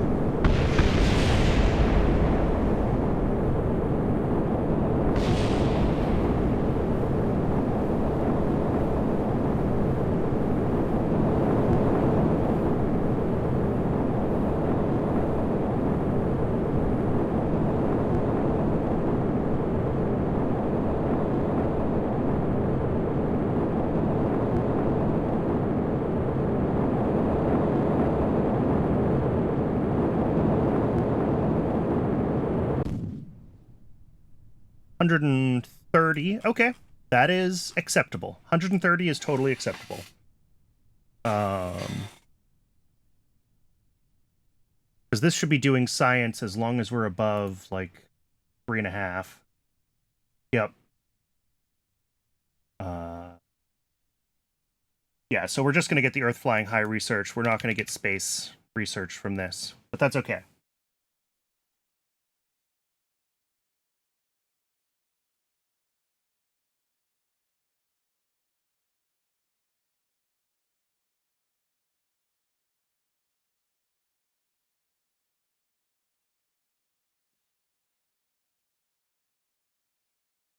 And the biosample takes forever to run, so we can even launch a few of these while we're waiting for other tech to unlock, because they are pretty cheap.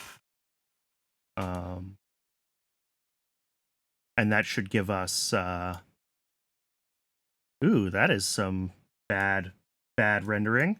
Some Z fighting there. Anyway, that'll just work on this biological sample science, right? Because we can launch... I don't know, 4 of these before we get all the science, maybe even 5.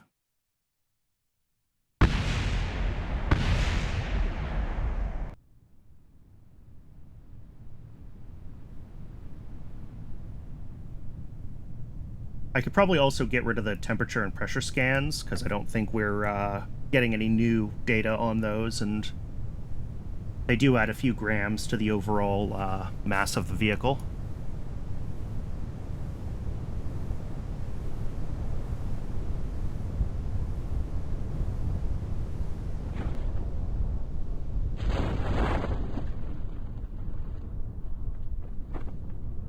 We are coming down at 8 meters a second. That's perfect. We got our little parachutes. That's perfect. All right. I'm happy with that.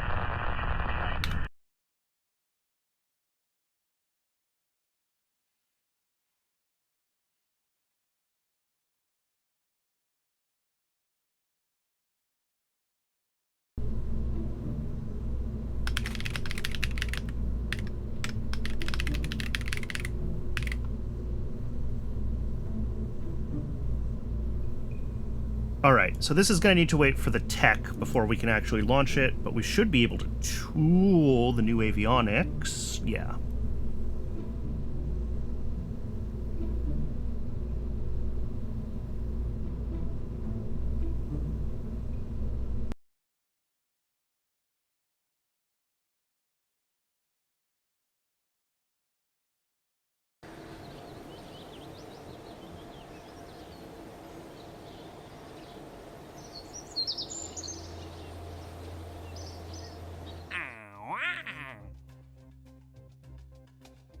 Trying to think about what, if anything, makes sense to do with our... Well, I know one thing that makes sense is we'll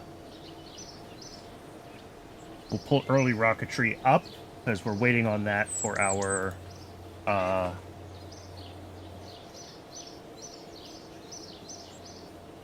what am I trying to say? We're waiting on that for our V2-3. We need the early rocketry tech. So basic solids, I don't know if we're even really gonna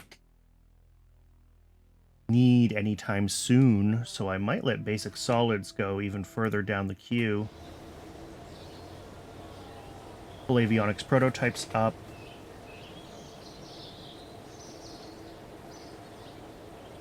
Early science, I think I need for the advanced biocapsule. Yeah.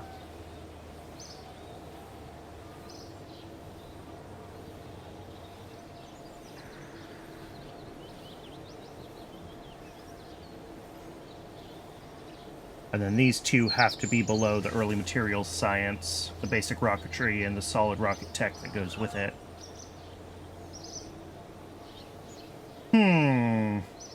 I think this is an okay order.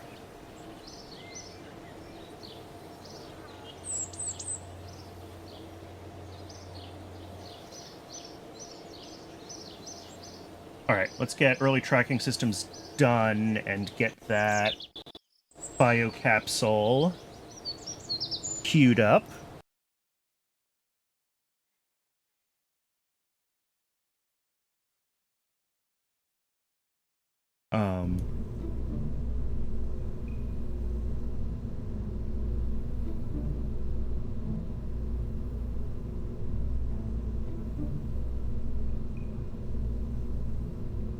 All right, and I'm going to put 2 of these on.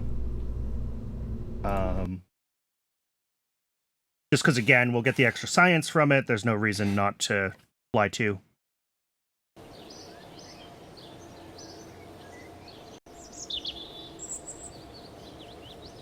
And I've got time to kill before research is done, so... Might even fly 3 of them. Let's grab the contract for slow space experimentation.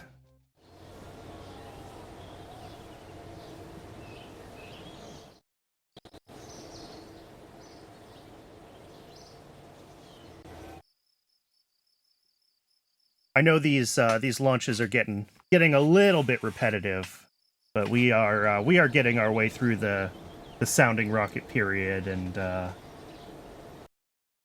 there should only be a few more of these kind of basic launches before we can do something more interesting.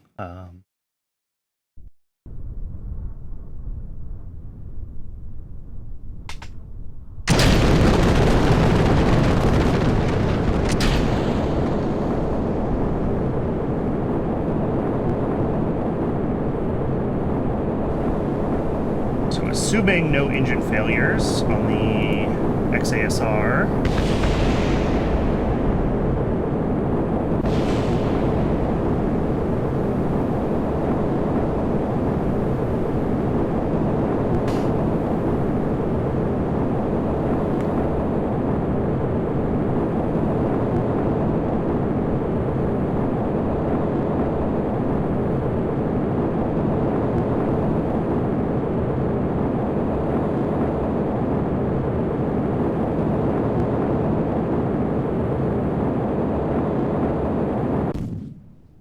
That looks perfect.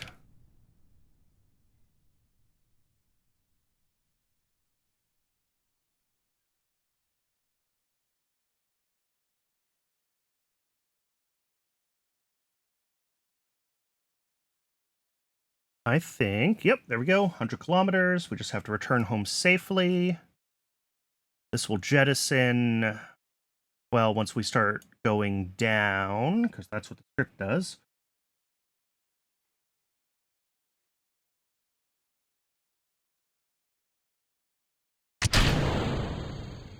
Beautiful.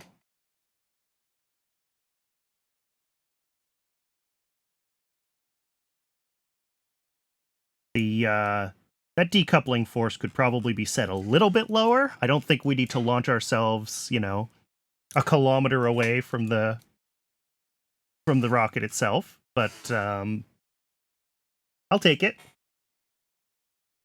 And I think we're going to come in.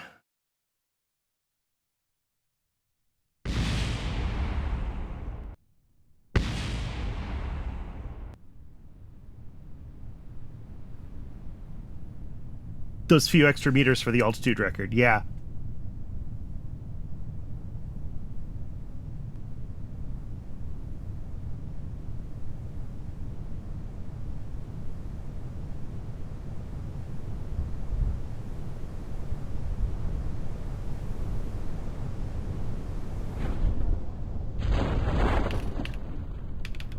All right. Oh, and we're going to land on land, which is great because it means I don't have to wait for it to stop bobbing around in the water to recover the flight. Boink. Ah, little too much tumble there. I was hoping we'd get lucky and it'd stay pointing straight up. All right, there we go. First low space bio contract done.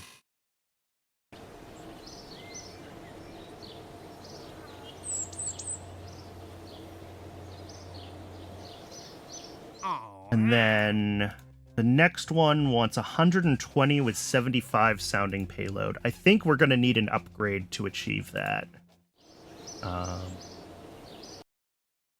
I can sim that real quick, but I think we're going to need the next engine. 75 units is a lot more payload, and we're already just barely scraping 130, I want to say.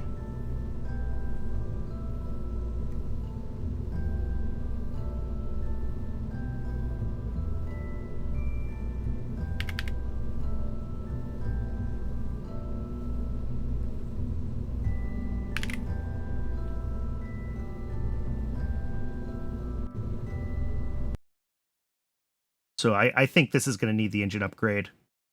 I don't think we're going to need to, like, switch to the Nike solid engine, but we are going to need the liquid engine upgrade.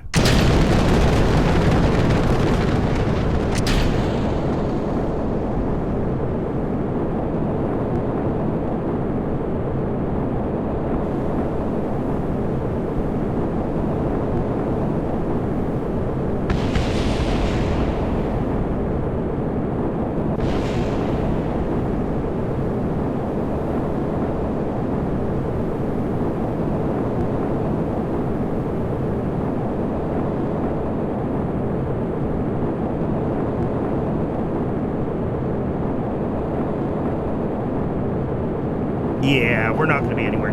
Well, maybe... I don't think this is going to hit what we need it to hit. Nope.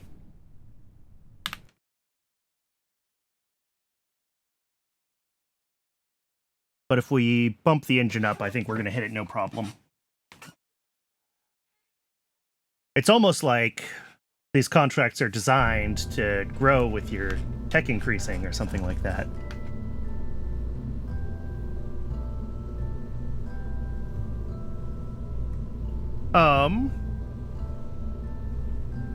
Curious how much I switch to the XASR2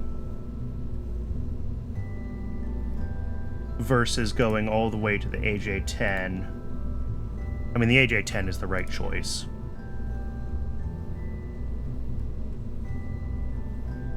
What's the burn time? 52 seconds, yeah.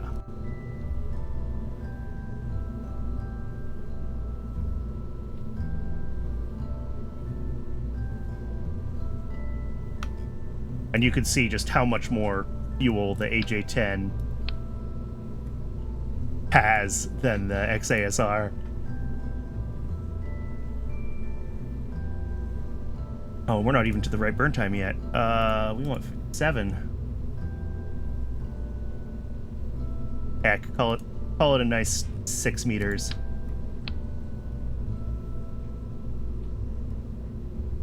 And this should be able to even handle the larger sounding payload and the higher thresholds for the next. I think the next one after this. I think this, at this point, can handle everything. We might need the bigger solid, but...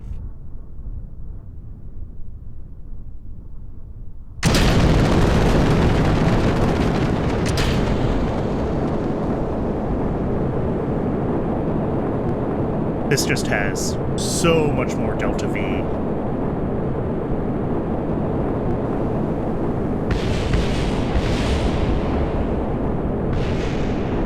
Yeah.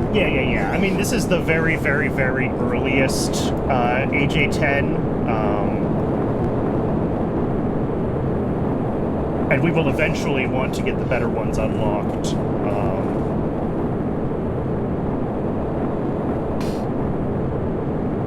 Of course, using this one, again, we have data transfer, so it's worth doing a couple of flights with this one to get the next ones going. But the early AJ10s are very, very unreliable. So that's also something to keep in mind. Yeah, this is going way up there. We will have no problem hitting our biosample goals with this stretched version. Okay, I don't have to finish this sim. But this does require the next engine tech. So we're not going to do this one just yet. What I will do, though, is launch a couple more of this one.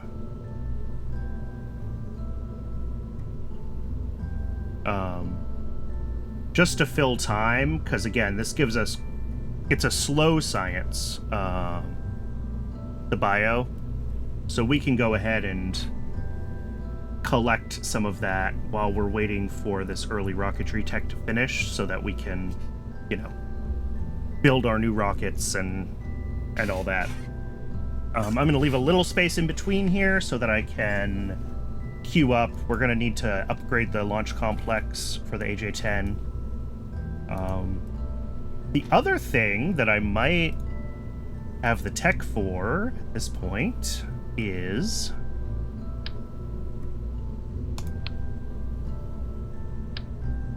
And we're going to have to write a new script for this, which I'm excited for. We might have... I should have left this decoupler on. I don't know why I took it off.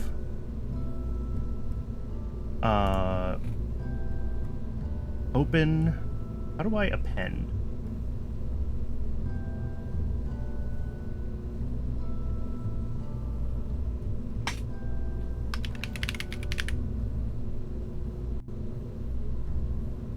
Yeah, merge. Okay. Let's grab the V23. Slap it on the side. all this comes off. Avionics there. Comes off.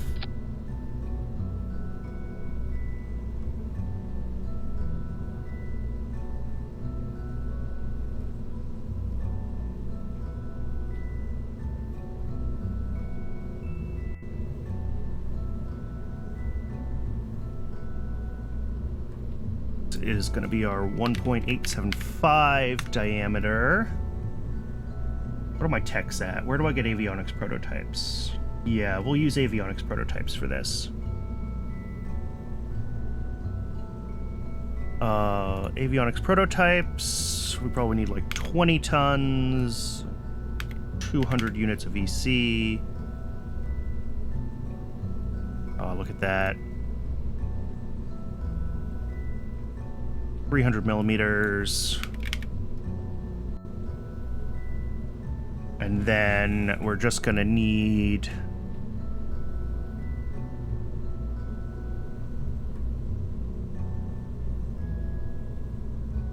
procedural structure, cone, 3 to 1.875.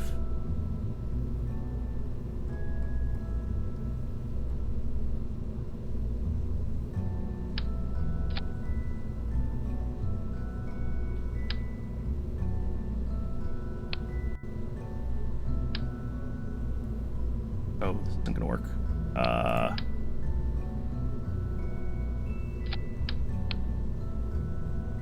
I gotta do this right so that KSP could figure out how this rocket actually needs to be stacked.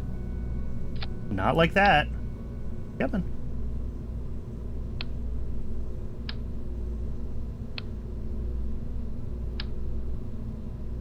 Okay, there we go. So this should be able to do what we need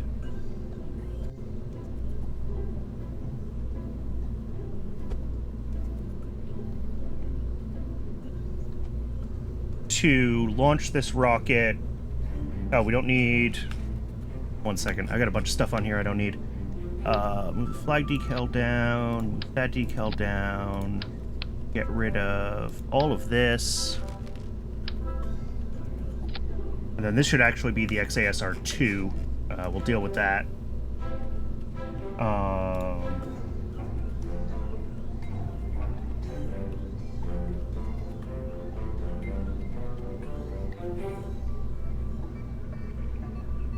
This is going to need a whole new script to be able to actually fly it.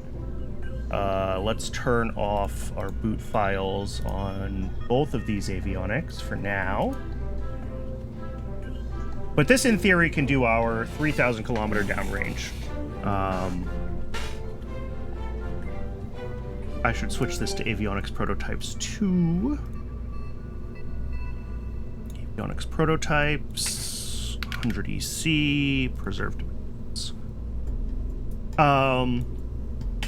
So this is where adding RCS may be a worthwhile thing to try. Because this stage is going to burn out, and we need to stabilize the platform, spin stabilize the upper stage, and then send it out. Be able to launch at the right altitude and pitch for the upper stage to get it where we need to go. Yeah, we could try to spin it up just before engine shutdown, and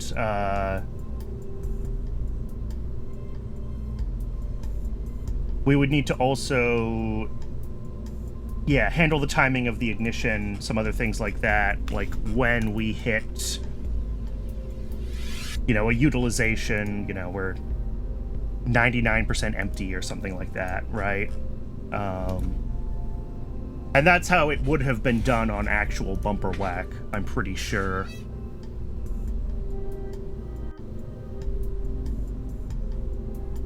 is it would have been a, oops.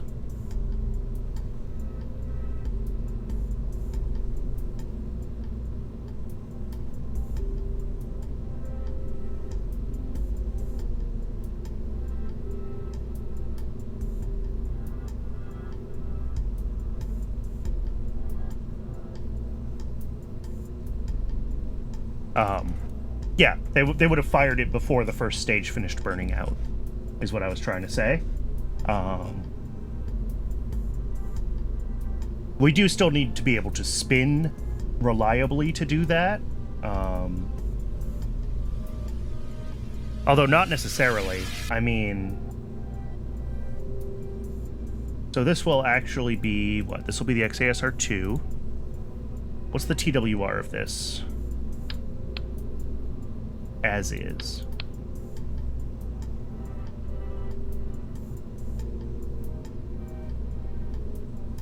Okay, so this only has a TWR of like 3. And by the time this burns out...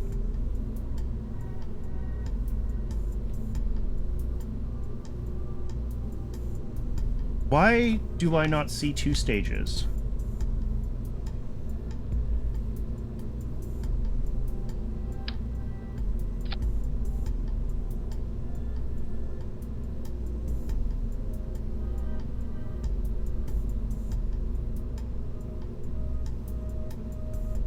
What are you doing, MacJeb?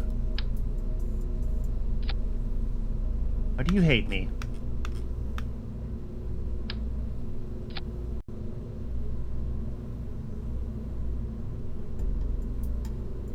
Oh, because I've got my engines backwards. That's why. Okay.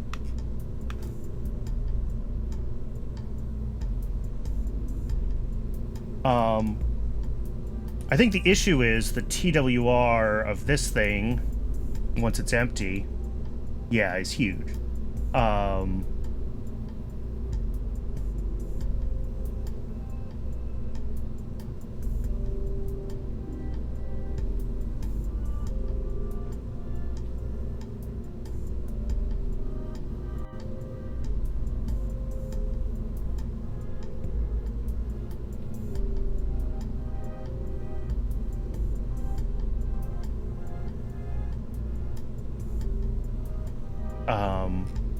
Which means that this engine really does need to burn out, and then this needs to get ullage.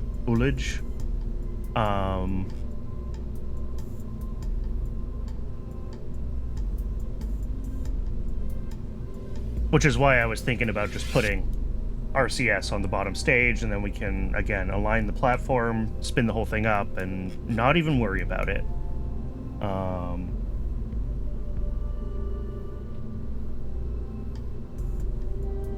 The other option... So I can hot stage it, but the TWR... The issue is that the thrust to weight ratio of the bottom stage is so high when it burns out that the top stage is not going to want to pull away until it's fully burned out. And these pressurized propellants can absolutely slosh in the tanks. Yeah. Yeah, you have to trigger it and trigger the,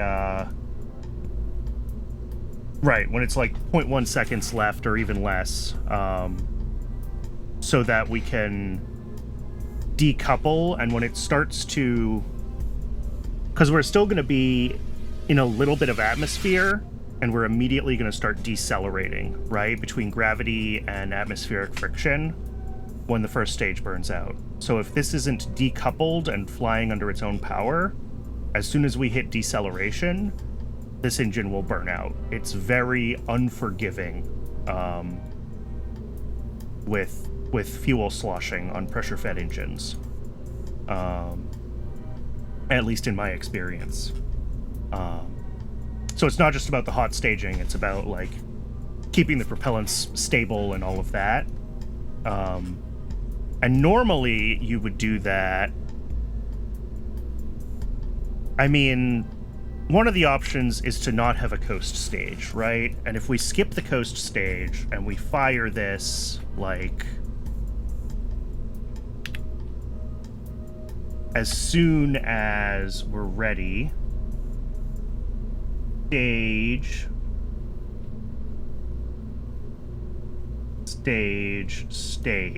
right?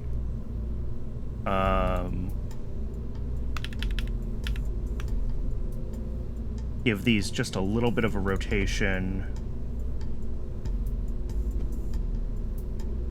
And then what we would do in the script basically is say, as soon as this engine burns out... Actually, let's go to the script and think about that.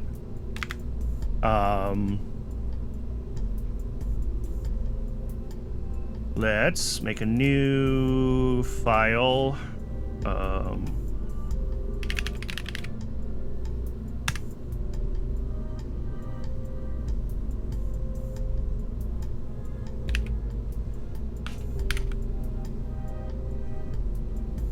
Okay, so this is going to need the V2 engine ignition code. And then wait until engine thrust equals 0.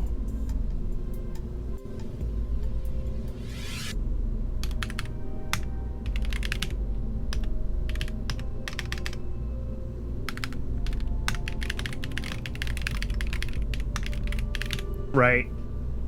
Basically, we stage as quickly as possible, right? We fire our separatrons, which will happen as soon as the engine thrust cuts out so that we're not bouncing around, and then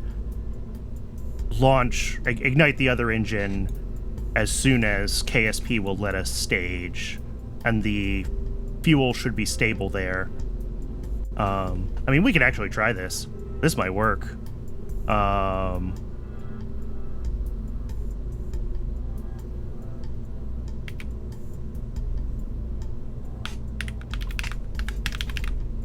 I also need lock steering to target pitch. Actually, this is all exactly what I want. I really should have based it off of that script instead of the...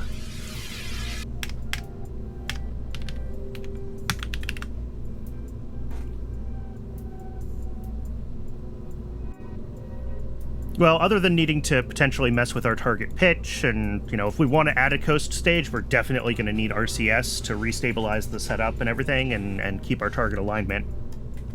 But in theory, this will give us most of what we need.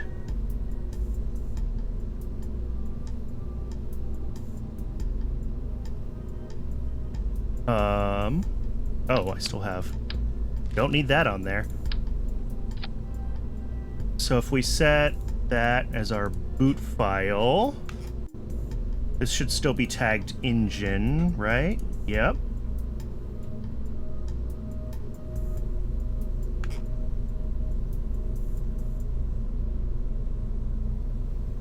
Let's see what this does.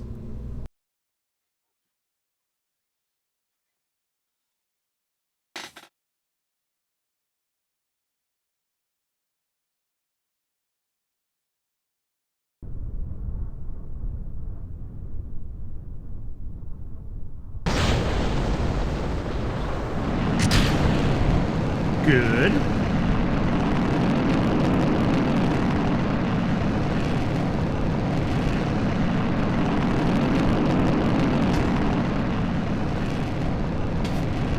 And this might not work at all, but if we can hit the 3 megameter contract with this, then we really are just a couple of tech nodes away from hitting the 5 kilometer one. Or the 5 megameters, rather. 5,000 kilometers.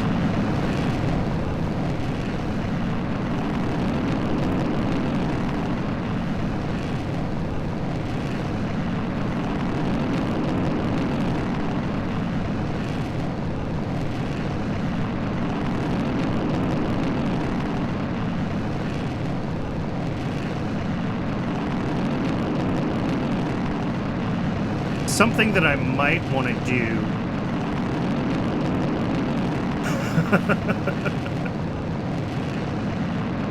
Megameters are great. What was I going to say? Something I might want to do is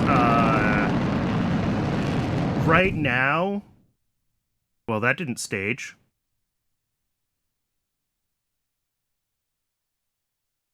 But I also didn't hear an error.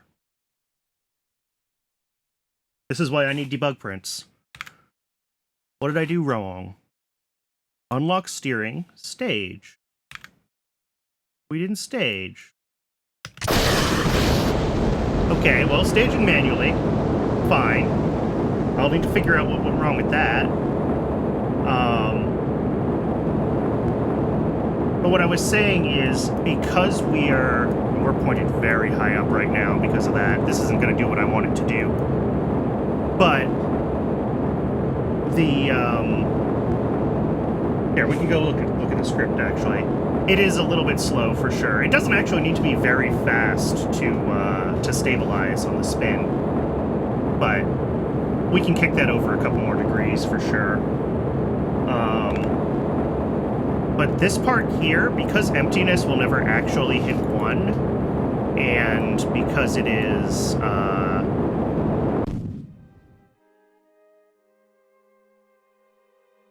squared now, you know, we're going to end up at like 0.99 emptiness squared, right? So we're never going to stop pitching. We're still going to have some active steering control when we burn out. And I think we probably want to, you know, do something like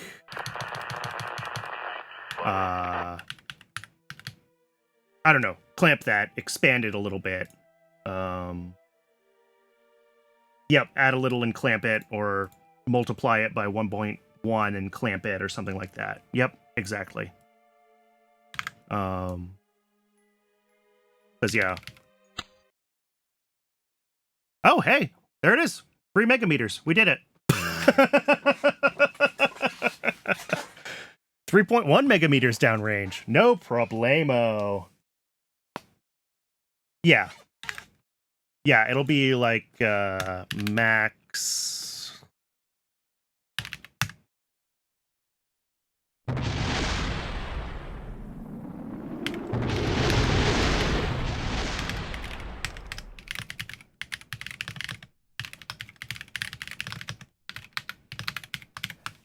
Something like that.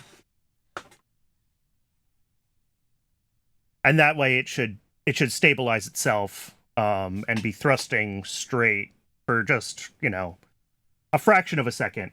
But in this case, we don't need, you know, we don't need a clamp. We just need the max. Although it should be min, shouldn't it? Not max. I always get that backwards.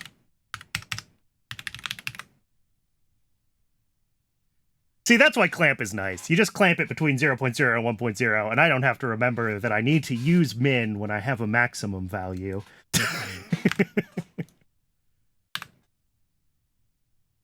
Okay, and I'd like to see that even pitched over. I guess 60 is fine. It seemed like it was at a high angle, but it also didn't stage right. That's the other thing that didn't happen. And I'm not sure why. Just print, right? Yeah.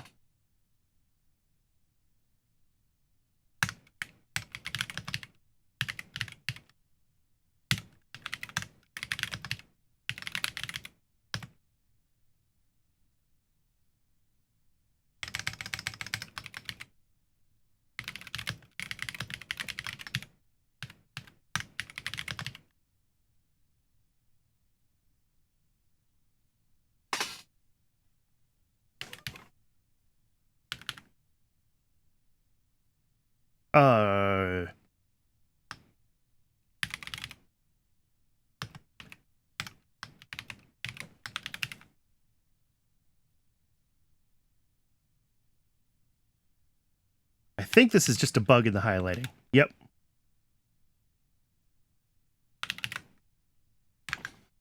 Okay, let's try this again.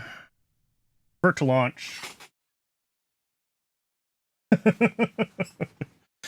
Yep. SMH my head.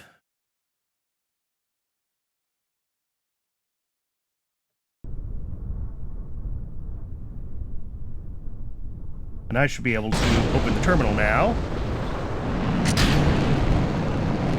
And I should get my debug prints. Because I don't know why this didn't stage properly.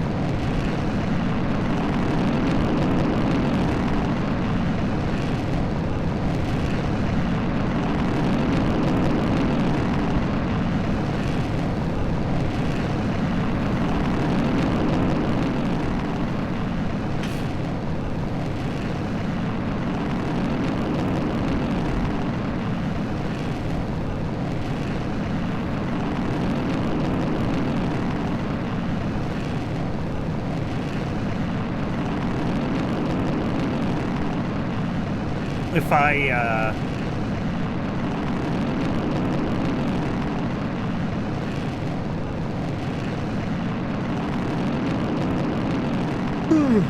excuse me. If I felt like, being a little cheesy, I could almost certainly hit the 5 kilometers with this tech level. You know, stack another B on top, or, something like that, but... Why are we never...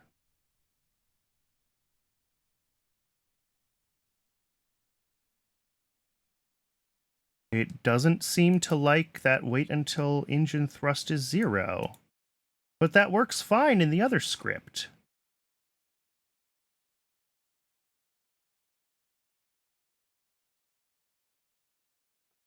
Yeah, maybe that's what I need instead.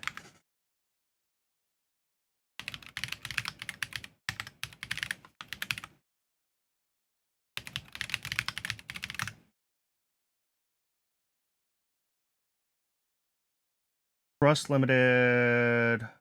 Yeah. Yeah, maybe that's what we need.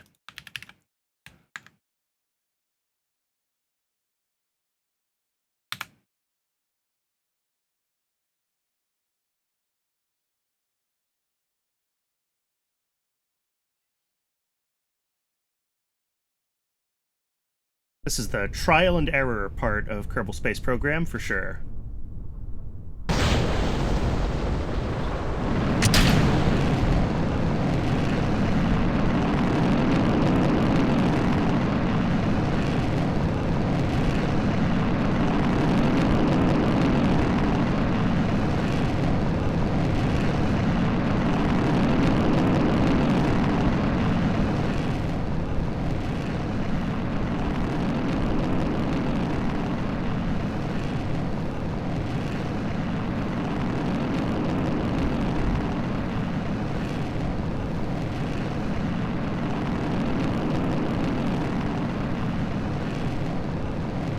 I could also do, you know, wait until it's... Oh, that should work. Yeah, I should be able to check for flame out equals true.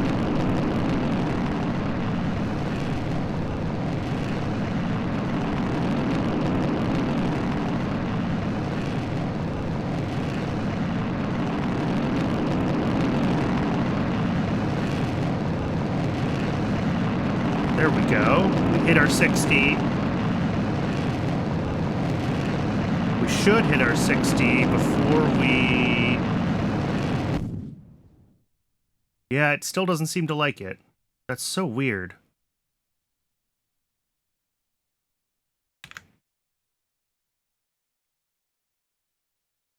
Is that a standard...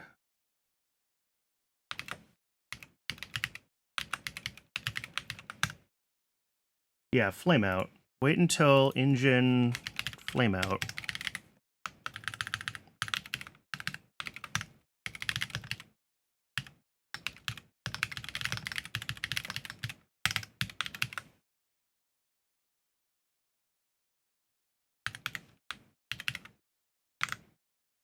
All right, let's try that again.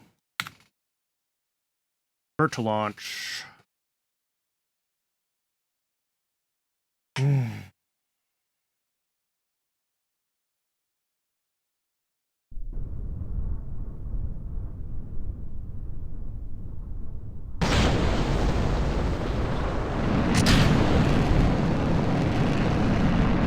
I'm not getting any of my debug bricks.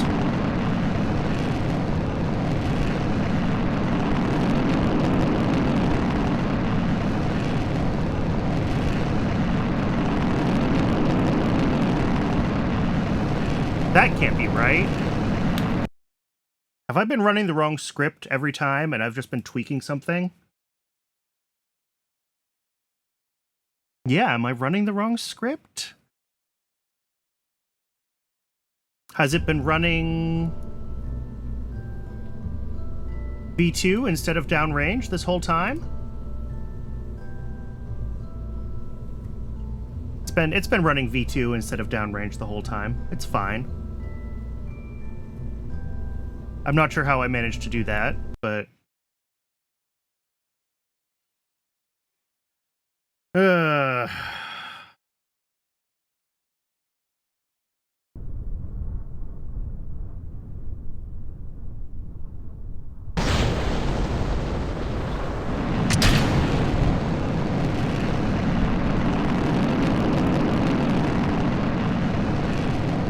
there we go. Now we've got our debug bricks.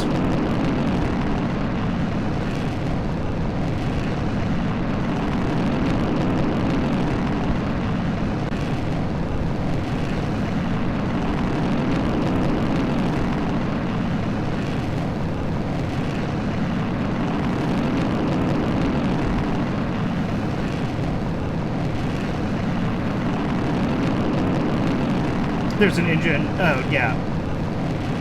I think for this stage, because the propellant settles so quickly, like, firing as soon as it'll let me stage again is fine, but definitely for some, you know, yeah, helpful for generic library functions, for sure. What are we doing?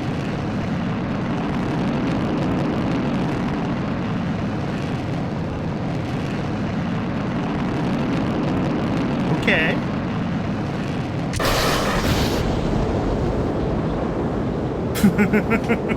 We are way too pitched over, way too early.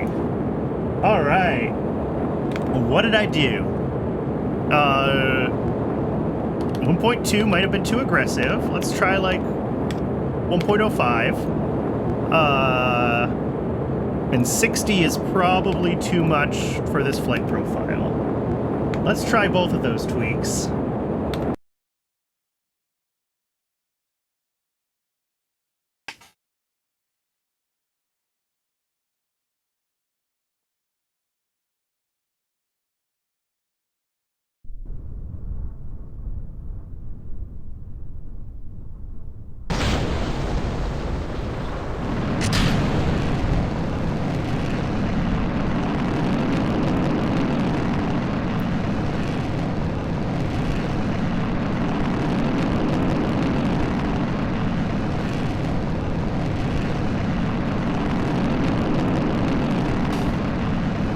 I think, hopefully, that script change will keep this a little more stable.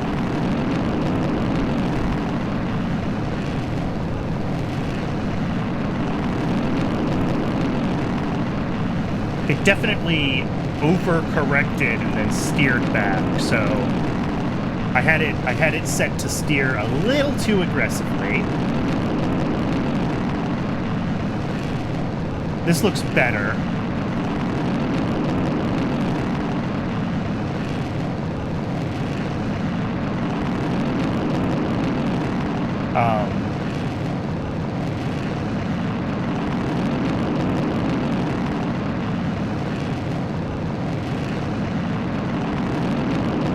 Yeah, we hit our 45 with just a couple of seconds. We stabilize. We need to spin faster. But the flight profile looks okay.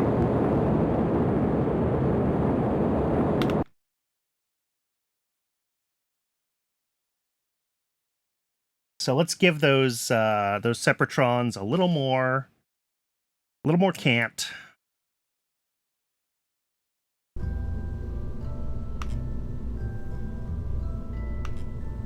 Ooh, up.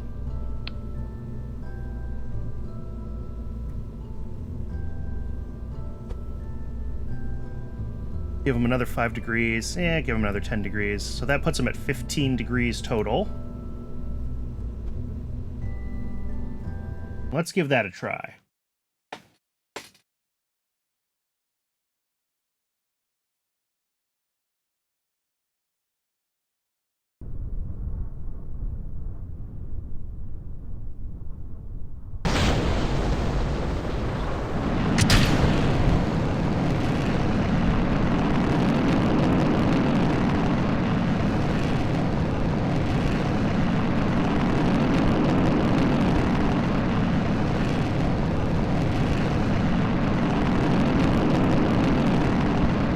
Alright.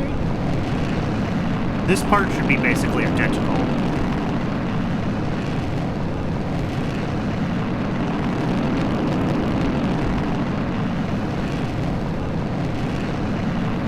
Something else that I can do, although it'll have a tooling cost, is I could build a more proper upper stage, right? Instead of doing a bumper wax style with the tall skinny rocket on top. I make it a, you know,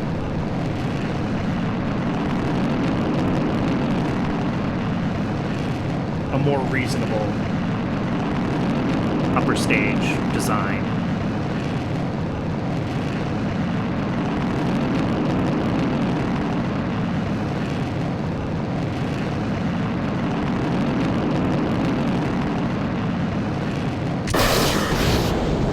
That's still spinning real slowly.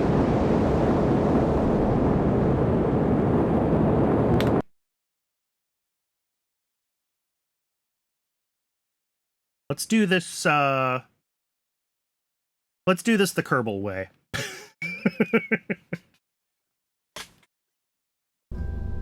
By which I, of course, mean more boosters. So I'm gonna take those off.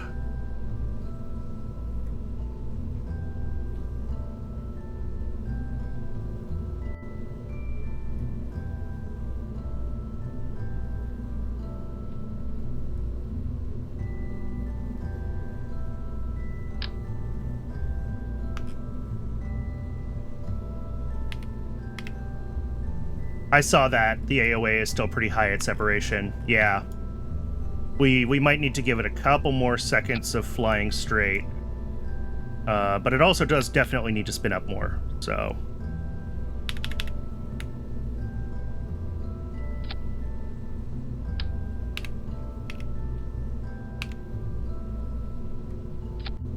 Let's try that.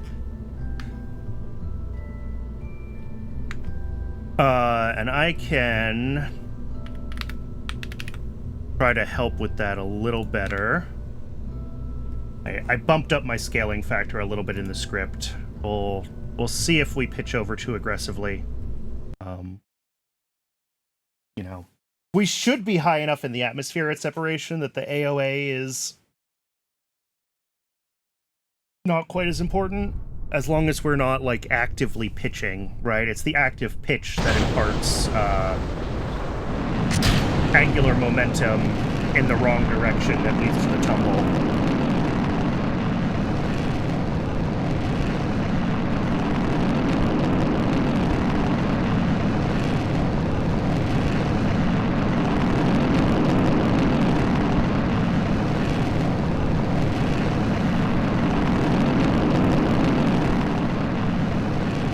Oh. Fix my staging.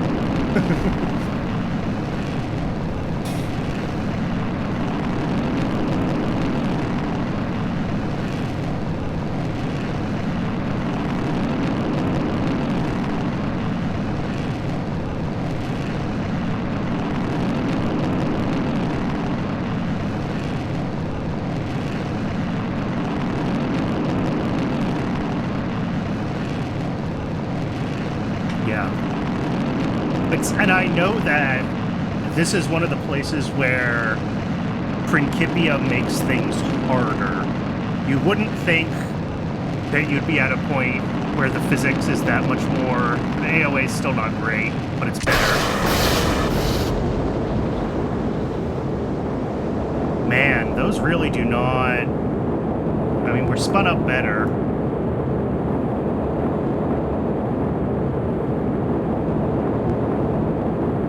I mean, we're processing, but we are mostly going up and forward.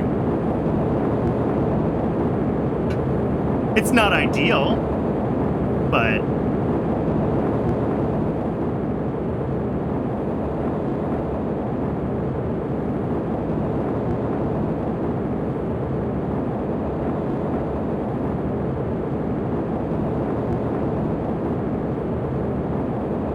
I've noticed that Principia's behavior with spin stabilization is just a little finickier than the built-in physics.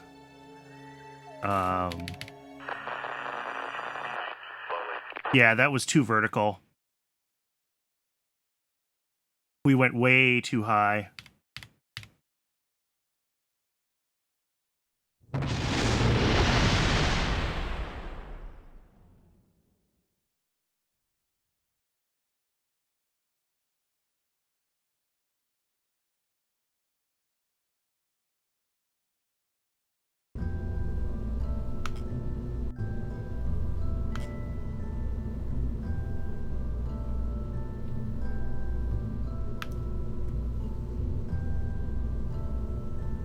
And this is why, well, yeah, the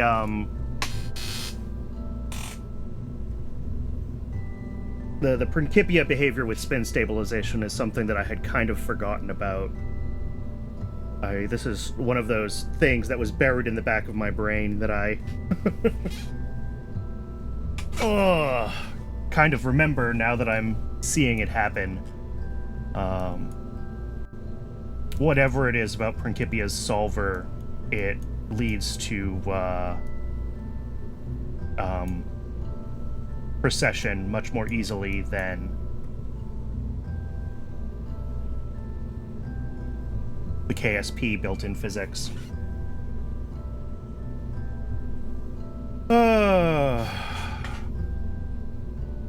But this needs a little more love. It may need a little more love in the script to get it stabilized and get the AOA reduced. I think that would help. I also think that we might want to wait a little bit longer to stage, right? These spin motors burn for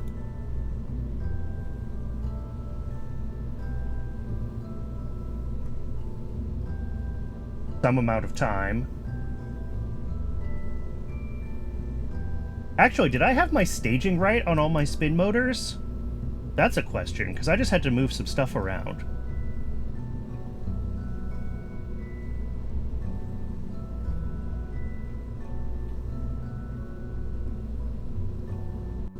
I just want to run this one more time with the staging that I know is good.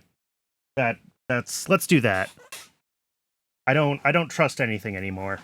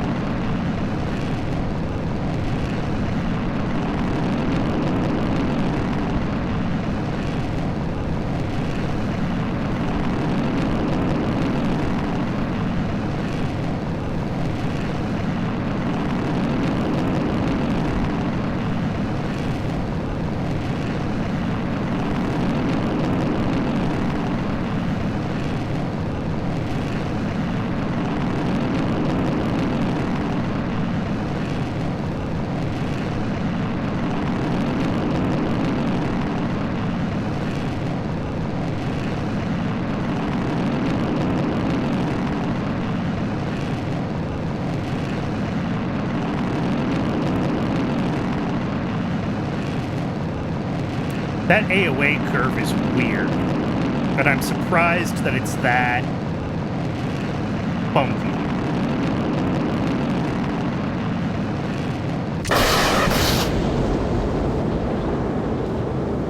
Yeah, we're still processing a lot.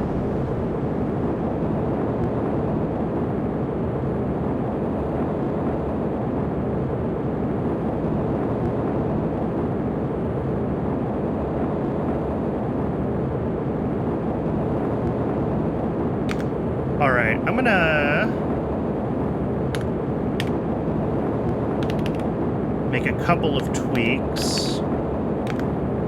We're gonna try this again.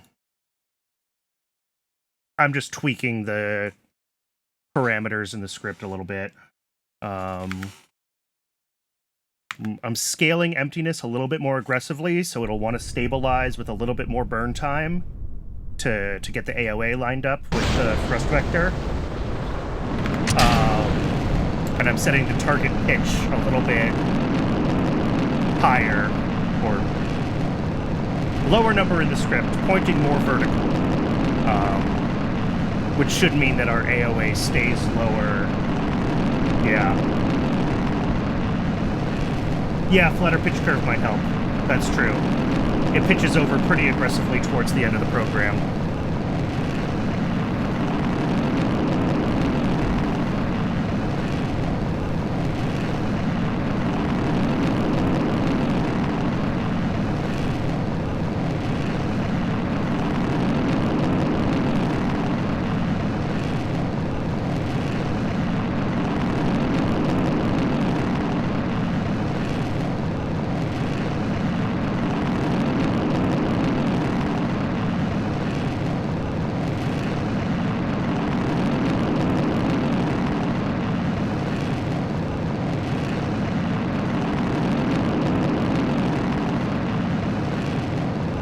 Go.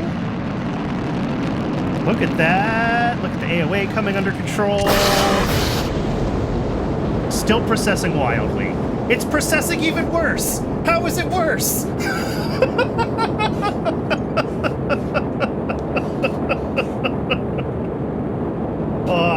This is 100% Principia being sad. Principia is, like I said, just really, really finicky with spin stabilization. The temptation at this point is to say, just shrug my shoulders and tech my way out of it, and, like, if I need to get bigger engines or lighter avionics so that I can afford the mass penalty of... Yeah. So that I can afford the mass penalty of active RCS control, then, like, so be it. Just do all the spin stabilization and everything on the previous stage. I think that's what I'm gonna do, because I don't think that this is an issue with my code. I think this is an issue with Principia hating spin stabilization, and that's just not fun to work around. There's fun hard and there's not fun hard, and this is quickly turning into not fun hard. That's fine. I was getting a little ahead of myself with trying to get the 3 megameter rocket going anyway. I've still got other intermediate tasks that we can be running, right? We still have whatever the next couple of biological capsule and film return.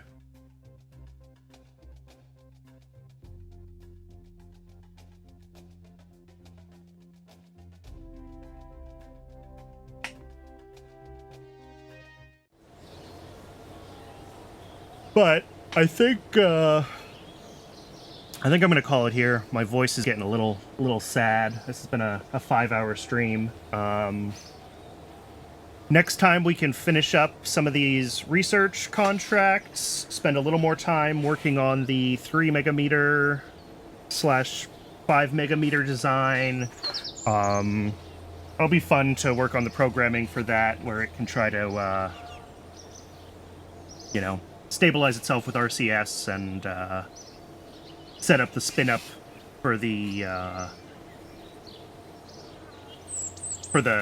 second stage. That'll be a fun challenge, I think, getting that, like, aligning the second stage launch platform and doing the spin up at the right time. That'll be a cool script.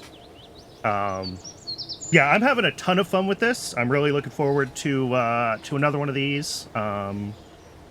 Next couple of streams are probably going to be back in Pyanodons. I want to keep the momentum going on Pi and, Pyanodons has obviously been doing well for me on Twitch and well for me on YouTube, so I don't want to dump that. But this has been really, really fun. Got to figure out how I want to schedule the 2 games.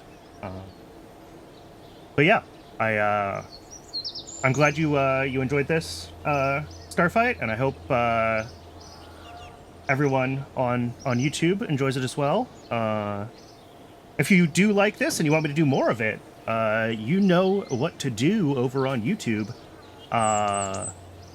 If you want to see me learning how to fly rockets with computers live, you can subscribe to me or follow me on Twitch. That link is down in the doodly-doo. And yeah, thank you very, very much for watching. And I will see you all on Tuesday back in Pyanodon.